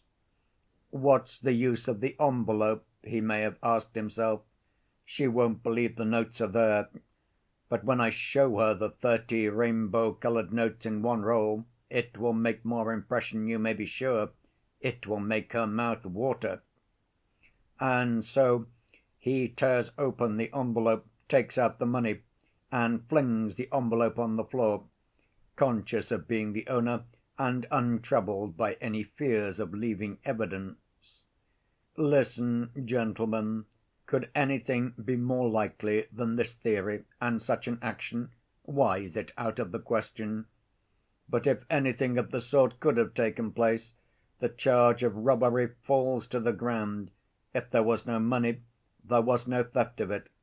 If the envelope on the floor may be taken as evidence that there had been money in it, why may I not maintain the opposite, that the envelope was on the floor because the money had been taken from it by its owner? But I shall be asked, what became of the money if Fyodor Pavlovitch took it out of the envelope, since it was not found when the police searched the house? In the first place, part of the money was found in the cash‐box, and secondly, he might have taken it out that morning or the evening before to make some other use of it, to give or send it away. He may have changed his idea, his plan of action completely, without thinking it necessary to announce the fact to Smerdyakov beforehand.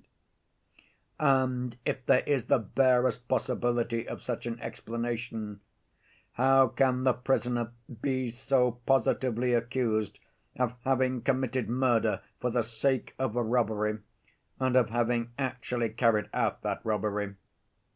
This is encroaching on the domain of romance.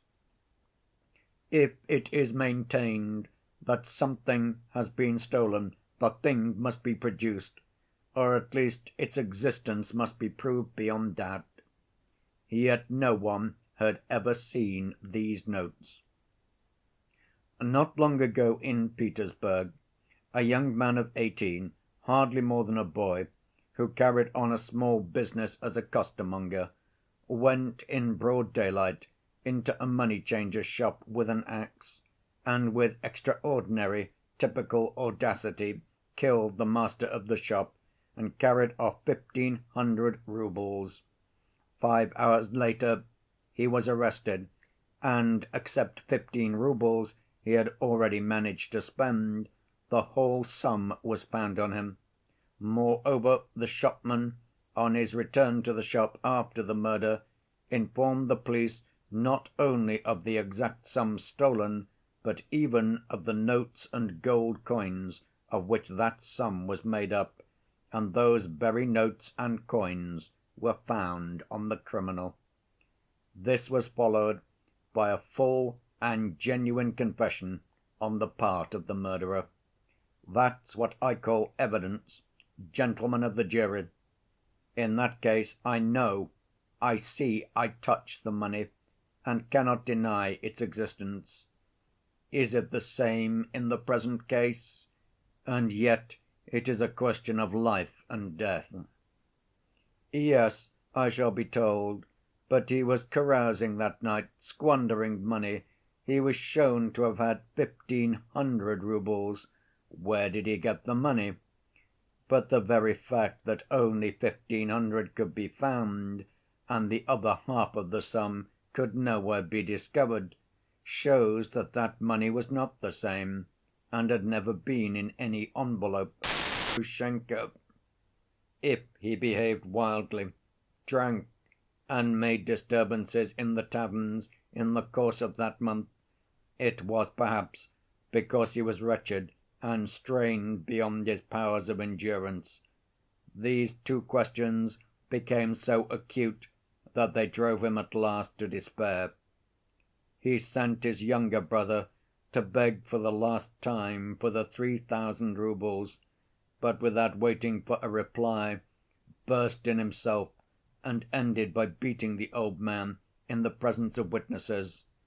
After that he had no prospect of getting it from any one. His father would not give it him after that beating. The same evening he struck himself on the breast, just on the upper part of the breast, where the little bag was, and swore to his brother that he had the means of not being a scoundrel, but that still he would remain a scoundrel, for he foresaw that he would not use that means, that he wouldn't have the character, that he wouldn't have the will‐power to do it. Why does the prosecutor refuse to believe the evidence of Alexey Karamazov, given so genuinely and sincerely, so spontaneously and convincingly? And why, on the contrary, does he force me to believe in money hidden in a crevice in the dungeons of the castle of Udolpho? The same evening, after his talk with his brother, the prisoner wrote that fatal letter, and that letter is the chief, the most stupendous proof of the prisoner having committed robbery. I shall beg from every one, and if I don't get it, I shall murder my father, and shall take the envelope with the pink ribbon on it from under his mattress as soon as Ivan has gone. A full program of the murder, we are told, so it must have been he. "It has all been done as he wrote," cries the prosecutor. But in the first place, it's the letter of a drunken man, and written in great irritation. Secondly, he writes of the envelope from what he has heard from Smerdyakov again, for he has not seen the envelope himself. And thirdly, he wrote it indeed, but how can you prove that he did it? Did the prisoner take the envelope from under the pillow? Did he find the money? Did that money exist indeed? And was it to get money that the prisoner ran off, if you remember? He ran off post‐haste, not to steal, but to find out where she was, the woman who had crushed him. He was not running to carry out a program, to carry out what he had written, that is, not for an act of premeditated robbery, but he ran suddenly, spontaneously, in a jealous fury. Yes, I shall be told, but when he got there and murdered him, he seized the money too. But did he murder him after all? The charge of robbery I repudiate with indignation. A man cannot be accused of robbery if it's impossible to state accurately what he has stolen. That's an axiom. But did he murder him without robbery? Did he murder him at all? Is that proved? Isn't that, too, a romance? End of chapter 91.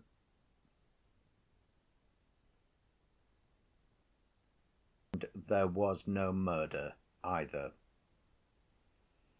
Allow me, gentlemen of the jury, to remind you that a man's life is at stake and that you must be careful.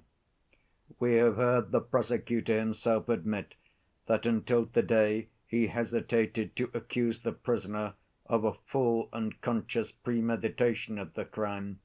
He hesitated till he saw that fatal drunken letter which was produced in court to‐day. All was done as written.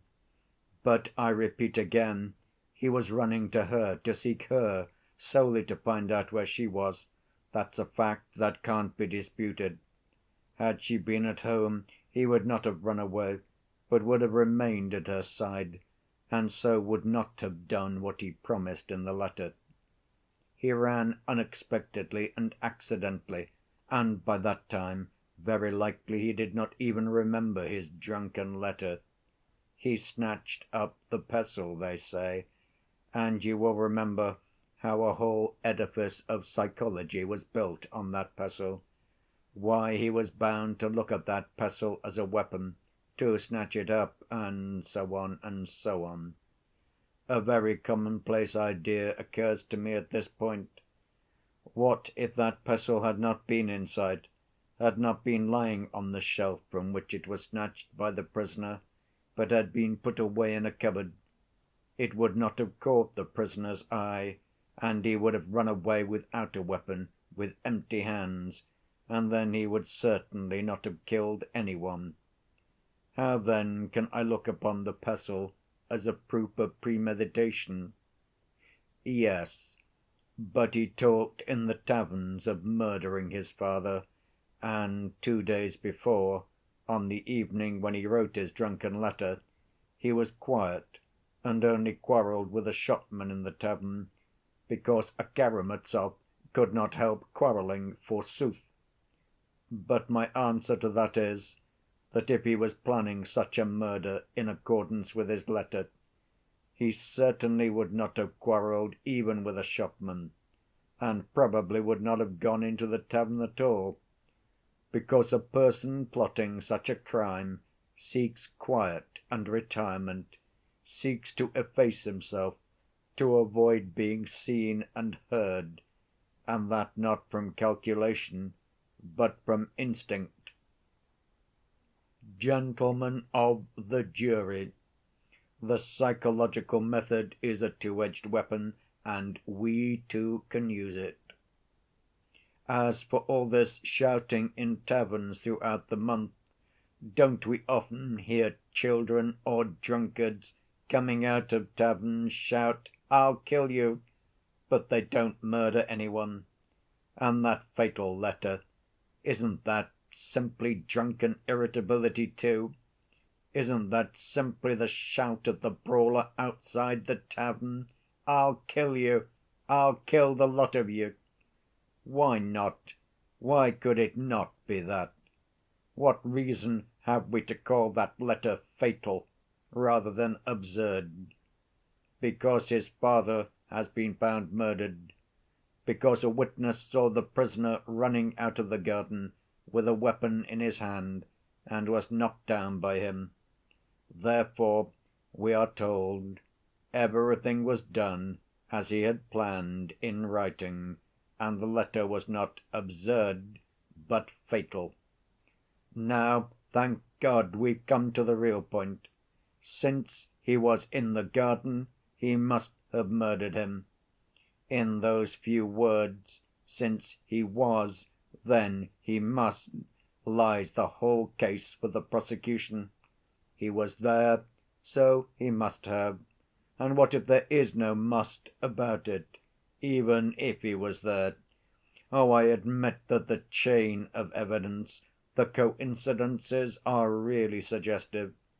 But examine all these facts separately, regardless of their connection.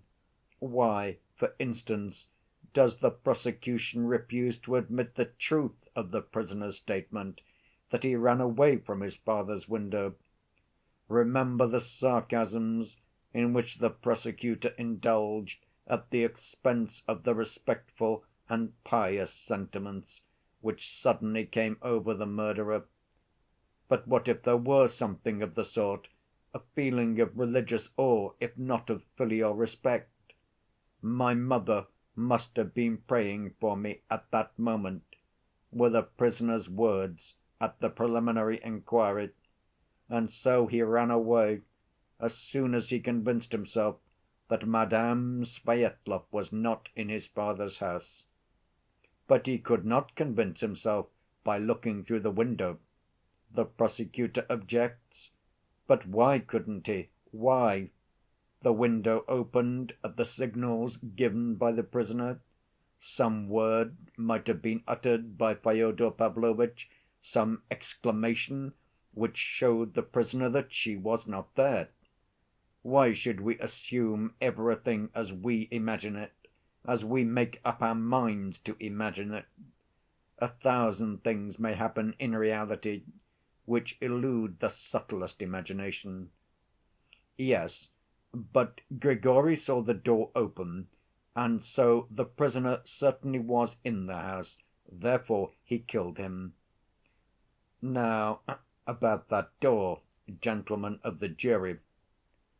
Observe that we have only the statement of one witness as to that door, and he was at the time in such a condition that— But supposing the door was open, supposing the prisoner has lied in denying it from an instinct of self‐defense natural in his position, supposing he did go into the house, well, what then? How does it follow that because he was there he committed the murder? He might have dashed in, run through the rooms, might have pushed his father away, might have struck him, but as soon as he had made sure Madame Svyetlov was not there, he may have run away rejoicing that she was not there and that he had not killed his father. And it was perhaps just because he had escaped from the temptation to kill his father because he had a clear conscience and was rejoicing at not having killed him, that he was capable of a pure feeling, the feeling of pity and compassion, and leapt up the fence a minute later to the assistance of Grigory, after he had, in his excitement, knocked him down. With terrible eloquence the prosecutor has described to us the dreadful state of the prisoner's mind at Mokroe, when love again lay before him, calling him to new life, while love was impossible for him, because he had his father's blood‐stained corpse behind him, and beyond that corpse, retribution. And yet the prosecutor allowed him love, which he explained according to his method, talking about his drunken condition, about a criminal being taken to execution, about it being still far off, and so on, and so on. But again I ask, Mr. Prosecutor, have you not invented a new personality? Is the prisoner so coarse and heartless as to be able to think at that moment of love and of dodges to escape punishment, if his hands were really stained with his father's blood? No, no, no. As soon as it was made plain to him that she loved him and called him to her side, promising him new happiness, oh, then, I protest, he must have felt the impulse to suicide doubled, trebled, and must have killed himself if he had his father's murder on his conscience. Oh, no, he would not have forgotten where his pistols lay. I know the prisoner. The savage, stony heartlessness ascribed to him by the prosecutor is inconsistent with his character. He would have killed himself, that's certain. He did not kill himself just because his mother's prayers had saved him and he was innocent of his father's blood. He was troubled. He was grieving that night at Mokroe only about old Grigory, and praying to God that the old man would recover, that his blow had not been fatal, and that he would not have to suffer for it. Why not accept such an interpretation of the facts? What trustworthy proof have we that the prisoner is lying? But we shall be told at once again, there is his father's corpse. If he ran away without murdering him, who did murder him? Here, I repeat, you have the whole logic of the prosecution. Who murdered him, if not he? There's no one to put in his place. Gentlemen of the jury, is that really so? Is it positively, actually true that there is no one else at all? We've heard the prosecutor count on his fingers all the persons who were in that house that night. They were 5 in number. 3 of them, I agree, could not have been responsible. The murdered man himself, old Grigory, and his wife. There are left then the prisoner and Smerdyakov. And the prosecutor dramatically exclaims that the prisoner pointed to Smerdyakov because he had no one else to fix on, that had there been a 6th person, even a phantom of a 6th person, he would have abandoned the charge against Smerdyakov at once in shame, and have accused that other. But, gentlemen of the jury, why may I not draw the very opposite conclusion? There are 2 persons, the prisoner and Smerdyakov. Why can I not say that you accuse my client simply because you have no one else to accuse?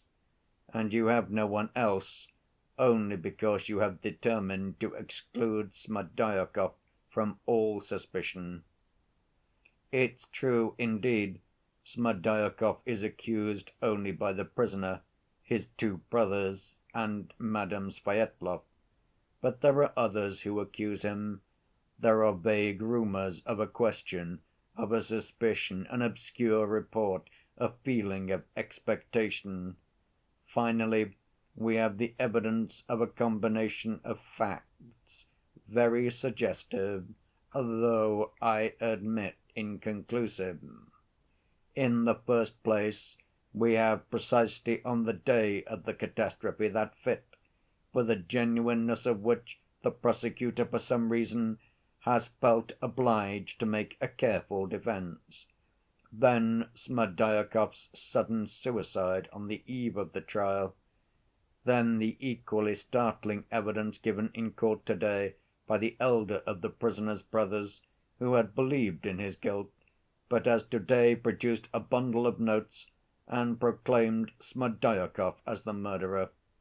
Oh, I fully share the court's and the prosecutor's conviction that Ivan Karamazov is suffering from brain fever, that his statement may really be a desperate effort, planned in delirium, to save his brother by throwing the guilt on the dead man.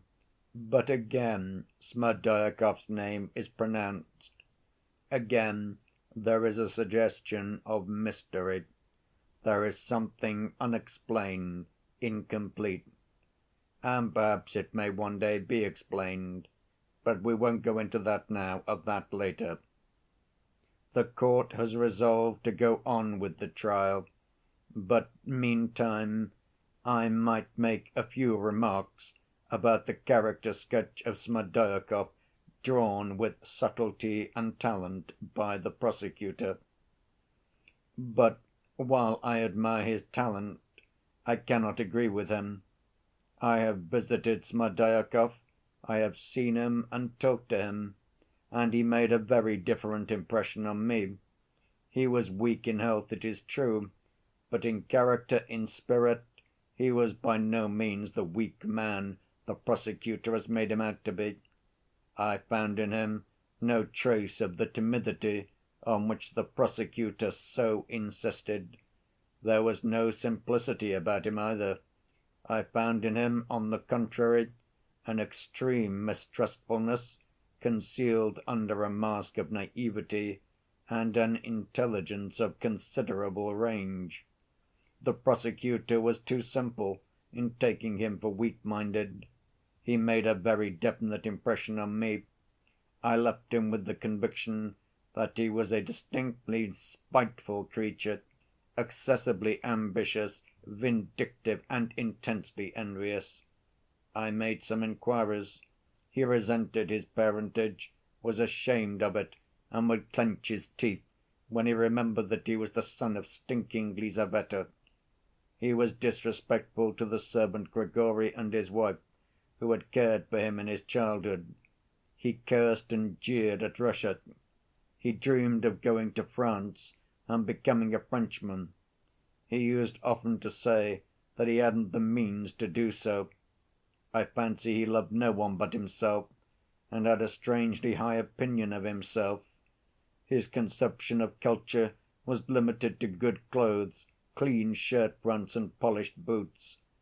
Believing himself to be the illegitimate son of Fyodor Pavlovitch, there is evidence of this. He might well have resented his position compared with that of his master's legitimate sons. They had everything, he nothing. They had all the rights, they had the inheritance, while he was only the cook. He told me himself that he had helped Fyodor Pavlovitch to put the notes in the envelope. The destination of that sum, a sum which would have made his career, must have been hateful to him. Moreover, he saw 3,000 roubles in new rainbow‐colored notes. I asked him about that on purpose. Oh, beware of showing an ambitious and envious man a large sum of money at once. And it was the first time he had seen so much money in the hands of one man. The sight of the rainbow‐colored notes may have made a morbid impression on his imagination, but with no immediate results. The talented prosecutor, with extraordinary subtlety, sketched for us all the arguments for and against the hypothesis of Smerdyakov's guilt, and asked us in particular what motive he had in feigning a fit. But he may not have been feigning at all. The fit may have happened quite naturally, but it may have passed off quite naturally. and the sick man may have recovered, not completely perhaps, but still regaining consciousness, as happens with epileptics. The prosecutor asks at what moment could Smerdyakov have committed the murder, but it is very easy to point out that moment. He might have waked up from deep sleep, for he was only asleep. An epileptic fit is always followed by a deep sleep. At that moment when the old Grigory shouted at the top of his voice, "Parricide!" that shout in the dark and stillness may have waked Smerdyakov, whose sleep may have been less sound at the moment. He might naturally have waked up an hour before.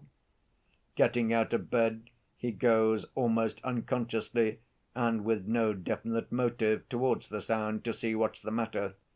His head is still clouded with his attack, his faculties are half asleep, but once in the garden he walks to the lighted windows, and he hears terrible news from his master, who would be, of course, glad to see him. His mind sets to work at once. He hears all the details from his frightened master, and gradually in his disordered brain there shapes itself an idea terrible, but seductive and irresistibly logical. To kill the old man, take the 3,000, and throw all the blame on to his young master. A terrible lust of money, of booty, might seize upon him as he realized his security from detection. Oh, these sudden and irresistible impulses come so often when there is a favorable opportunity, and especially with murderers who have had no idea of committing a murder beforehand. And Smerdyakov may have gone in and carried out his plan. With what weapon? Why, with any stone picked up in the garden. But what for? With what object? Why, the 3,000, which means a career for him. Oh, I am not contradicting myself. The money may have existed, and perhaps Smerdyakov alone knew where to find it, where his master kept it. And the covering of the money, the torn envelope on the floor.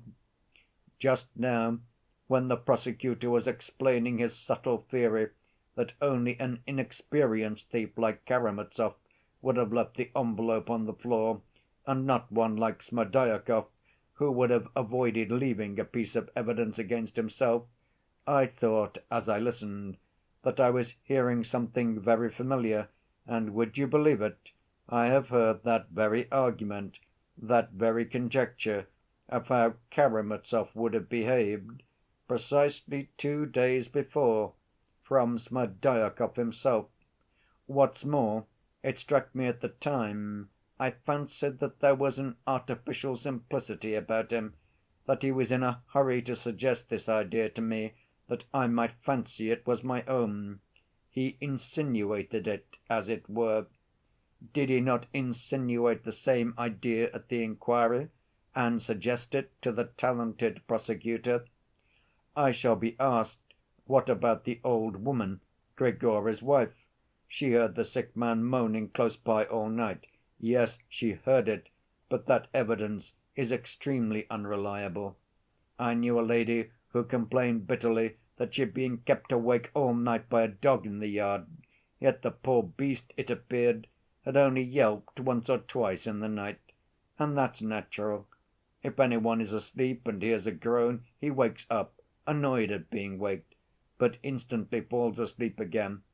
2 hours later, again a groan, he wakes up and falls asleep again, and the same thing again 2 hours later, 3 times altogether in the night. Next morning the sleeper wakes up and complains that some one has been groaning all night and keeping him awake. And it is bound to seem so to him. The intervals of 2 hours of sleep he does not remember, he only remembers the moments of waking, so he feels he has been waked up all night. But why, asks the prosecutor, did not Smerdyakov confess in his last letter? Why did his conscience prompt him to one step and not to both? But, excuse me, conscience implies penitence, and the suicide may not have felt penitence, but only despair. Despair and penitence are two very different things. Despair may be vindictive and irreconcilable, and the suicide, laying his hands on himself, may well have felt redoubled hatred for those whom he had envied all his life. Gentlemen of the jury, beware of a miscarriage of justice. What is there unlikely in all I have put before you just now? Find the error in my reasoning, find the impossibility, the absurdity, and if there is but a shade of possibility, but a shade of probability in my propositions, do not condemn him. And is there only a shade? I swear by all that is sacred, I fully believe in the explanation of the murder I have just put forward. What troubles me and makes me indignant is that of all the mass of facts heaped up by the prosecution against the prisoner, there is not a single one certain and irrefutable, and yet the unhappy man is to be ruined by the accumulation of these facts. Yes, the accumulated effect is awful. The blood dripping from his fingers, the blood‐stained shirt, the dark night resounding with the shout "Parricide," and the old man falling with a broken head. And then the mass of phrases, statements, gestures, shouts. Oh, this has so much influence. It can so bias the mind. But, gentlemen of the jury, can it bias your minds? Remember, you have been given absolute power to bind and to loose, but the greater the power, the more terrible its responsibility. I do not draw back one iota from what I have said just now, but suppose for one moment I agreed with the prosecution that my luckless client had stained his hands with his father's blood. This is only hypothesis, I repeat. I never for one instant doubt of his innocence, but so be it. I assume that my client is guilty of parricide. Even so, hear what I have to say. I have it in my heart to say something more to you, for I feel that there must be a great conflict in your hearts and minds. Forgive my referring to your hearts and minds, gentlemen of the jury, but I want to be truthful and sincere to the end. Let us all be sincere. At this point the speech was interrupted by rather loud applause. The last words, indeed, were pronounced with a note of such sincerity that every one felt that he really might have something to say, and that what he was about to say would be of the greatest consequence. But the President, hearing the applause, in a loud voice threatened to clear the court if such an incident were repeated. Every sound was hushed, and Fetyukovitch began, in a voice full of feeling, quite unlike the tone he had used hitherto. End of chapter 92.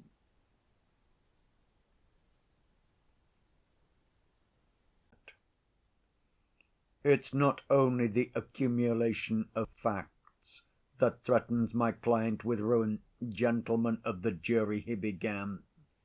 What is really damning for my client is one fact, the dead body of his father. Had it been an ordinary case of murder, you would have rejected the charge in view of the triviality, the incompleteness, and the fantastic character of the evidence, if you examine each part of it separately. Or at least you would have hesitated to ruin a man's life simply from the prejudice against him which he has, alas, only too well deserved. But it's not an ordinary case of murder, it's a case of parricide. That impresses men's minds, and to such a degree that the very triviality and incompleteness of the evidence becomes less trivial and less incomplete, even to an unprejudiced mind. How can such a prisoner be acquitted? What if he committed the murder and gets off unpunished? That is what every one, almost involuntarily, instinctively feels at heart. Yes, it's a fearful thing to shed a father's blood. The father who has begotten me, loved me, not spared his life for me, grieved over my illnesses from childhood up, troubled all his life for my happiness, and has lived in my joys in my successes.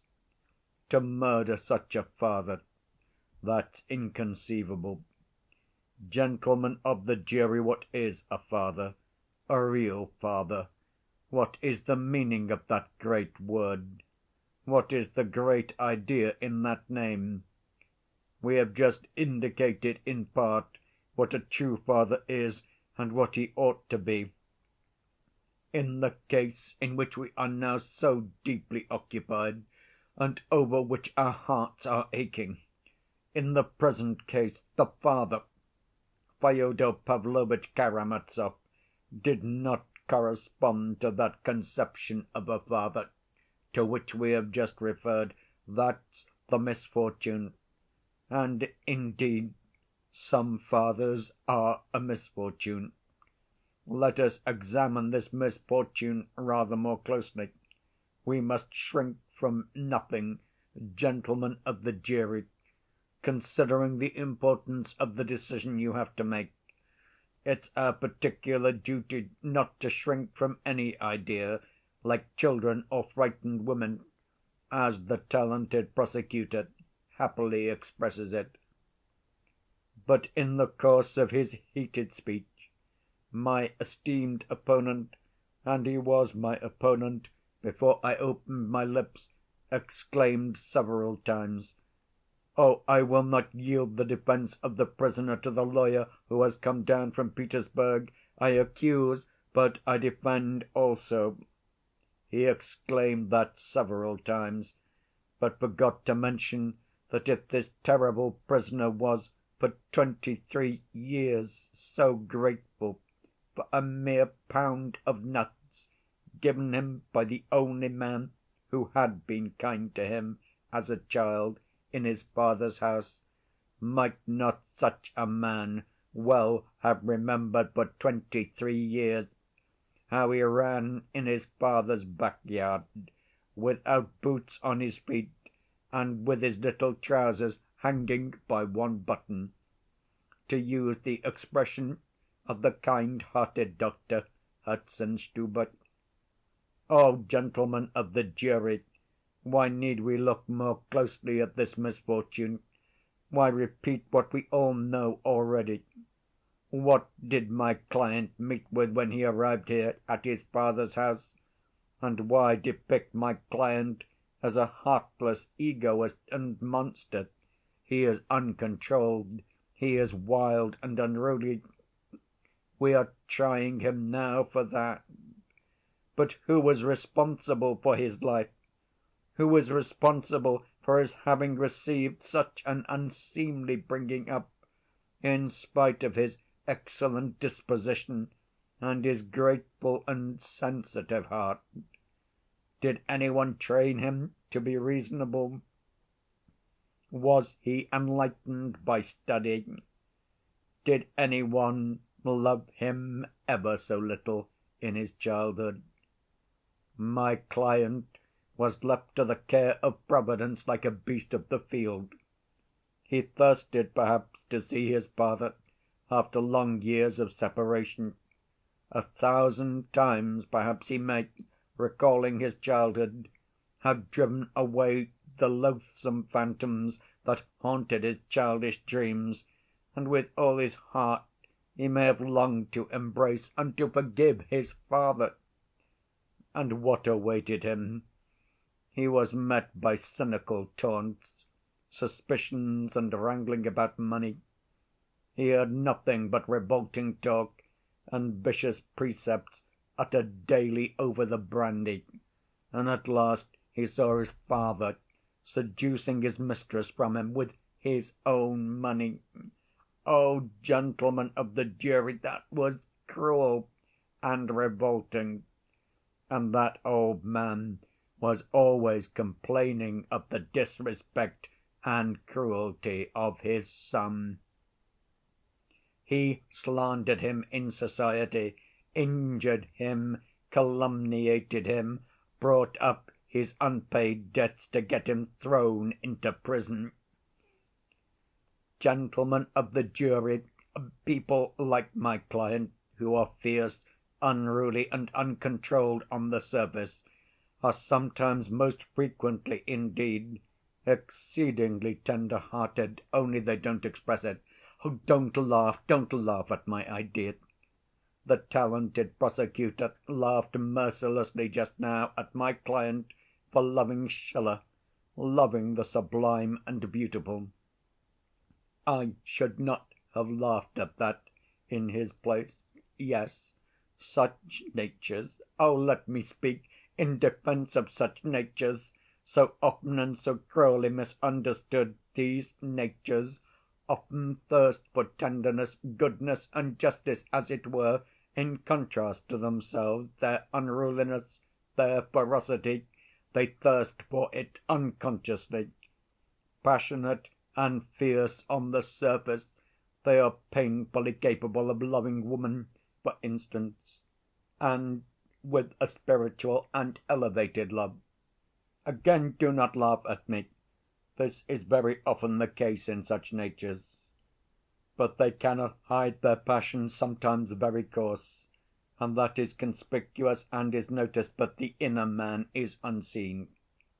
Their passions are quickly exhausted, but by the side of a noble and lofty creature, that seemingly coarse and rough man seeks a new life, seeks to correct himself, to be better, to become noble and honorable, sublime and beautiful, however much the expression has been ridiculed. I said just now that I would not venture to touch upon my client's engagement, but I may say half a word. What we heard just now was not evidence, but only the scream of a frenzied and revengeful woman. And it was not for her, oh, not for her, to reproach him with treachery, for she has betrayed him. If she had had but a little time for reflection, she would not have given such evidence. Oh, do not believe her. No, my client is not a monster, as she called him. The lover of mankind, on the eve of his crucifixion, said, "I am the good shepherd." The good shepherd lays down his life for his sheep, so that not one of them might be lost. Let not a man's soul be lost through us. I asked just now, what does Father mean, and exclaimed that it was a great word, a precious name. But one must use words honestly, gentlemen, and I venture to call things by their right names. Such a father as old Karamazov cannot be called a father, and does not deserve to be. Filial love for an unworthy father is an absurdity, an impossibility. Love cannot be created from nothing. Only God can create something from nothing. Fathers, provoke not your children to wrath, the apostle writes, from a heart glowing with love. It's not for the sake of my client that I quote these sacred words. I mention them for all fathers. Who has authorized me to preach to fathers? No one. But as a man and a citizen, I make my appeal. Vivos voco. We are not long on earth. We do many evil deeds and say many evil words. So let us all catch a favorable moment when we are all together to say a good word to each other. That's what I am doing. While I am in this place, I take advantage of my opportunity. Not for nothing is this tribune given us by the highest authority. All Russia hears us. I am not speaking only for the fathers here present. I cry aloud to all fathers. Fathers, provoke not your children to wrath. Yes, let us first fulfill Christ's injunction ourselves, and only then venture to expect it of our children. Otherwise we are not fathers, but enemies of our children, and they are not our children, but our enemies, and we have made them our enemies ourselves. What measure ye mete, it shall be measured unto you again. It's not I who say that, it's the gospel precept. Measure to others, according as they measure to you. How can we blame children if they measure us according to our measure? Not long ago a servant girl in Finland was suspected of having secretly given birth to a child. She was watched, and a box of which no one knew anything was found in the corner of the loft behind some bricks. It was opened, and inside was found the body of a new‐born child which she had killed. In the same box were found the skeletons of two other babies, which, according to her own confession, she had killed at the moment of their birth. Gentlemen of the jury, was she a mother to her children? She gave birth to them indeed, but was she a mother to them? Would any one venture to give her the sacred name of mother?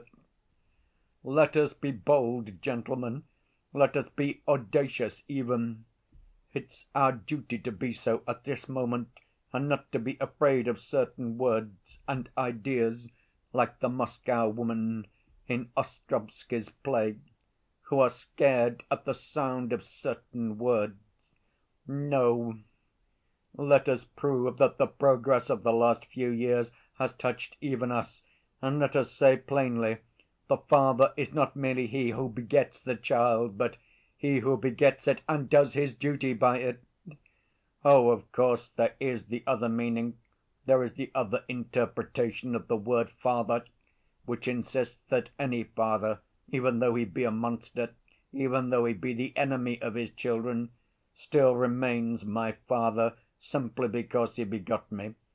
But this is, so to say, the mystical meaning which I cannot comprehend with my intellect, but can only accept by faith, or better to say, on faith, like many other things which I do not understand, but which religion bids me believe.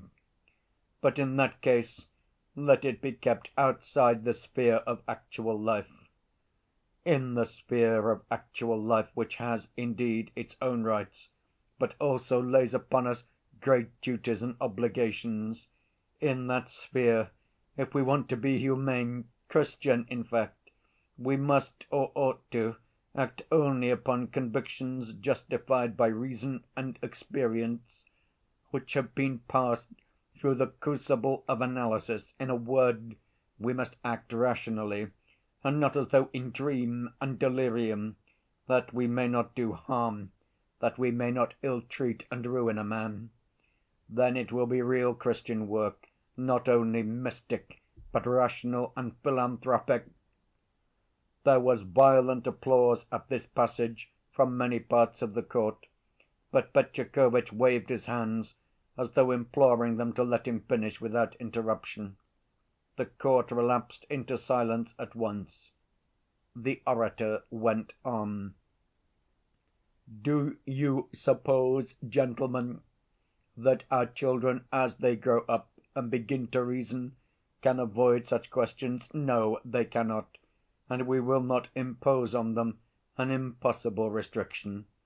The sight of an unworthy father involuntarily suggests tormenting questions to a young creature, especially when he compares him with the excellent fathers of his companions. The conventional answer to this question is, he begot you, and you are his flesh and blood, and therefore you are bound to love him. The youth involuntarily reflects, but did he love me when he begot me? He asks, wondering more and more. Was it for my sake he begot me? He did not know me, not even my sex, at that moment, at the moment of passion, perhaps, influenced by wine, and he has only transmitted to me a propensity to drunkenness. That's all he's done for me. Why am I bound to love him simply for begetting me, when he has cared nothing for me all my life after? Oh, perhaps those questions strike you as coarse and cruel, but do not expect an impossible restraint from a young mind. Drive nature out of the door, and it will fly in at the window.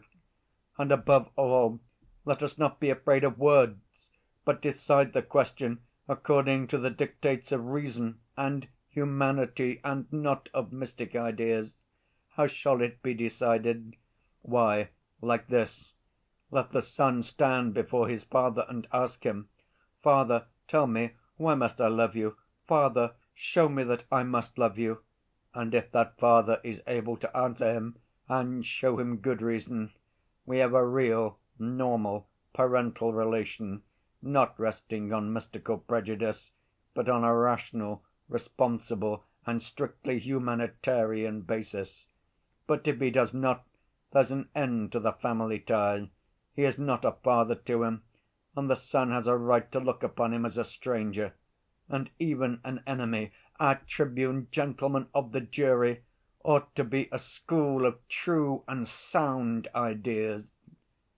Here the orator was interrupted by irrepressible and almost frantic applause.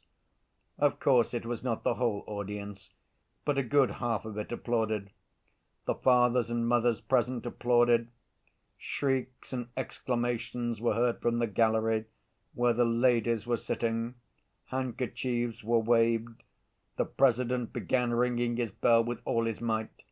He was obviously irritated by the behavior of the audience, but did not venture to clear the court as he had threatened.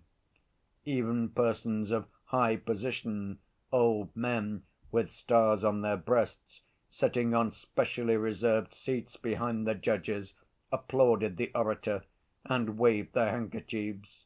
So that when the noise died down, the President confined himself to repeating his stern threat to clear the court, and Fetyukovitch, excited and triumphant, continued his speech. "Gentlemen of the jury, you remember that awful night of which so much has been said to‐day, when the son got over the fence and stood face to face with the enemy and persecutor who had begotten him. I insist most emphatically, it was not for money he ran to his father's house. The charge of robbery is an absurdity, as I proved before. And it was not to murder him he broke into the house. Oh, no! If he had had that design, he would at least have taken the precaution of arming himself beforehand. The brass pestle he caught up instinctively without knowing why he did it. Granted that he deceived his father by tapping at the window, granted that he made his way in, I've said already that I do not for a moment believe that legend. But let it be so, let us suppose it for a moment. Gentlemen, I swear to you by all that's holy, if it had not been his father, but an ordinary enemy, he would, after running through the rooms and satisfying himself that the woman was not there, have made off post‐haste, without doing any harm to his rival. He would have struck him, pushed him away perhaps, nothing more, for he had no thought and no time to spare for that. What he wanted to know was where she was. But his father, his father! The mere sight of the father who had hated him from his childhood, had been his enemy, his persecutor, and now his unnatural rival, was enough. A feeling of hatred came over him involuntarily, irresistibly, clouding his reason. It all surged up in one moment. It was an impulse of madness and insanity, but also an impulse of nature, irresistibly and unconsciously, like everything in nature, avenging the violation of its eternal laws. But the prisoner even then did not murder him. I maintain that, I cry that aloud. No, he only brandished the pestle in a burst of indignant disgust, not meaning to kill him, not knowing that he would kill him. Had he not had this fatal pestle in his hand, he would have only knocked his father down, perhaps, but would not have killed him. As he ran away, he did not know whether he had killed the old man. Such a murder is not a murder. Such a murder is not a parricide. No, the murder of such a father cannot be called parricide. Such a murder can only be reckoned parricide by prejudice. But I appeal to you again and again from the depths of my soul. Did this murder actually take place? Gentlemen of the jury, if we convict and punish him, he will say to himself, these people have done nothing for my bringing up, for my education, nothing to improve my lot, nothing to make me better, nothing to make me a man. These people have not given me to eat and to drink, have not visited me in prison and nakedness, and here they have sent me to penal servitude. I am quits. I owe them nothing now, and owe no one anything for ever. They are wicked, and I will be wicked. They are cruel, and I will be cruel. That is what he will say, gentlemen of the jury. And I swear by finding him guilty you will only make it easier for him. You will ease his conscience. He will curse the blood he has shed and will not regret it. At the same time he will destroy in him the possibility of becoming a new man, for he will remain in his wickedness and blindness all his life. But do you want to punish him fearfully, terribly, with the most awful punishment that could be imagined, and at the same time to save him and regenerate his soul? If so, overwhelm him with your mercy. You will see, you will hear how he will tremble and be horror-struck. How can I endure this mercy? How can I endure so much love? Am I worthy of it? That's what he will exclaim. Oh, I know that heart, that wild but grateful heart, gentlemen of the jury. It will bow before your mercy. It thirsts for a great and loving action. It will melt and mount upwards. There are souls which in their limitation blame the whole world. But subdue such a soul with mercy, show it love, and it will curse its past, for there are many good impulses in it. Such a heart will expand and see that God is merciful and that men are good and just. He will be horror-stricken, he will be crushed by remorse and the vast obligation laid upon him henceforth. And he will not say then, I am quits, but will say, I am guilty in the sight of all men and am more unworthy than all. With tears of penitence and poignant tender anguish he will exclaim, others are better than I. They wanted to save me, not to ruin me. Oh, this act of mercy is so easy for you, for in the absence of anything like real evidence, it will be too awful for you to pronounce, yes, he is guilty. Better acquit 10 guilty men than punish one innocent man. Do you hear? Do you hear that majestic voice from the past century of our glorious history? It is not for an insignificant person like me to remind you that the Russian court does not exist for the punishment only, but also for the salvation of the criminal. Let other nations think of retribution and the letter of the law. We will cling to the spirit and the meaning, the salvation and the reformation of the lost.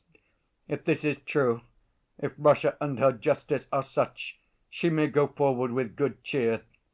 Do not try to scare us with your frenzied troikas, from which all the nations stand aside in disgust. Not a runaway troika, but the stately chariot of Russia will move calmly and majestically to its goal. In your hands is the fate of my client. In your hands is the fate of Russian justice. You will defend it, you will save it, you will prove that there are men to watch over it, that it is in good hands. End of chapter 93.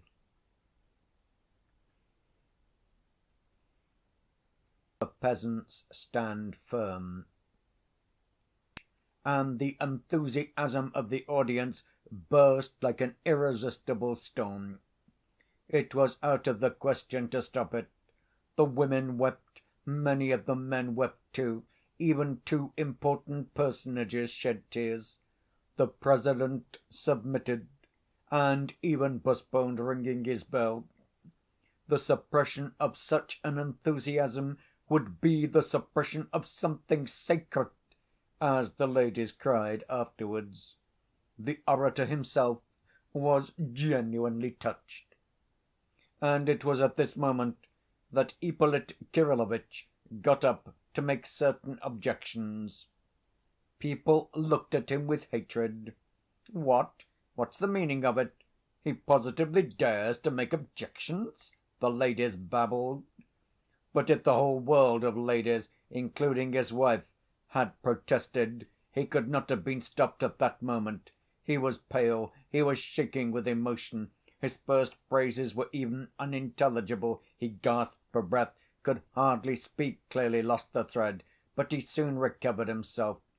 Of this new speech of his I will quote only a few sentences. "I am reproached with having woven a romance. But what is this defense, if not one romance on the top of another? All that was lacking was poetry. Fyodor Pavlovitch, while waiting for his mistress, tears open the envelope and throws it on the floor. We are even told what he said while engaged in this strange act. Is not this a flight of fancy? And what proof have we that he had taken out the money? Who heard what he said? The weak-minded idiot Smerdyakov, transformed into a Byronic hero, avenging society for his illegitimate birth. Isn't this a romance in the Byronic style? And the son who breaks into his father's house and murders him without murdering him is not even a romance. This is a sphinx setting us a riddle which he cannot solve himself. If he murdered him, he murdered him. And what's the meaning of his murdering him without having murdered him? Who can make head or tail of this? Then we are admonished that our tribune is a tribune of true and sound ideas, and from this tribune of sound ideas is heard a solemn declaration that to call the murder of a father parricide is nothing but a prejudice. But if parricide is a prejudice, and if every child is to ask his father why he is to love him, what will become of us? What will become of the foundations of society? What will become of the family? Parricide, it appears, is only a bogey of Moscow merchants' wives. The most precious, the most sacred guarantees for the destiny and future of Russian justice are presented to us in a perverted and frivolous form simply to attain an object, to obtain the justification of something which cannot be justified. Oh, crush him by mercy, cries the counsel for the defense, but that's all the criminal wants, and tomorrow it will be seen how much he is crushed. And is not the counsel for the defense too modest in asking only for the acquittal of the prisoner? Why not found a charity in the honor of the parricide to commemorate his exploit among future generations? Religion and the gospel are corrected. That's all mysticism, we are told, and ours is the only true Christianity which has been subjected to the analysis of reason and common sense. And so they set up before us a false semblance of Christ. What measure ye mete, so it shall be meted unto you again, cried the counsel for the defense, and instantly deduces that Christ teaches us to measure as it is measured to us, and this from the tribune of truth and common sense. We peep into the gospel only on the eve of making speeches, in order to dazzle the audience by our acquaintance with what is anyway a rather original composition, which may be of use to produce a certain effect, all to serve the purpose. But what Christ commands us is something very different. He bids us beware of doing this, because the wicked world does this, but we ought to forgive and to turn the other cheek, and not to measure to our persecutors as they measure to us. This is what our God has taught us, and not that to forbid children to murder their fathers is a prejudice. And we will not, from the tribune of truth and good sense, correct the gospel of our Lord, whom the counsel for the defense deigns to call only the crucified lover of humanity, in opposition to all Orthodox Russia, which calls to him, for thou art our God. At this the President intervened and checked the overzealous speaker, begging him not to exaggerate, not to overstep the bounds, and so on, as presidents always do in such cases. The audience, too, was uneasy, the public was restless, there were even exclamations of indignation. Fetyukovitch did not so much as reply. He only mounted the tribune to lay his hand on his heart and with an offended voice utter a few words full of dignity. He only touched again, lightly and ironically, on romancing and psychology, and in an appropriate place quoted, "Jupiter, you are angry, therefore you are wrong," which provoked a burst of approving laughter in the audience, for Ippolit Kirillovitch was by no means like Jupiter. Then, apropos of the accusation that he was teaching the young generation to murder their fathers, Fetyukovitch observed, with great dignity, that he would not even answer. As for the prosecutor's charge of uttering unorthodox opinions, Fetyukovitch hinted that it was a personal insinuation, and that he had expected in this court to be secure from accusations damaging to my reputation as a citizen and a loyal subject.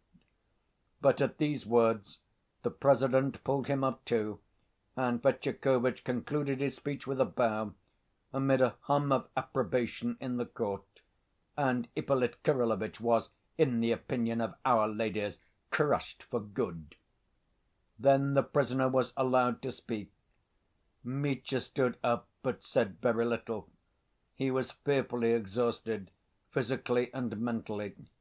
The look of strength and independence with which he had entered in the morning had almost disappeared. He seemed as though he had passed through an experience that day which had taught him for the rest of his life something very important he had not understood till then. His voice was weak. He did not shout as before. In his words there was a new note of humility, defeat, and submission. "What am I to say, gentlemen of the jury? The hour of judgment has come for me. I feel the hand of God upon me. The end has come to an erring man. But before God, I repeat to you, I am innocent of my father's blood. For the last time, I repeat, it wasn't I killed him. I was erring, but I loved what is good. Every instant I strove to reform, but I lived like a wild beast. I thank the prosecutor. He told me many things about myself that I did not know. But it is not true that I killed my father. The prosecutor is mistaken. I thank my counsel, too. I cried listening to him. But it's not true that I killed my father, and he needn't have supposed it. And don't believe the doctors. I'm perfectly sane. Only my heart is heavy. If you spare me, if you let me go, I will pray for you. I will be a better man. I give you my word. Before God I will. If you will condemn me, I'll break my sword over my head myself and kiss the pieces. But spare me. Do not rob me of my God. I know myself. I shall rebel. My heart is heavy, gentlemen. Spare me." He almost fell back in his place. His voice broke. He could hardly articulate the last phrase. Then the judges proceeded to put the questions and began to ask both sides to formulate their conclusions. But I will not describe the details. At last the jury rose to retire for consultation. The President was very tired, and so his last charge to the jury was rather feeble. Be impartial. Don't be influenced by the eloquence of the defense, but yet weigh the arguments. Remember that there is a great responsibility laid upon you, and so on, and so on. The jury withdrew and the court adjourned. People could get up, move about, exchange their accumulated impressions, refresh themselves at the buffet. It was very late, almost 1 o'clock in the night, but nobody went away. The strain was so great that no one could think of repose. All waited with sinking hearts, though that is perhaps too much to say, for the ladies were only in a state of hysterical impatience and their hearts were untroubled. An acquittal, they thought, was inevitable. They all prepared themselves for a dramatic moment of general enthusiasm. I must own there were many among the men, too, who were convinced that an acquittal was inevitable. Some were pleased, others frowned, while some were simply dejected, not wanting him to be acquitted. Fetyukovitch himself was confident of his success. He was surrounded by people congratulating him and fawning upon him. "There are," he said to one group, as I was told afterwards, "there are invisible threads binding the counsel for the defense with the jury. One feels during one's speech if they are being formed. I was aware of them. They exist. Our cause is won. Set your mind at rest." "What will our peasants say now?" said one stout, cross‐looking, pock‐marked gentleman, a landowner of the neighborhood, approaching a group of gentlemen engaged in conversation. "But they are not all peasants. There are 4 government clerks among them."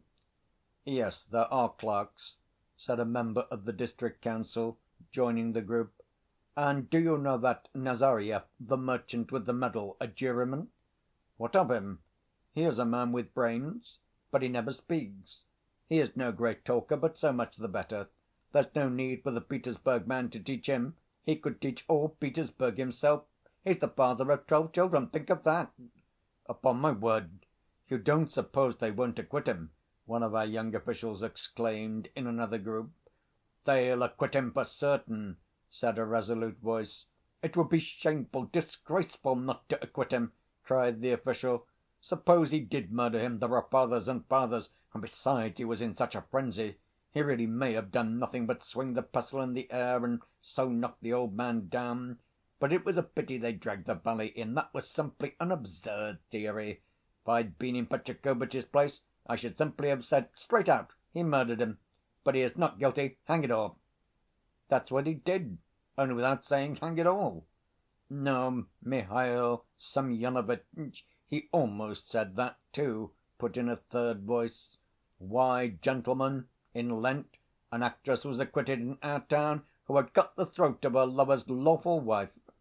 "Oh, but she did not finish cutting it. That makes no difference. She began cutting it." "What did you think of what he said about children? Splendid, wasn't it? Splendid! And about mysticism, too. Oh, drop mysticism, do!" cried some one else. "Think of Ippolit and his fate from this day forth. His wife will scratch his eyes out to‐morrow for Mitya's sake. Is she here? What an idea! If she'd been here, she'd have scratched them out in court. She is at home with toothache. He he! He he he!" in a third group. "I dare say they will acquit Mitenka after all. I should not be surprised if he turns the metropolis upside down to‐morrow. He will be drinking for 10 days. Oh, the devil! The devil's bound to have a hand in it. Where should he be if not here? Well, gentlemen, I admit it was eloquent, but still it's not the thing to break your father's head with a pestle. What are we coming to? The chariot! Do you remember the chariot? Yeah, he turned a cart into a chariot, and to‐morrow he will turn a chariot into a cart, just to suit his purpose. What cunning chaps there are nowadays! Is there any justice to be had in Russia?" But the bell rang. The jury deliberated for exactly an hour, neither more nor less. A profound silence reigned in the court as soon as the public had taken their seats. I remember how the jurymen walked into the court. At last, I won't repeat the questions in order, and indeed I have forgotten them. I remember only the answer to the President's first and chief question: "Did the prisoner commit the murder for the sake of robbery and with premeditation?" I don't remember the exact words. There was a complete hush. The foreman of the jury, the youngest of the clerks, pronounced in a clear, loud voice, amidst the death‐like stillness of the court: "Yes, guilty." And the same answer was repeated to every question: "Yes, guilty." And without the slightest extenuating comment. This no one had expected. Almost every one had reckoned upon a recommendation to mercy at least. The death‐like silence in the court was not broken. All seemed petrified, those who desired his conviction as well as those who had been eager for his acquittal. But that was only for the first instant, and it was followed by a fearful hubbub. Many of the men in the audience were pleased. Some were rubbing their hands with no attempt to conceal their joy. Those who disagreed with the verdict seemed crushed, shrugged their shoulders, whispered, but still seemed unable to realize this. But how shall I describe the state the ladies were in? I thought they would create a riot. At first they could scarcely believe their ears. Then suddenly the whole court rang with exclamations. "What's the meaning of it? What next?" They leapt up from their places. They seemed to fancy that it might be at once reconsidered and reversed. At that instant Mitya suddenly stood up and cried in a heart‐rending voice, stretching his hands out before him: "I swear by God and the dreadful day of judgment, I am not guilty of my father's blood. Katya, I forgive you. Brothers, friends, have pity on the other woman." He could not go on, and broke into a terrible sobbing wail that was heard all over the court in a strange, unnatural voice unlike his own. From the farthest corner at the back of the gallery came a piercing shriek. It was Grushenka. She had succeeded in begging admittance to the court again before the beginning of the lawyers' speeches. Mitya was taken away. The passing of the sentence was deferred till next day. The whole court was in a hubbub, but I did not wait to hear. I only remember a few exclamations I heard on the steps as I went out. "He'll have a 20 years' trip to the mines, not less. Well, our peasants have stood firm and have done for our Mitya." End of chapter 94.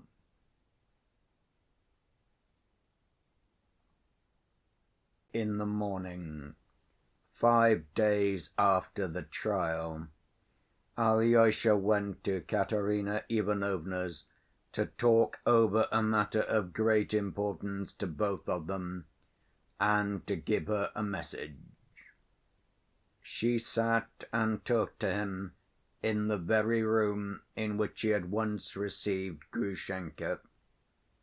In the next room, Ivan Fyodorovitch lay unconscious in a high fever. Katerina Ivanovna had, immediately after the scene at the trial, ordered the sick and unconscious man to be carried to her house, disregarding the inevitable gossip and general disapproval of the public. One of the two relations who lived with her had departed to Moscow immediately after the scene in court. The other remained. But if both had gone away, Katerina Ivanovna would have adhered to her resolution, and would have gone on nursing the sick man and sitting by him day and night. Varvinsky and Herzenstube were attending him. The famous doctor had gone back to Moscow, refusing to give an opinion as to the probable end of the illness. Though the doctors encouraged Katerina Ivanovna and Alyosha, it was evident that they could not yet give them positive hopes of recovery. Alyosha came to see his sick brother twice a day, but this time he had specially urgent business, and he foresaw how difficult it would be to approach the subject. Yet he was in great haste. He had another engagement that could not be put off for that same morning, and there was need of haste. They had been talking for a quarter of an hour. Katerina Ivanovna was pale and terribly fatigued, yet at the same time in a state of hysterical excitement. She had a presentiment of the reason why Alyosha had come to her. "Don't worry about his decision," she said with confident emphasis to Alyosha. "One way or another he is bound to come to it. He must escape. that unhappy man, that hero of honor and principle, not he, and not Dmitri Fyodorovitch, but the man lying the other side of that door, who has sacrificed himself for his brother," Katya added with flashing eyes, "told me the whole plan of escape long ago. You know he has already entered into negotiations. I've told you something already. You see, it will probably come off at the third étape from here, when the party of prisoners is being taken to Siberia. Oh, it's a long way off yet. Ivan Fyodorovitch has already visited the superintendent of the third étape. But we don't know yet who will be in charge of the party, and it's impossible to find that out so long beforehand. To‐morrow, perhaps, I will show you in detail the whole plan which Ivan Fyodorovitch left me on the eve of the trial in case of need. That was when, do you remember, you found us quarreling. He had just gone downstairs, but seeing you, I made him come back. Do you remember? Do you know what we were quarreling about?" "No, I don't," said Alyosha. "Of course he did not tell you. It was about that plan of escape. He had told me the main idea 3 days before, and we began quarreling about it at once, and quarreled for 3 days. We quarreled because when he told me that if Dmitri Fyodorovitch were convicted, he would escape abroad with that creature, I felt furious at once. I can't tell you why. I don't know myself why. Oh, of course, I was furious then about that creature, and that she, too, should go abroad with Dmitri." Katerina Ivanovna exclaimed suddenly, her lips quivering with anger. "As soon as Ivan Fyodorovitch saw that I was furious about that woman, he instantly imagined I was jealous of Dmitri, and that I still loved Dmitri. That is how our first quarrel began. I would not give an explanation. I could not ask forgiveness. I could not bear to think that such a man could suspect me of still loving that. And when I myself had told him long before that I did not love Dmitri, that I loved no one but him, it was only resentment against that creature that made me angry with him. 3 days later, on the evening you came, he brought me a sealed envelope which I was to open at once if anything happened to him. Oh, he foresaw his illness. He told me that the envelope contained the details of the escape, and that if he died or was taken dangerously ill, I was to save Mitya alone. Then he left me money, nearly 10,000, those notes to which the prosecutor referred in his speech, having learnt from some one that he had sent them to be changed. I was tremendously impressed to find that Ivan Fyodorovitch had not given up his idea of saving his brother, and was confiding this plan of escape to me, though he was still jealous of me, and still convinced that I loved Mitya. Oh, that was a sacrifice! No, you cannot understand the greatness of such self‐sacrifice, Alexey Fyodorovitch. I wanted to fall at his feet in reverence, but I thought at once that he would take it only for my joy at the thought of Mitya's being saved, and he certainly would have imagined that, and I was so exasperated at the mere possibility of such an unjust thought on his part, that I lost my temper again, and instead of kissing his feet, flew into a fury again. Oh, I am unhappy. It's my character, my awful, unhappy character. Oh, you will see. I shall end by driving him, too, to abandon me for another with whom he can get on better, like Dmitri. But no, I could not bear it. I should kill myself. And when you came in then, and when I called to you and told him to come back, I was so enraged by the look of contempt and hatred he turned on me that, do you remember, I cried out to you that it was he alone, who had persuaded me that his brother Dmitri was a murderer. I said that malicious thing on purpose to wound him again. He had never persuaded me that his brother was a murderer. On the contrary, it was I who persuaded him. Oh, my vile temper was the cause of everything. I paved the way to that hideous scene at the trial. He wanted to show me that he was an honorable man, and that, even if I loved his brother, he would not ruin him for revenge or jealousy. So he came to the court. I am the cause of it all. I alone am to blame." Katya never had made such confessions to Alyosha before, and he felt that she was now at that stage of unbearable suffering when even the proudest heart painfully crushes its pride and falls vanquished by grief. Oh, Alyosha knew another terrible reason of her present misery, though she had carefully concealed it from him during those days since the trial. But it would have been for some reason too painful to him if she had been brought so low as to speak to him now about that.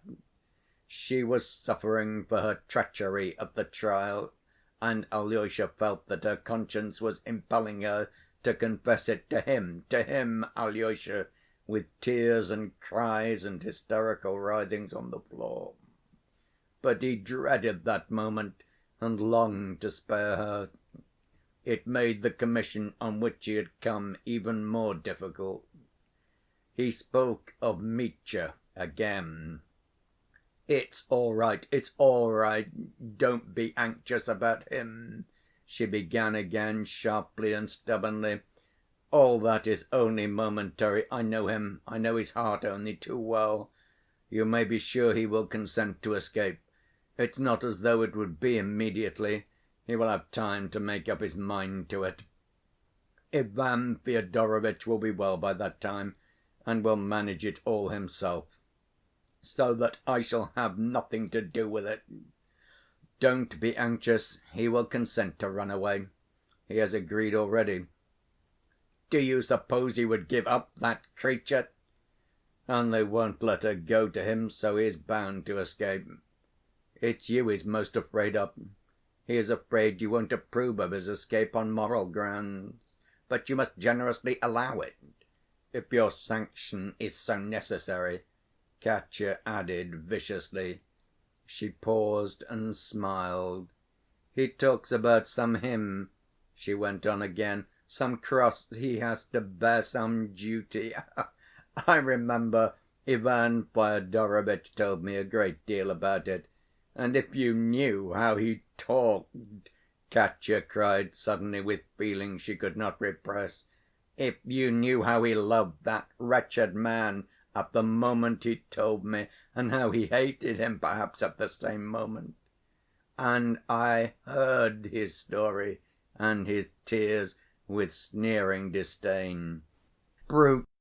Yes, I am a brute. I am responsible for his fever. But that man in prison is incapable of suffering," Katya concluded irritably. "Can such a man suffer? Men like him never suffer." There was a note of hatred and contemptuous repulsion in her words, and yet it was she who had betrayed him. Perhaps because she feels how she's wronged him, she hates him at moments, Alyosha thought to himself. He hoped that it was only at moments. In Katya's last words he detected a challenging note, but he did not take it up.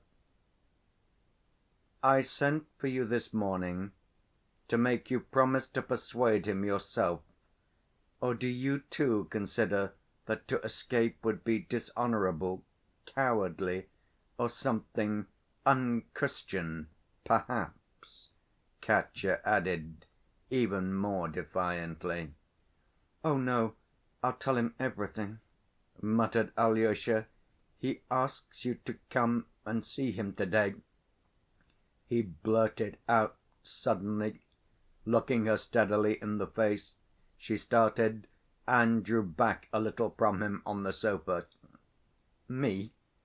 Can that be?" she faltered, turning pale.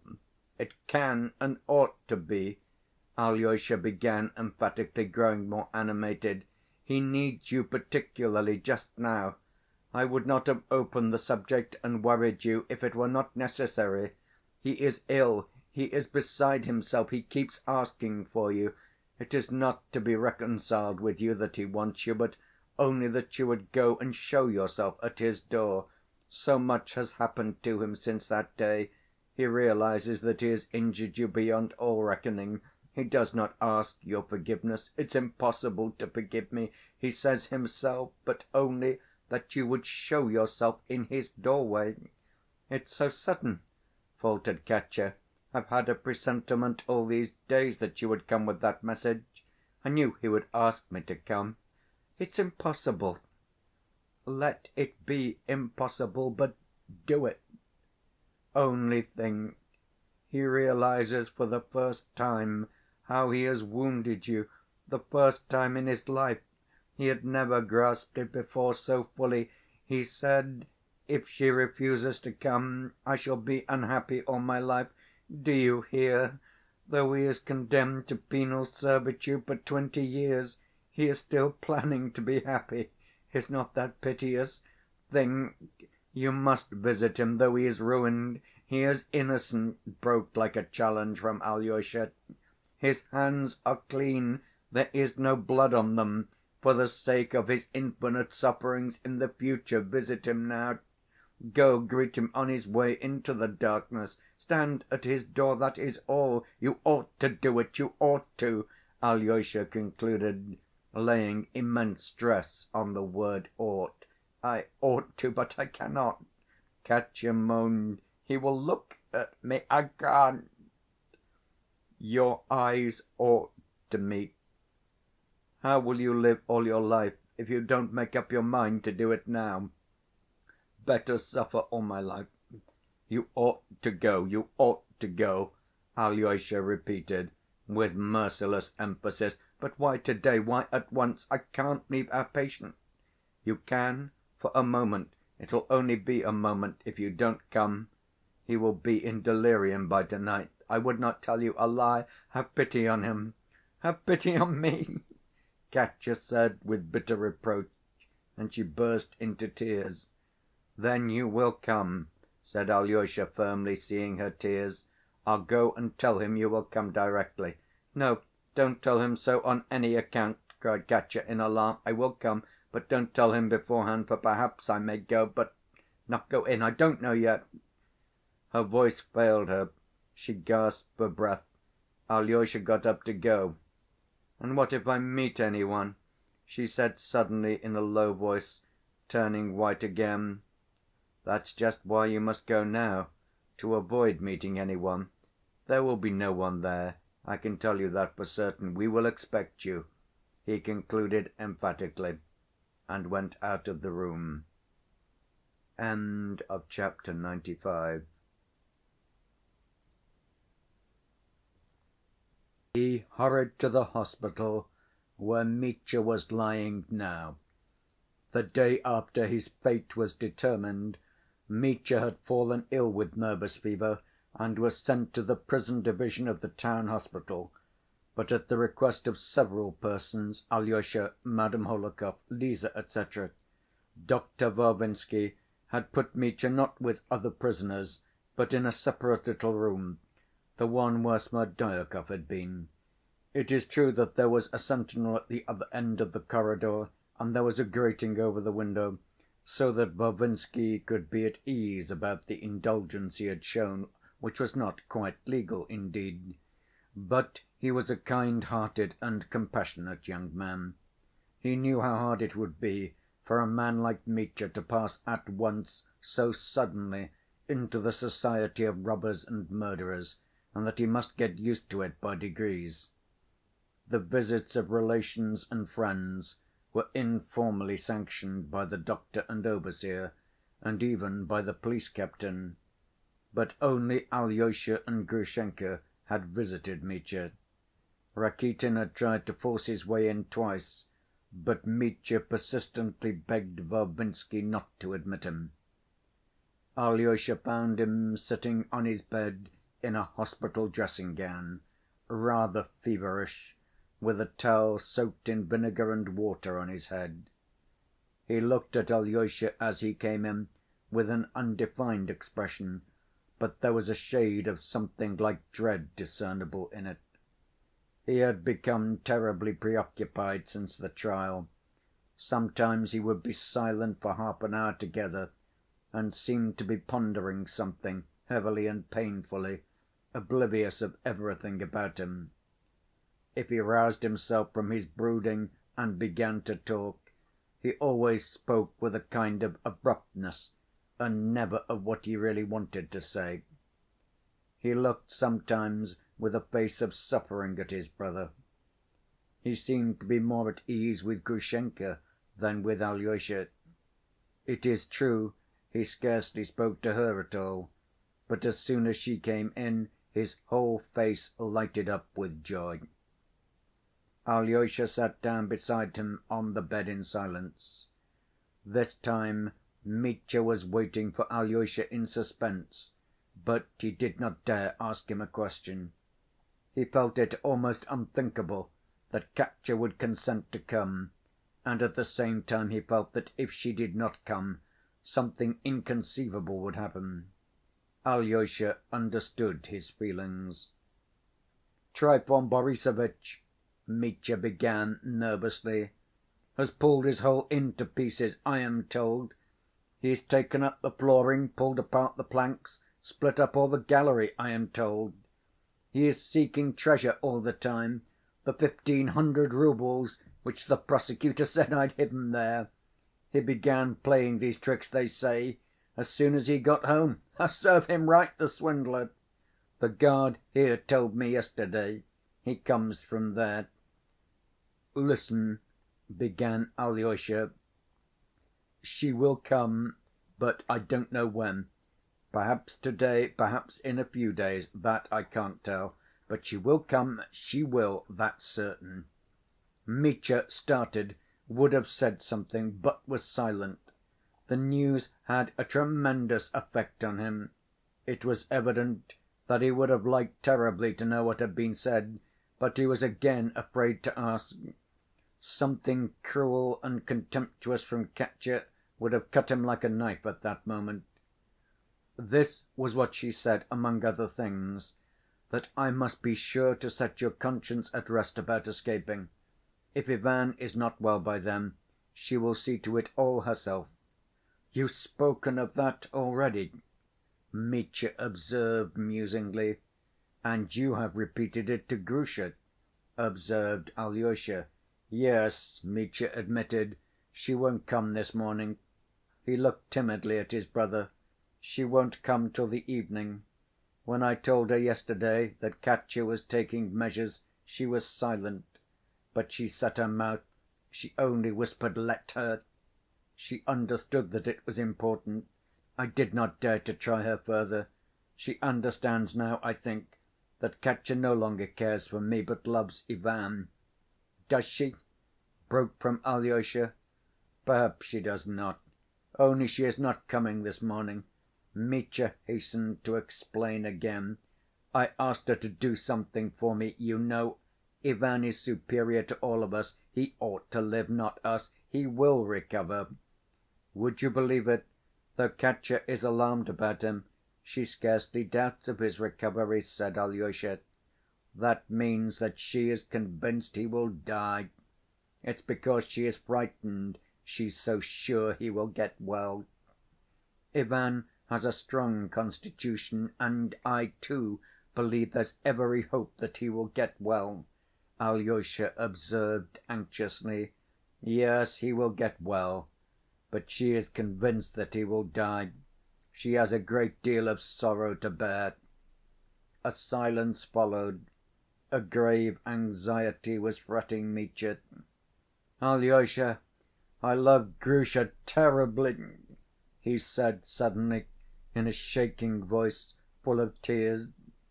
"They won't let her go out there to you," Alyosha put in at once. "And there is something else I wanted to tell you," Mitya went on, with a sudden ring in his voice. "If they beat me on the way or out there, I won't submit to it. I shall kill some one and shall be shot for it. And this will be going on for 20 years. They speak to me rudely as it is. I've been lying here all night, passing judgment on myself. I am not ready. I am not able to resign myself. I wanted to sing a hymn, but if a guard speaks rudely to me, I have not the strength to bear it. For Grusha I would bear anything, anything except blows. But she won't be allowed to come there." Alyosha smiled gently. "Listen, brother, once for all," he said. "This is what I think about it, and you know that I would not tell you a lie. Listen, you are not ready, and such a cross is not for you.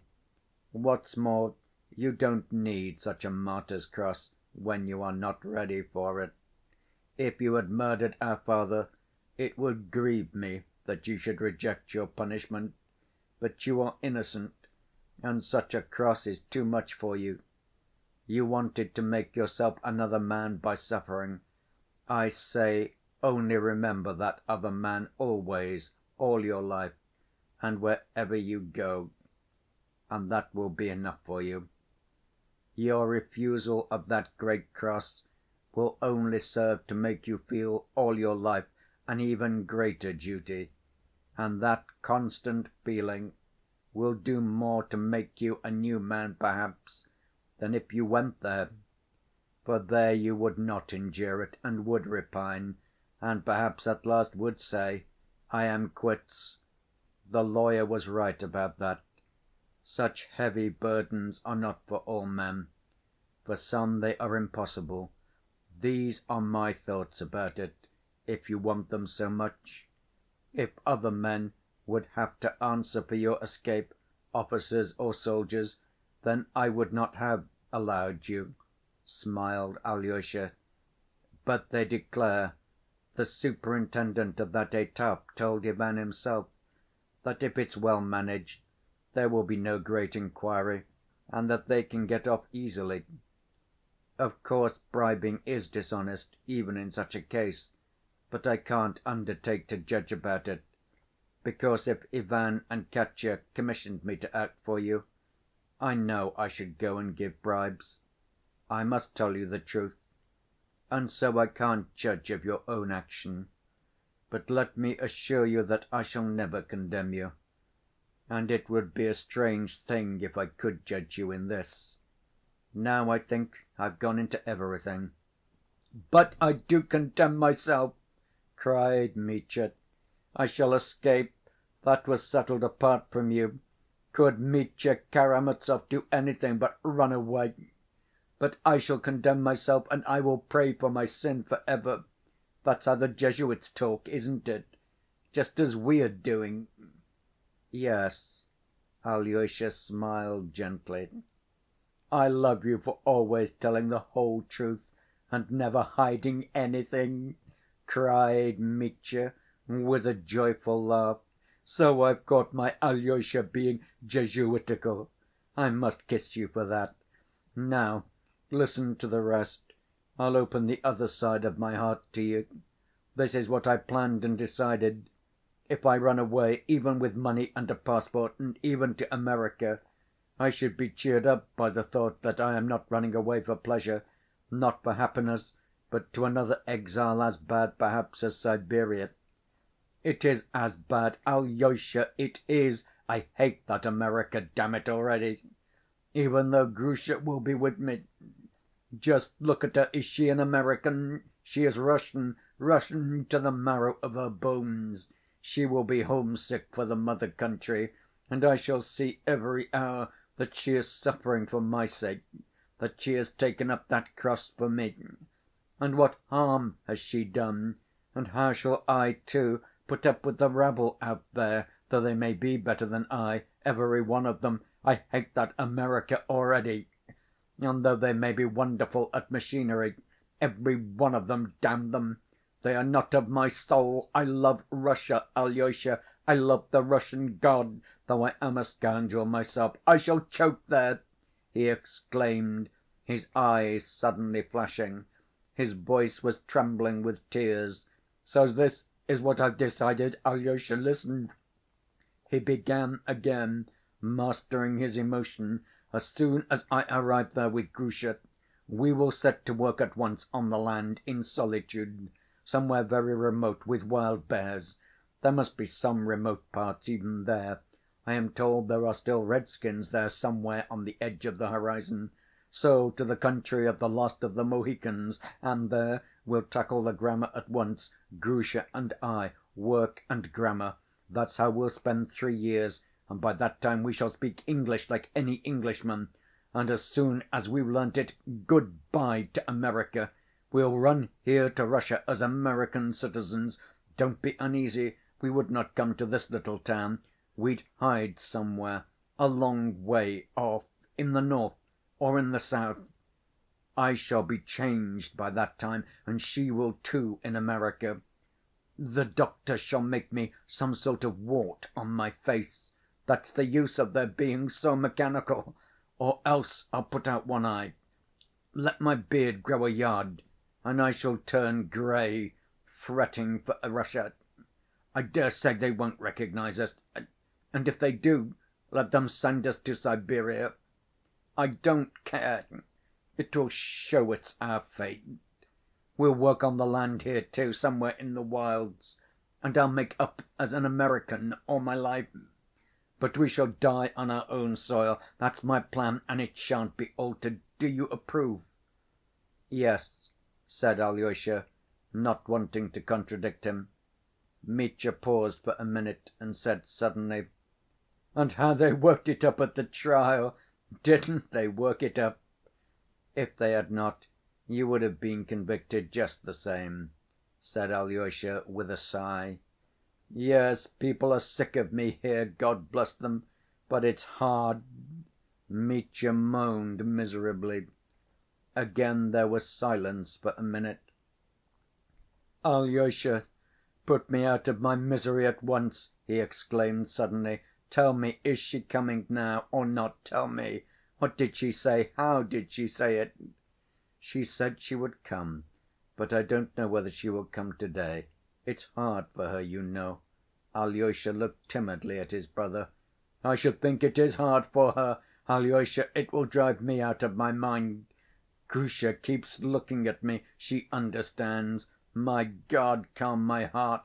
What is it I want? I want Katya. Do I understand what I want? It's the headstrong, evil Karamazov spirit. No, I am not fit for suffering. I am a scoundrel, that's all one can say." "Here she is!" cried Alyosha. At that instant Katya appeared in the doorway. For a moment she stood still, gazing at Mitya with a dazed expression. He leapt impulsively to his feet, and a scared look came into his face.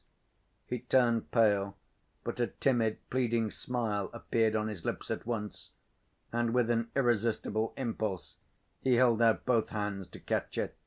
Seeing it, she flew impetuously to him. She seized him by the hands and almost by force made him sit down on the bed. She sat down beside him, and still keeping his hands, pressed them violently. Several times they both strove to speak, but stopped short and again gazed speechless with a strange smile, their eyes fastened on one another. So passed 2 minutes. "Have you forgiven me?" Mitya faltered at last, and at the same moment turning to Alyosha, his face working with joy, he cried: "Do you hear what I am asking? Do you hear?" "That's what I loved you for, that you are generous at heart," broke from Katya. "My forgiveness is no good to you, nor yours to me. Whether you forgive me or not, you will always be a sore place in my heart, and I in yours, so it must be." She stopped to take breath. "What have I come for?" she began again with nervous haste. "To embrace your feet, to press your hands like this till it hurts. You remember how in Moscow I used to squeeze them? To tell you again that you are my God, my joy, to tell you that I love you madly." She moaned in anguish, and suddenly pressed his hand greedily to her lips. Tears streamed from her eyes. Alyosha stood speechless and confounded. He had never expected what he was seeing. "Love is over, Mitya," Katya began again, "but the past is painfully dear to me. Know that you will always be so. But now let what might have been come true for 1 minute," she faltered, with a drawn smile, looking into his face joyfully again. "You love another woman, and I love another man, and yet I shall love you for ever, and you will love me. Do you know that? Do you hear? Love me all your life!" she cried, with a quiver almost of menace in her voice. "I shall love you, and do you know, Katya," Mitya began, drawing a deep breath at each word, "do you know, 5 days ago, that same evening, I loved you, when you fell down and were carried out. All my life, so it will be, so it will always be." So they murmured to one another frantic words, almost meaningless perhaps, not even true, but at that moment it was all true, and they both believed what they said implicitly. "Katya," cried Mitya suddenly, "do you believe I murdered him? I know you don't believe it now, but then, when you gave evidence, surely you did not believe it." "I did not believe it even then. I've never believed it. I hated you, and for a moment I persuaded myself. While I was giving evidence I persuaded myself and believed it. But when I'd finished speaking I left off believing it at once. Don't doubt that. I have forgotten that I came here to punish myself," she said, with a new expression in her voice, quite unlike the loving tones of a moment before. "Woman, yours is a heavy burden," broke, as it were, involuntarily from Mitya. "Let me go," she whispered. "I'll come again. It's more than I can bear now." She was getting up from her place, but suddenly uttered a loud scream and staggered back. Grushenka walked suddenly and noiselessly into the room. No one had expected her. Katya moved swiftly to the door, but when she reached Grushenka, she stopped suddenly, turned as white as chalk and moaned softly, almost in a whisper, "Forgive me." Grushenka stared at her, and pausing for an instant, in a vindictive, venomous voice, answered, "We are full of hatred, my girl, you and I. We are both full of hatred. As though we could forgive one another! Save him, and I'll worship you all my life." "You won't forgive her?" cried Mitya, with frantic reproach. "Don't be anxious. I'll save him for you," Katya whispered rapidly, and she ran out of the room. "And you could refuse to forgive her when she begged your forgiveness herself!" Mitya exclaimed bitterly again. "Mitya, don't dare to blame her. You have no right to!" Alyosha cried hotly. "Her proud lips spoke, not her heart," Grushenka brought out in a tone of disgust. "If she saves you, I'll forgive her everything."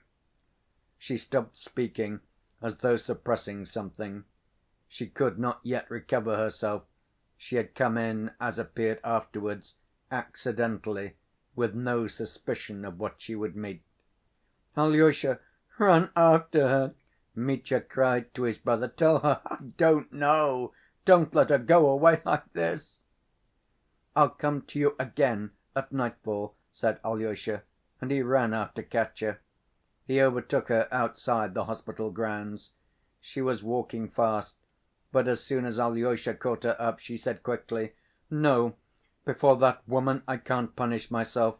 I asked her forgiveness because I wanted to punish myself to the bitter end. She would not forgive me. I like her for that," she added in an unnatural voice, and her eyes flashed with fierce resentment.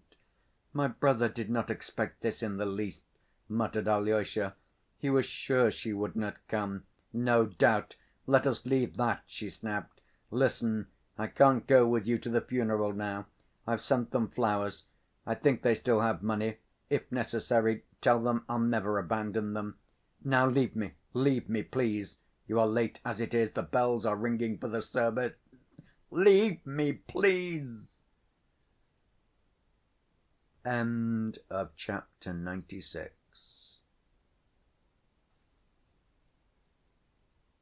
For him, and had already decided to bear the pretty flower‐decked little coffin to the church without him. It was the coffin of poor little Ilusha. He had died 2 days after Mitya was sentenced. At the gate of the house Alyosha was met by the shouts of the boys, Ilusha's schoolfellows. They had all been impatiently expecting him, and were glad that he had come at last. There were about 12 of them. They all had their school‐bags or satchels on their shoulders. "Father will cry, be with father," Ilusha had told them as he lay dying, and the boys remembered it. Kolya Krassotkin was the foremost of them. "How glad I am you've come, Karamazov!" he cried, holding out his hand to Alyosha. "It's awful here. It's really horrible to see it. Snegiryov is not drunk, we know for a fact he's had nothing to drink to‐day, but he seems as if he were drunk. I am always manly, but this is awful, Karamazov. If I am not keeping you, one question before you go in." "What is it, Kolya?" said Alyosha. "Is your brother innocent or guilty? Was it he killed your father, or was it the valet? As you say, so it will be. I haven't slept for the last 4 nights for thinking of it." "The valet killed him. My brother is innocent," answered Alyosha. "That's what I said!" cried Smurov. "So he will perish an innocent victim!" exclaimed Kolya. "Though he is ruined, he is happy. I could envy him." "What do you mean? How can you? Why?" cried Alyosha, surprised. "Oh, if I, too, could sacrifice myself some day for truth!" said Kolya with enthusiasm. "But not in such a cause, not with such disgrace and such horror," said Alyosha. "Of course, I should like to die for all humanity, and as for disgrace, I don't care about that. Our names may perish. I respect your brother." "And so do I," the boy, who had once declared that he knew who had founded Troy, cried suddenly and unexpectedly, and he blushed up to his ears like a peony, as he had done on that occasion. Alyosha went into the room. Ilusha lay with his hands folded and his eyes closed in a blue coffin with a white frill round it. His thin face was hardly changed at all, and strange to say, there was no smell of decay from the corpse. The expression of his face was serious and, as it were, thoughtful. His hands, crossed over his breast, looked particularly beautiful, as though chiseled in marble. There were flowers in his hands, and the coffin, inside and out, was decked with flowers, which had been sent early in the morning by Lise Hohlakov. But there were flowers, too, from Katerina Ivanovna, and when Alyosha opened the door, the captain had a bunch in his trembling hands and was strewing them again over his dear boy. He scarcely glanced at Alyosha when he came in, and he could not look at any one. He scarcely glanced at Alyosha when he came in, and he would not look at any one, even at his crazy weeping wife, Mama, who kept trying to stand on her crippled legs to get a nearer look at her dead boy. Nina had been pushed in her chair by the boys close up to the coffin. She sat with her head pressed to it, and she, too, was no doubt quietly weeping. Snegiryov's face looked eager, yet bewildered and exasperated. There was something crazy about his gestures and the words that broke from him. "Old man, dear old man!" he exclaimed every minute, gazing at Ilusha. It was his habit to call Ilusha "old man" as a term of affection when he was alive. "Father, give me a flower too. Take that white one out of his hand and give it me," the crazy mother begged, whimpering. Either because the little white rose in Ilusha's hand had caught her fancy, or that she wanted one from his hand to keep in memory of him, she moved restlessly, stretching out her hands for the flower. "I won't give it to any one, I won't give you anything!" Snegiryov cried callously. "They are his flowers, not yours. Everything is his. Nothing is yours." "Father, give mother a flower," said Nina, lifting her face wet with tears. "I won't give away anything, and to her less than any one. She didn't love Ilusha. She took away his little cannon, and he gave it to her." The captain broke into loud sobs at the thought of how Ilusha had given up his cannon to his mother. The poor crazy creature was bathed in noiseless tears, hiding her face in her hands. The boys, seeing that the father would not leave the coffin, and that it was time to carry it out, stood round it in a close circle and began to lift it up. "I don't want him to be buried in the churchyard," Snegiryov wailed suddenly. "I'll bury him by the stone, by our stone. Ilusha told me to. I won't let him be carried out." He had been saying for the last 3 days that he would bury him by the stone. But Alyosha, Krassotkin, the landlady, her sister, and all the boys interfered. "What an idea! Bury him by an unholy stone, as though he had hanged himself," the old landlady said sternly. "There, in the churchyard, the ground has been crossed. He'll be prayed for there. One can hear the singing in church, and the deacon reads so plainly and verbally that it will reach him every time, just as though it were read over his grave." At last the captain made a gesture of despair, as though to say, "Take him where you will." The boys raised the coffin, but as they passed the mother they stopped for a moment and lowered it, that she might say good‐by to Ilusha. But on seeing that precious little face, which for the last 3 days she had only looked at from a distance, she trembled all over, and her gray head began twitching spasmodically over the coffin. "Mother, make the sign of the cross over him, give him your blessing, kiss him," Nina cried to her. But her head still twitched like an automaton, and with a face contorted with bitter grief she began, without a word, beating her breast with her fist. They carried the coffin past her. Nina pressed her lips to her brother's for the last time as they bore the coffin by her. As Alyosha went out of the house, he begged the landlady to look after those who were left behind, but she interrupted him before he had finished. "To be sure, I'll stay with them. We are Christians too." The old lady wept as she said it.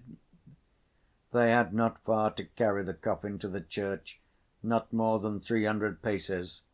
It was a still, clear day, with a slight frost. The church bells were still ringing. Snegiryov ran, fussing and distracted, after the coffin, in his short old summer overcoat, with his head bare and his soft old wide‐brimmed hat in his hand. He seemed in a state of bewildered anxiety. At one minute he stretched out his hand to support the head of the coffin, and only hindered the bearers. At another he ran alongside and tried to find a place for himself there. A flower fell on the snow, and he rushed to pick it up as though everything in the world depended on the loss of that flower. "And the crust of bread, we've forgotten the crust!" he cried suddenly in dismay. But the boys reminded him at once that he had taken the crust of bread already and that it was in his pocket. He instantly pulled it out and was reassured. "Ilusha told me to, Ilusha," he explained at once to Alyosha. "I was sitting by him one night, and he suddenly told me, 'Father, when my grave is filled up, crumble a piece of bread on it, so that the sparrows may fly down. I shall hear, and it will cheer me up not to be lying alone.'"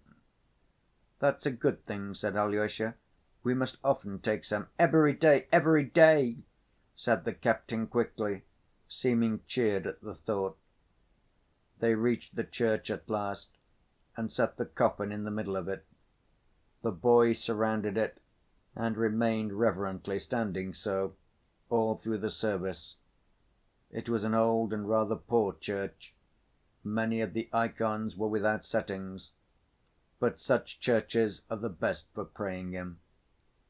During the mass Snegiryov became somewhat calmer, though at times he had outbursts of the same unconscious and, as it were, incoherent anxiety.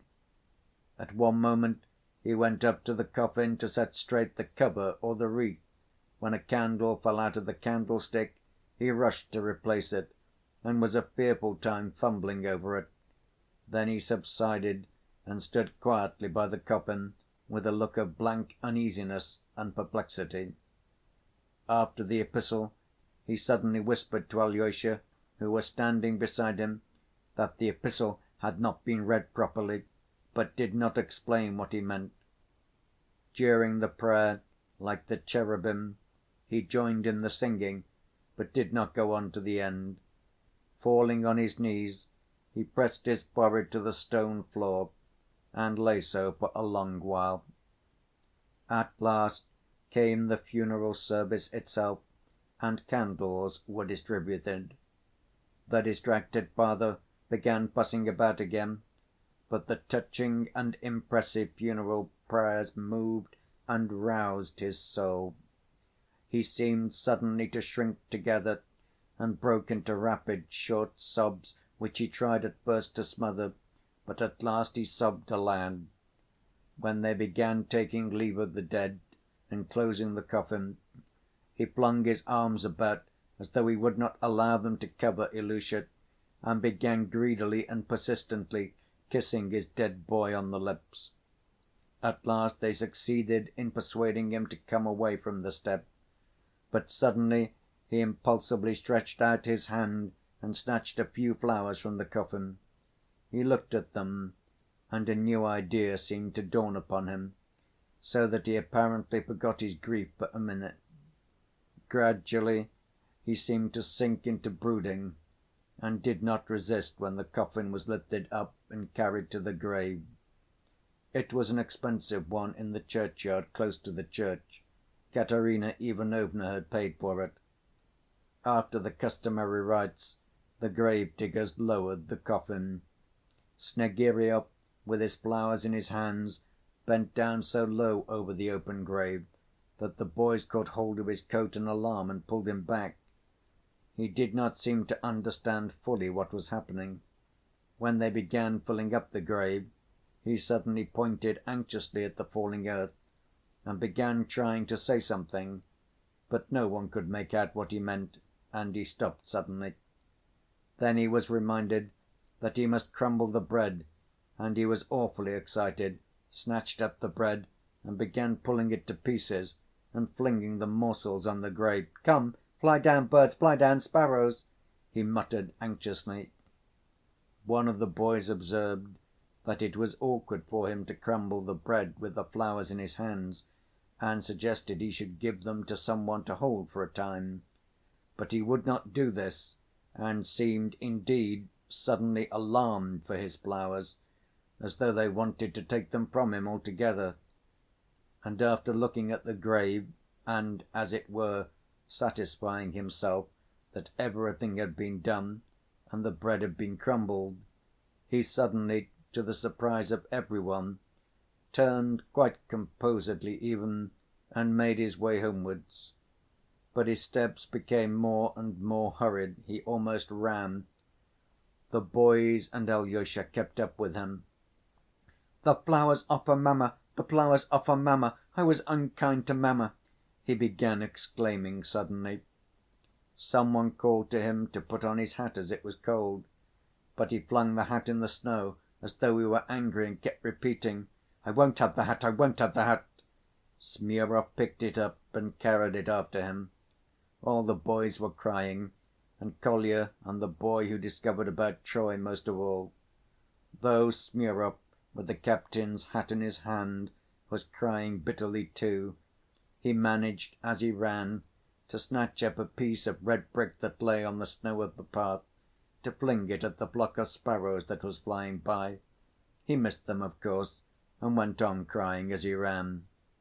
Half‐way Snegiryov suddenly stopped, stood still for half a minute, as though struck by something, and suddenly turning back to the church, ran towards the deserted grave.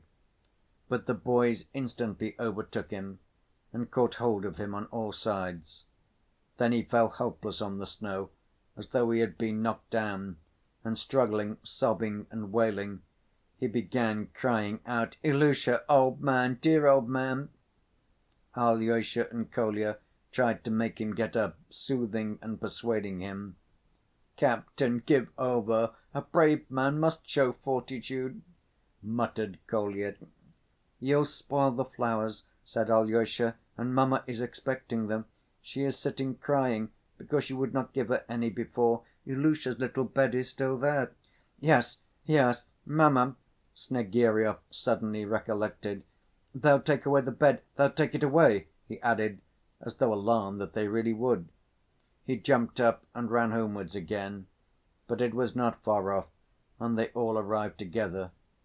Snegiryov opened the door hurriedly and called to his wife, with whom he had so cruelly quarreled just before. "Mamma, poor crippled darling, Ilusha has sent you these flowers," he cried, holding out to her a little bunch of flowers that had been frozen and broken while he was struggling in the snow. But in that instant he saw in the corner by the little bed Ilusha's little boots, which the landlady had put tidily side by side. Seeing the old, patched, rusty‐looking stiff boots, he flung up his hands and rushed to them, fell on his knees, snatched up one boot, and pressing his lips to it, began kissing it greedily, crying, "Ilusha, old man, dear old man, where are your little feet? Where have you taken him away? Where have you taken him away?" the lunatic cried in a heart‐rending voice. Nina, too, broke into sobs. Kolya ran out of the room. The boys followed him. At last Alyosha too went out. "Let them weep," he said to Kolya. "It's no use trying to comfort them just now. Let us wait a minute and then go back." "No, it's no use, it's awful," Kolya assented. "Do you know, Karamazov," he dropped his voice so that no one could hear them, "I feel dreadfully sad, and if it were only possible to bring him back, I'd give anything in the world to do it." "Ah, so would I," said Alyosha. "What do you think, Karamazov? Had we better come back here to‐night? He'll be drunk, you know." "Perhaps he will. Let us come together, you and I. That will be enough to spend an hour with the mother and Nina. If we all come together, we shall remind them of everything again," Alyosha suggested. "The landlady is laying the table for them now. There'll be a funeral dinner or something. The priest is coming. Shall we go back to it, Karamazov?" "Of course," said Alyosha. "It's all so strange, Karamazov. Such sorrow, and then pancakes after it. It all seems so unnatural in our religion." "They are going to have salmon, too," the boy who had discovered about Troy observed in a loud voice. "I beg you most earnestly, Kartashov, not to interrupt again with your idiotic remarks, especially when one is not talking to you and doesn't care to know whether you exist or not," Kolya snapped out irritably. The boy flushed crimson, but did not dare to reply. Meantime they were strolling slowly along the path, and suddenly Smurov exclaimed, "There's Ilusha's stone, under which they wanted to bury him." They all stood still by the big stone. Alyosha looked, and the whole picture of what Snegiryov had described to him that day, how Ilusha, weeping and hugging his father, had cried, "Father, father, how he insulted you," rose at once before his imagination. A sudden impulse seemed to come into his soul. With a serious and earnest expression he looked from one to another of the bright, pleasant faces of Ilusha's schoolfellows, and suddenly said to them, "Boys, I should like to say one word to you here, at this place." The boys stood round him, and at once bent attentive and expectant eyes upon him. "Boys, we shall soon part. I shall be for some time with my two brothers, of whom one is going to Siberia and the other is lying at death's door. But soon I shall leave this town, perhaps for a long time, so we shall part. Let us make a compact here at Ilusha's stone that we will never forget Ilusha and one another. And whatever happens to us later in life, if we don't meet for 20 years afterwards, let us always remember how we buried the poor boy at whom we once threw stones, do you remember, by the bridge? And afterwards we all grew so fond of him. He was a fine boy, a kind‐hearted, brave boy. He felt for his father's honor and resented the cruel insult to him and stood up for him. And so, in the first place, we will remember him, boys, all our lives. And even if we are occupied with most important things, if we attain to honor or fall into great misfortune, still let us remember how good it was once here, when we were all together, united by a good and kind feeling, which made us, for the time we were loving that poor boy, better perhaps than we are. My little doves, let me call you so, for you are very like them, those pretty bluebirds. At this minute, as I look at your good dear faces, my dear children, perhaps you won't understand what I am saying to you, because I often speak very unintelligibly. But you'll remember it all the same, and will agree with my words some time. You must know that there is nothing higher and stronger and more wholesome and good for life in the future than some good memory, especially a memory of childhood, of home. People talk to you a great deal about your education, but some good, sacred memory, preserved from childhood, is perhaps the best education. If a man carries many such memories with him into life, he is safe to the end of his days. And if one has only one good memory left in one's heart, even that may sometimes be the means of saving us.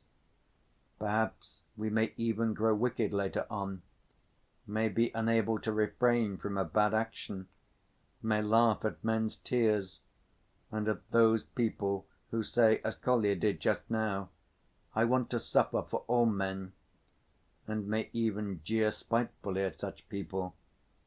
But however bad we may become, which God forbid, yet when we recall how we buried Ilusha, how we loved him in his last days, and how we have been talking like friends all together at this stone, the cruelest and most mocking of us, if we do become so, will not dare to laugh inwardly at having been kind and good at this moment. What's more, perhaps, that one memory may keep him from great evil, and he will reflect and say, "Yes, I was good and brave and honest then." Let him laugh to himself, that's no matter. A man often laughs at what's good and kind. That's only from thoughtlessness. But I assure you, boys, that as he laughs, he will say at once in his heart, "No, I do wrong to laugh, for that's not a thing to laugh at." "That will be so, I understand you, Karamazov," cried Kolya, with flashing eyes. The boys were excited, and they too wanted to say something, but they restrained themselves, looking with intentness and emotion at the speaker. "I say this in case we become bad," Alyosha went on. "But there's no reason why we should become bad, is there, boys? Let us be, first and above all, kind, then honest, and then let us never forget each other. I say that again. I give you my word, for my part, that I'll never forget one of you. Every face looking at me now I shall remember even for 30 years. Just now Kolya said to Kartashov that we did not care to know whether he exists or not. But I cannot forget that Kartashov exists, and that he is not blushing now, as he did when he discovered the founders of Troy, but is looking at me with his jolly, kind, dear little eyes. Boys, my dear boys, Let us all be generous and brave like Ilusha, clever, brave, and generous like Kolya, though he will be ever so much cleverer when he is grown up. And let us all be as modest, as clever and sweet as Kartashov. But why am I talking about those two? You are all dear to me, boys, from this day forth. I have a place in my heart for you all, and I beg you to keep a place in your hearts for me. Well, and who has united us in this kind, good feeling, which we shall remember and intend to remember all our lives? Who, if not Ilusha, the good boy, the dear boy, precious to us for ever? Let us never forget him. May his memory live for ever in our hearts from this time forth. Yes, yes, for ever, for ever, the boys cried in their ringing voices with softened faces. Let us remember his face and his clothes and his poor little boots, his coffin and his unhappy, sinful father, and how boldly he stood up for him alone against the whole school. We will remember, cried the boys. He was brave, he was good. Ah, how I loved him, exclaimed Kolya. Ah, children, our dear friends, don't be afraid of life. How good life is when one does something good and just. Yes, yes, the boys repeated enthusiastically. Karamazov, we love you, a voice, probably Kartashov's, cried impulsively. We love you, we love you. They all caught it up. There were tears in the eyes of many of them. Hurrah for Karamazov!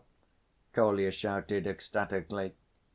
And may the dead boy's memory live for ever, Alyosha added again with feeling.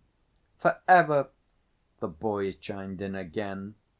Karamazov, cried Kolya, can it be true what's taught us in religion, that we shall all rise again from the dead, and shall live and see each other again, all, Ilusha too?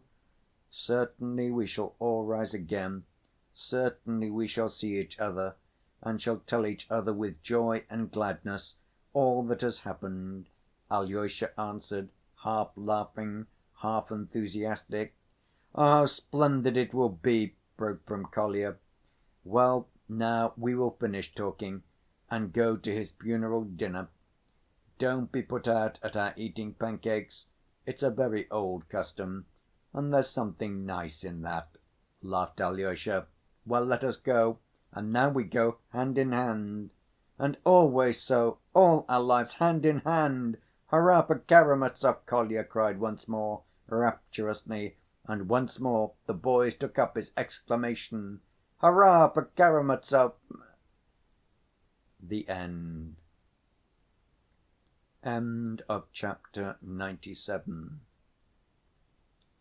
End of The Brothers Karamazov by Fyodor Dostoyevsky, translated by Constance Garnett.